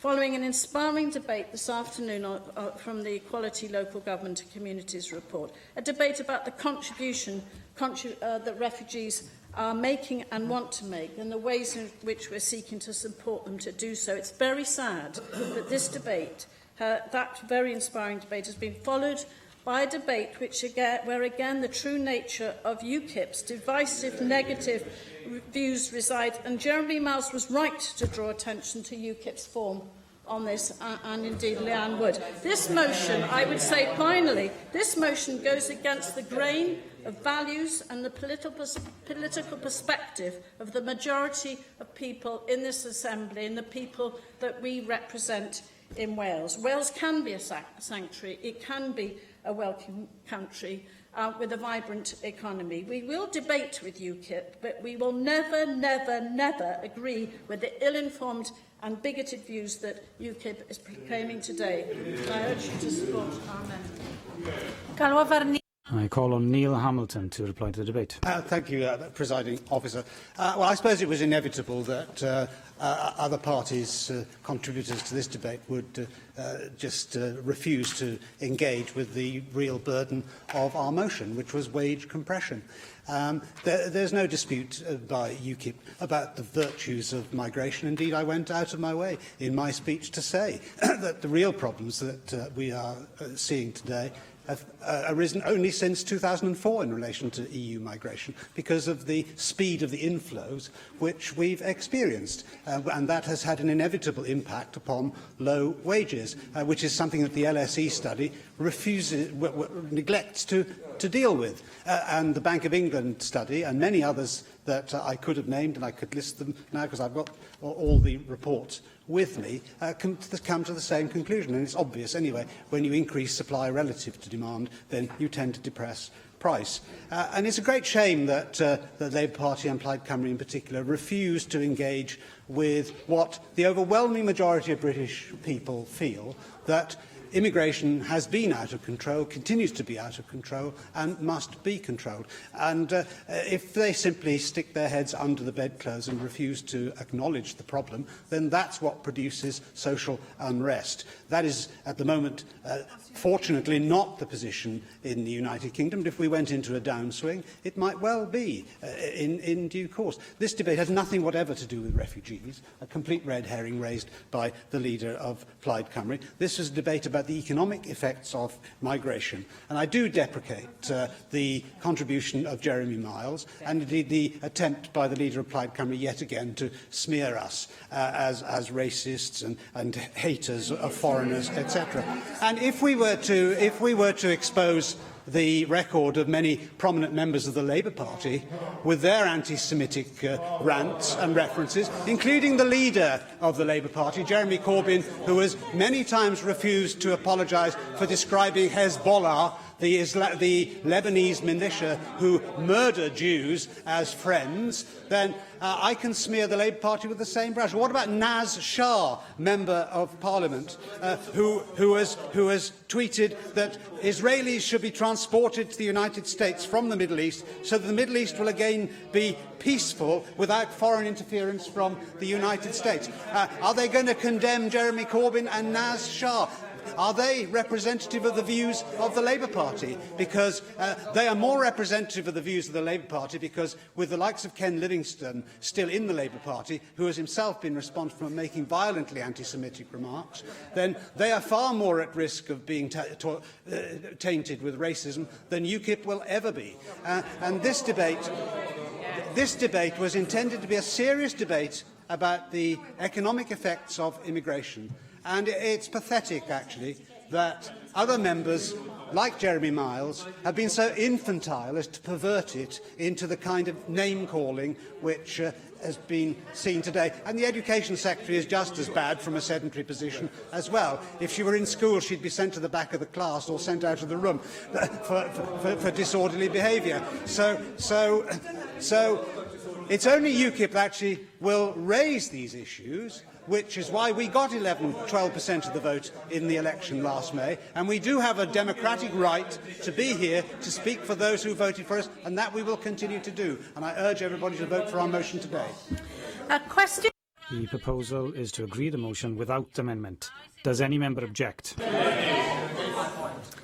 Gohiriaf. I will defer voting under this item until voting time.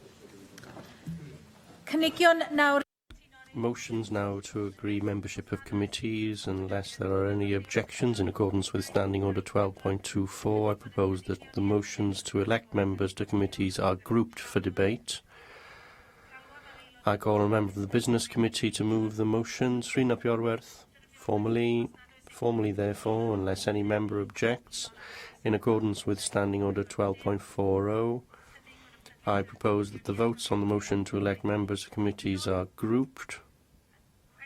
The proposal is to agree the motions. Does any member object?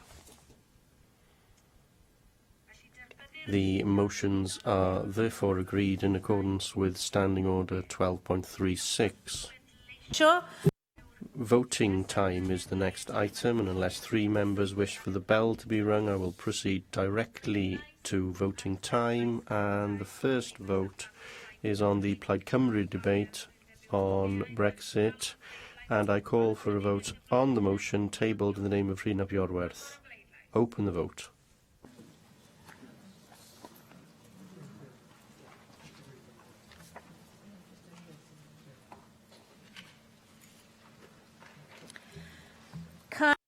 Close the vote. In favour 34, no abstentions, 16 against.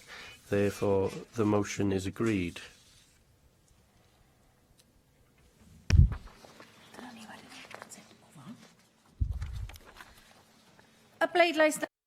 The next vote, therefore, is on the UKIP debate on immigration policy, and I call for a vote on the motion tabled in the names of David Rowlands and Neil Hamilton. Open the vote.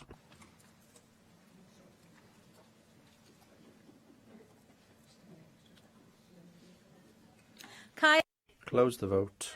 In favour 5, no abstentions, 45 against, and therefore the motion is not agreed. Amendment 1, and if Amendment 1 is agreed, Amendments 2 and 3 will be deselected. I call for a vote on Amendment 1, tabled in the name of Paul Davis. Open the vote.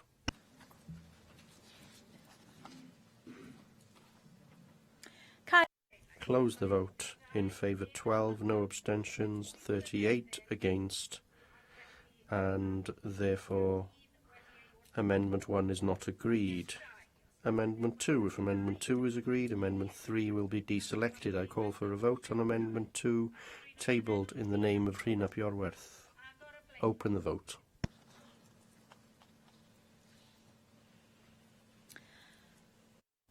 Close the vote.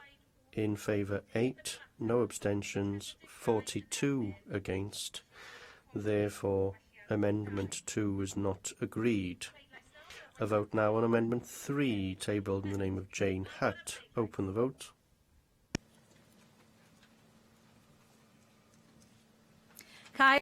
Close the vote. In favour 34, no abstentions, 16 against, and therefore the amendment is agreed. I now call for a vote on the motion as amended. Open the vote.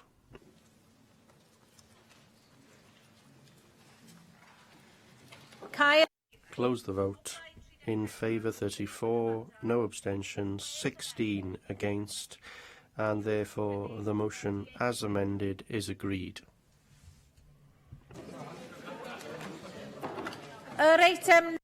The next item is the short debate. So please leave the chamber quietly because business continues. I therefore call on Vicky Howells to speak on the topic that she has chosen. Vicky Howells. Diolch, Llywydd.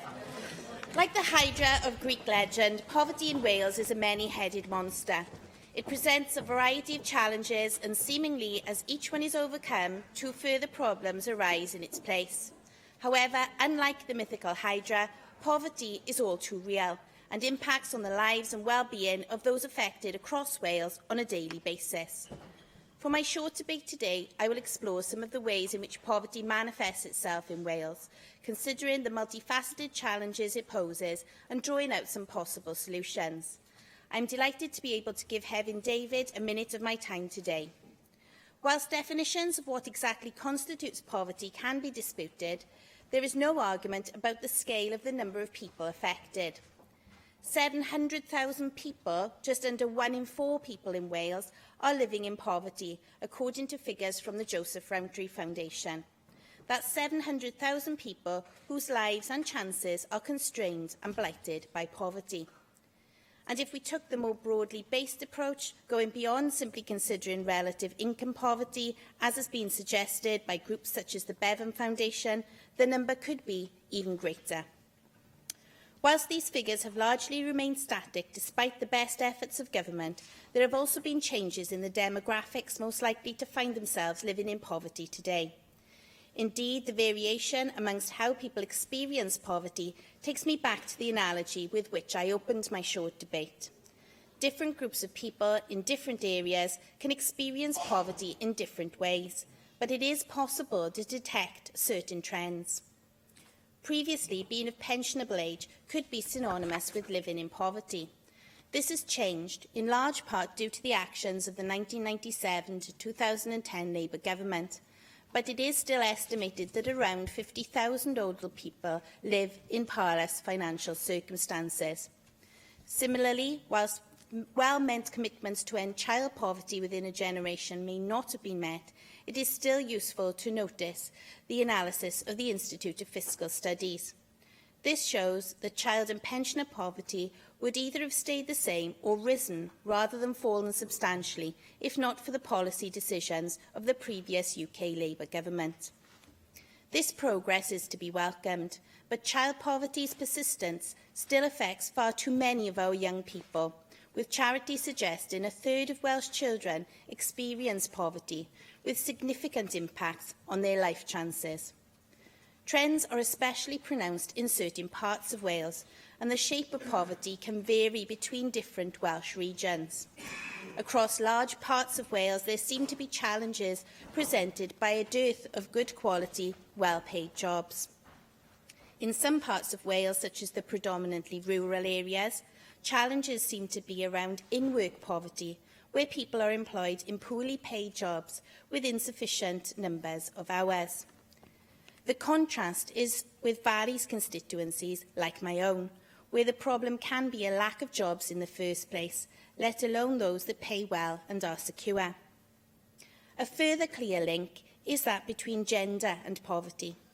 Indeed, as Chwarae Teg reminds us, drawing on research from Oxford University, poverty is not gender neutral. Welsh women are more likely to be engaged in part-time or elementary work with average earnings of under £8,000 a year. A marginalised role in the workplace is reflected by a central role in the home, meaning that both the causes and experiences of women's poverty differs from that of men. In all this variety, poverty truly is a multi-headed beast. The ways in which it can impact also shows diversity. I want to focus on 4 of these today. Firstly, I want to talk about food poverty. Since being elected, I've been proud to work with the Merthyr Cynon Food Bank, part of the Trussell Trust network of over 400 food banks, to both highlight their work in my own constituency and the simply unacceptable fact of people across the country not having enough to eat. It is shocking that in 2016 to 17, the Trussell Trust Food Bank network in Wales provided over 95,000 3-day emergency food supplies to people in crisis, which was a 10% increase on the previous year. 34,803 supplies, over a third, went to children. The Trussell Trust suggests most of its users are not unique, as on average people need multiple food bank referrals. Furthermore, when news reports tell of police officers and nurses who are having to turn to food banks, we see that this is indeed a widespread phenomenon. Food banks and their supporters do excellent work, and I want to take this opportunity to thank them. But it is little short of scandalous that in one of the richest countries in the world, people rely on their presence to ensure that citizens do not go hungry. Secondly, I want to touch on fuel poverty.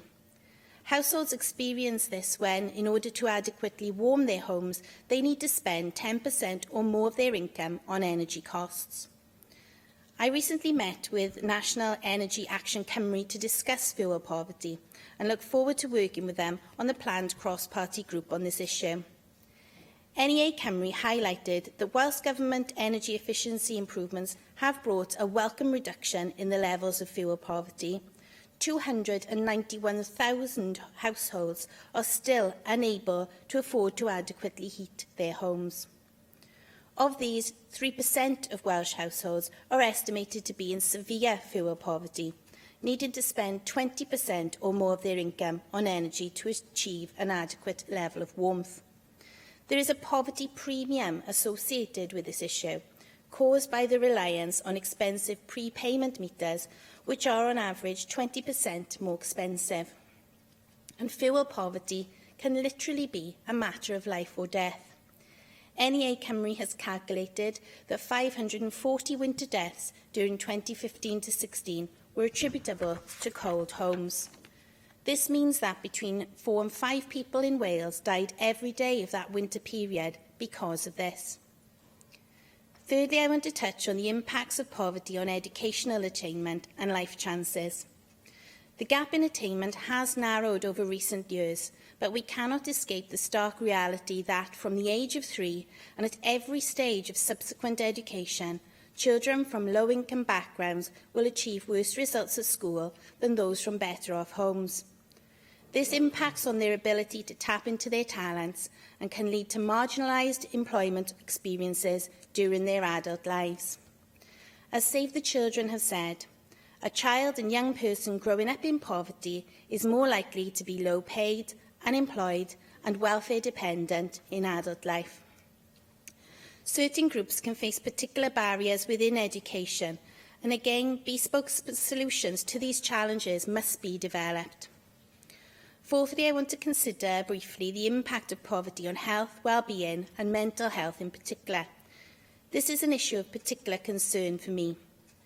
The second worst lower super output area in Wales for health outcomes is in my constituency, which has a disproportionate number of LSOAs amongst the bottom 10%. This manifests in long-term illness rates, prevalence of unhealthy lifestyle choices, emotional distress, and many other ways that I simply do not have time to fully explore today. I just want to cite 2 brief facts. The Royal College of Paediatricians earlier this year stated that poverty is the biggest threat to children's health in Wales. They noted that children from the most disadvantaged fifth of the population are 70% more likely to die in childhood than those living in the most affluent parts of Wales. This echoed the thought-provoking annual report from the Chief Medical Officer for Wales, which was published last November. The report explored the social gradient in health, whereby inequalities in population health outcomes are associated with the socio-economic status of individuals. People in poverty are less likely to experience good health for the bulk of their lives than those who do not live in poverty. The CMO's report also performs a useful role in explaining why this matters to all of us. Poverty-related health inequalities cost Wales an estimated £3 to £4 billion annually, and that's in addition to the economic benefits lost by people not being able to thrive and achieve. As Kate Pickett and Richard Wilkinson pointed out in the Spirit Level, more equal societies do better for all their citizens. What can we do? My starting point here is that we must recognise that to a certain extent our hands are tied by the decisions taken in Westminster. For example, levers like the social security system are reserved to Westminster. The Trussell Trust have suggested that we have not yet seen the full effects of changes like the rollout of universal credit, and our ability to absorb their impact is limited. Similarly, on fuel poverty, decisions on energy prices and the winter fuel allowance are out of our hands. And the overall context of an ideological Tory commitment to public sector austerity has removed billions of pounds from budgets and inflicted untold damage on our ability to tackle poverty. Money has been removed from the health and educational sectors that could have tackled health or educational inequality, hurting the essential services people in poverty are more likely to rely on, and resulting in an economy that has not grown sufficiently to create the high-quality jobs which offer one crucial way out of poverty. It is good that the Chancellor has recognised we are weary of austerity, but action must now follow his words. However, in the meantime, here in Wales, we must make sure we can use the tools we do possess as effectively as we can. I welcome the fact that poverty reduction is at the heart of the Welsh Government's wellbeing objectives, but I do not have time here today to address the full range of actions taken across government to help those affected. For the final part of my short debate today, I will limit myself to two aspects of our response. The first relates to Communities First. I noticed the Community Secretary's comments from the Equality Committee this morning that the programme hasn't delivered the fundamental change it should have done, but that equally it did stop poverty getting worse. Communities First did deliver some real wins in my constituency, and I want to place on record my thanks to the staff who helped in this. In any future programme, I hope the most successful elements of the policy will be retained. This in particular applies to the employability agenda, and I want to address this as a second key aspect. The critical tool by which we can get people out of poverty is by increasing employment opportunities, making work pay, empowering our citizens to not just get jobs, but get good jobs, and tear down the barriers that stand in the way of doing so. For areas like Cynon Valley, and indeed the rest of the Northern Valleys, one solution is provided by improving and enhancing transport links. Schemes like the Metro can be transformational, but fares and charges must be affordable. As I have mentioned here in this chamber before, a return rail journey from Cardiff to Aberdeen currently costs the same as an hour's pay on the national living wage. We must also create job opportunities in areas like the valleys. Now, there are some really good ideas here, and I look forward to following the progress of better jobs closer to home. The Wales TUC made a really good case, and I'm glad the Welsh Government has run with this. There are also opportunities in growing the foundational economy, making a better success of what's already there.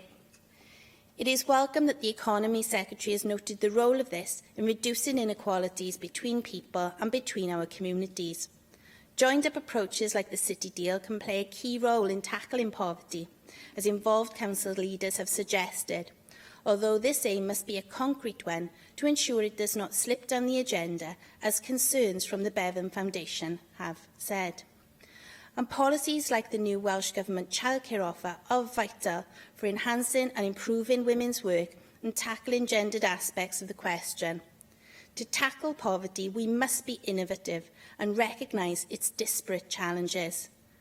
We must also work together across all tiers of government and both private and public sectors, and not relent or waver from our purpose. But if we do that, we can slay the beast. Thank you very much. Helen David. Well, in spite of the bleak facts that Vicky Howes has presented there, she's also presented towards the end of her speech a very optimistic and forward-thinking set of tools to help us with the route out of this. Poverty is a gross injustice, and we recognise it as a gross injustice, and we can be, therefore, justifiably angry about what poverty does to our communities. Therefore, we should welcome the fact that Vicky Howes has identified these ideas that can help us alleviate these issues and, as she says, slay the beast. And indeed, on these benches, across these benches, these Labour benches, we've been holding discussions on those things and feeding into Welsh Government what can be done. She's mentioned better jobs closer to home, not just about work, but about the quality of work, foundation economy, connecting the Northern Valleys, and quality housing. And if we can achieve these things through the economic strategy and the work of the Cabinet Secretary, then we can build on the work that the previous UK Labour Government did in alleviating poverty.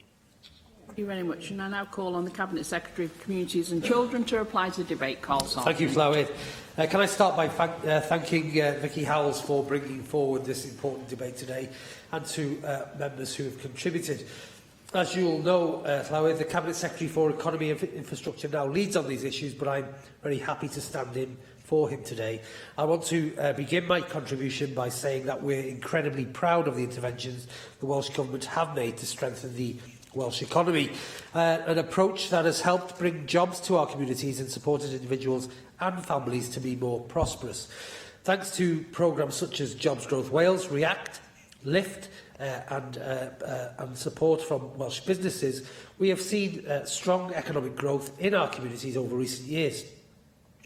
There are 8,000 more people in work in Wales than 12 months ago, with employment up by 1% over the year to a near historic rate. And meanwhile, improvement in economic activity in Wales has outperformed the UK average and fallen by 1.1% over the year. But listening to Vicky Howells, she is right. There is much more to do. As a pro-business government, Llywyd, we've brought high-quality jobs to Wales through investments by Aston Martin, TVR and General Dynamics.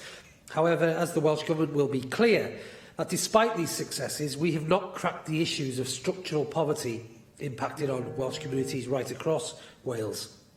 That is why the Welsh Government is currently in the process of refreshing its approach to tackling poverty. The Cabinet Secretary for Economy and Infrastructure has overall responsibility for coordination of cross-cutting measures to provide the economic opportunity for all. And he has emphasised the need for a new approach right across government, one in which our communities are supported to be more resilient in the face of economic challenges that lay ahead. As the Cabinet Secretary for Economy and Infrastructure has made very clear, resilient communities are underpinned by good quality local employment, connected infrastructure and skills for work, exactly what Vicky Howells was talking about. The next 5 years will present a huge challenge for our communities, Llywyd, and with the withdrawal of the European Union and the full impact of welfare reform will be compounding by increasing the pace of technological change and its impact on work and the labour market. And I listened carefully to the contribution of both members, and I hope also that the now new Chancellor makes a choice about the austerity measures they have had in place and makes the right choice to stop that now. And I would urge the Chancellor and the UK Government to reconsider those interventions which they consider. But we shouldn't take it all away from the Conservative Government. What they have had success in doing, one of the economic successes they've had, is growing food banks. It's an absolute tragedy that we have people, we have nurses, we have firefighters, we have people in all our communities using food banks, and 34,800 children accepting food parcels in a community today is something that the UK Government should be ashamed of. The issue around fuel poverty, the attainment rate, poverty and health and mental well-being is something the cross-government interventions are looking at. The housing agenda is also with that too, and I'm grateful for the member raising this important issue. I spoke at a children's conference this morning where the concern of agencies was about welfare reform and the impact that will have on our children longer term. And I've talked many times about the impact of neglect and adverse childhood experiences, and the fact that if we don't pick that up now, we will pay the price in many years to come. So I'd like to finish, Llywyd, by thanking Vicky Howells and the contributions by other members to say this has to be on the agenda at the forefront of government policy. I'm grateful for the member to highlight the issues she's raised today in her very positive contribution, but also a thought-provoking contribution, and we should make sure that we act on that as a collective government to make the changes in her communities and communities right across Wales. Thank you very much, and that brings today's proceedings to a close. Thank you.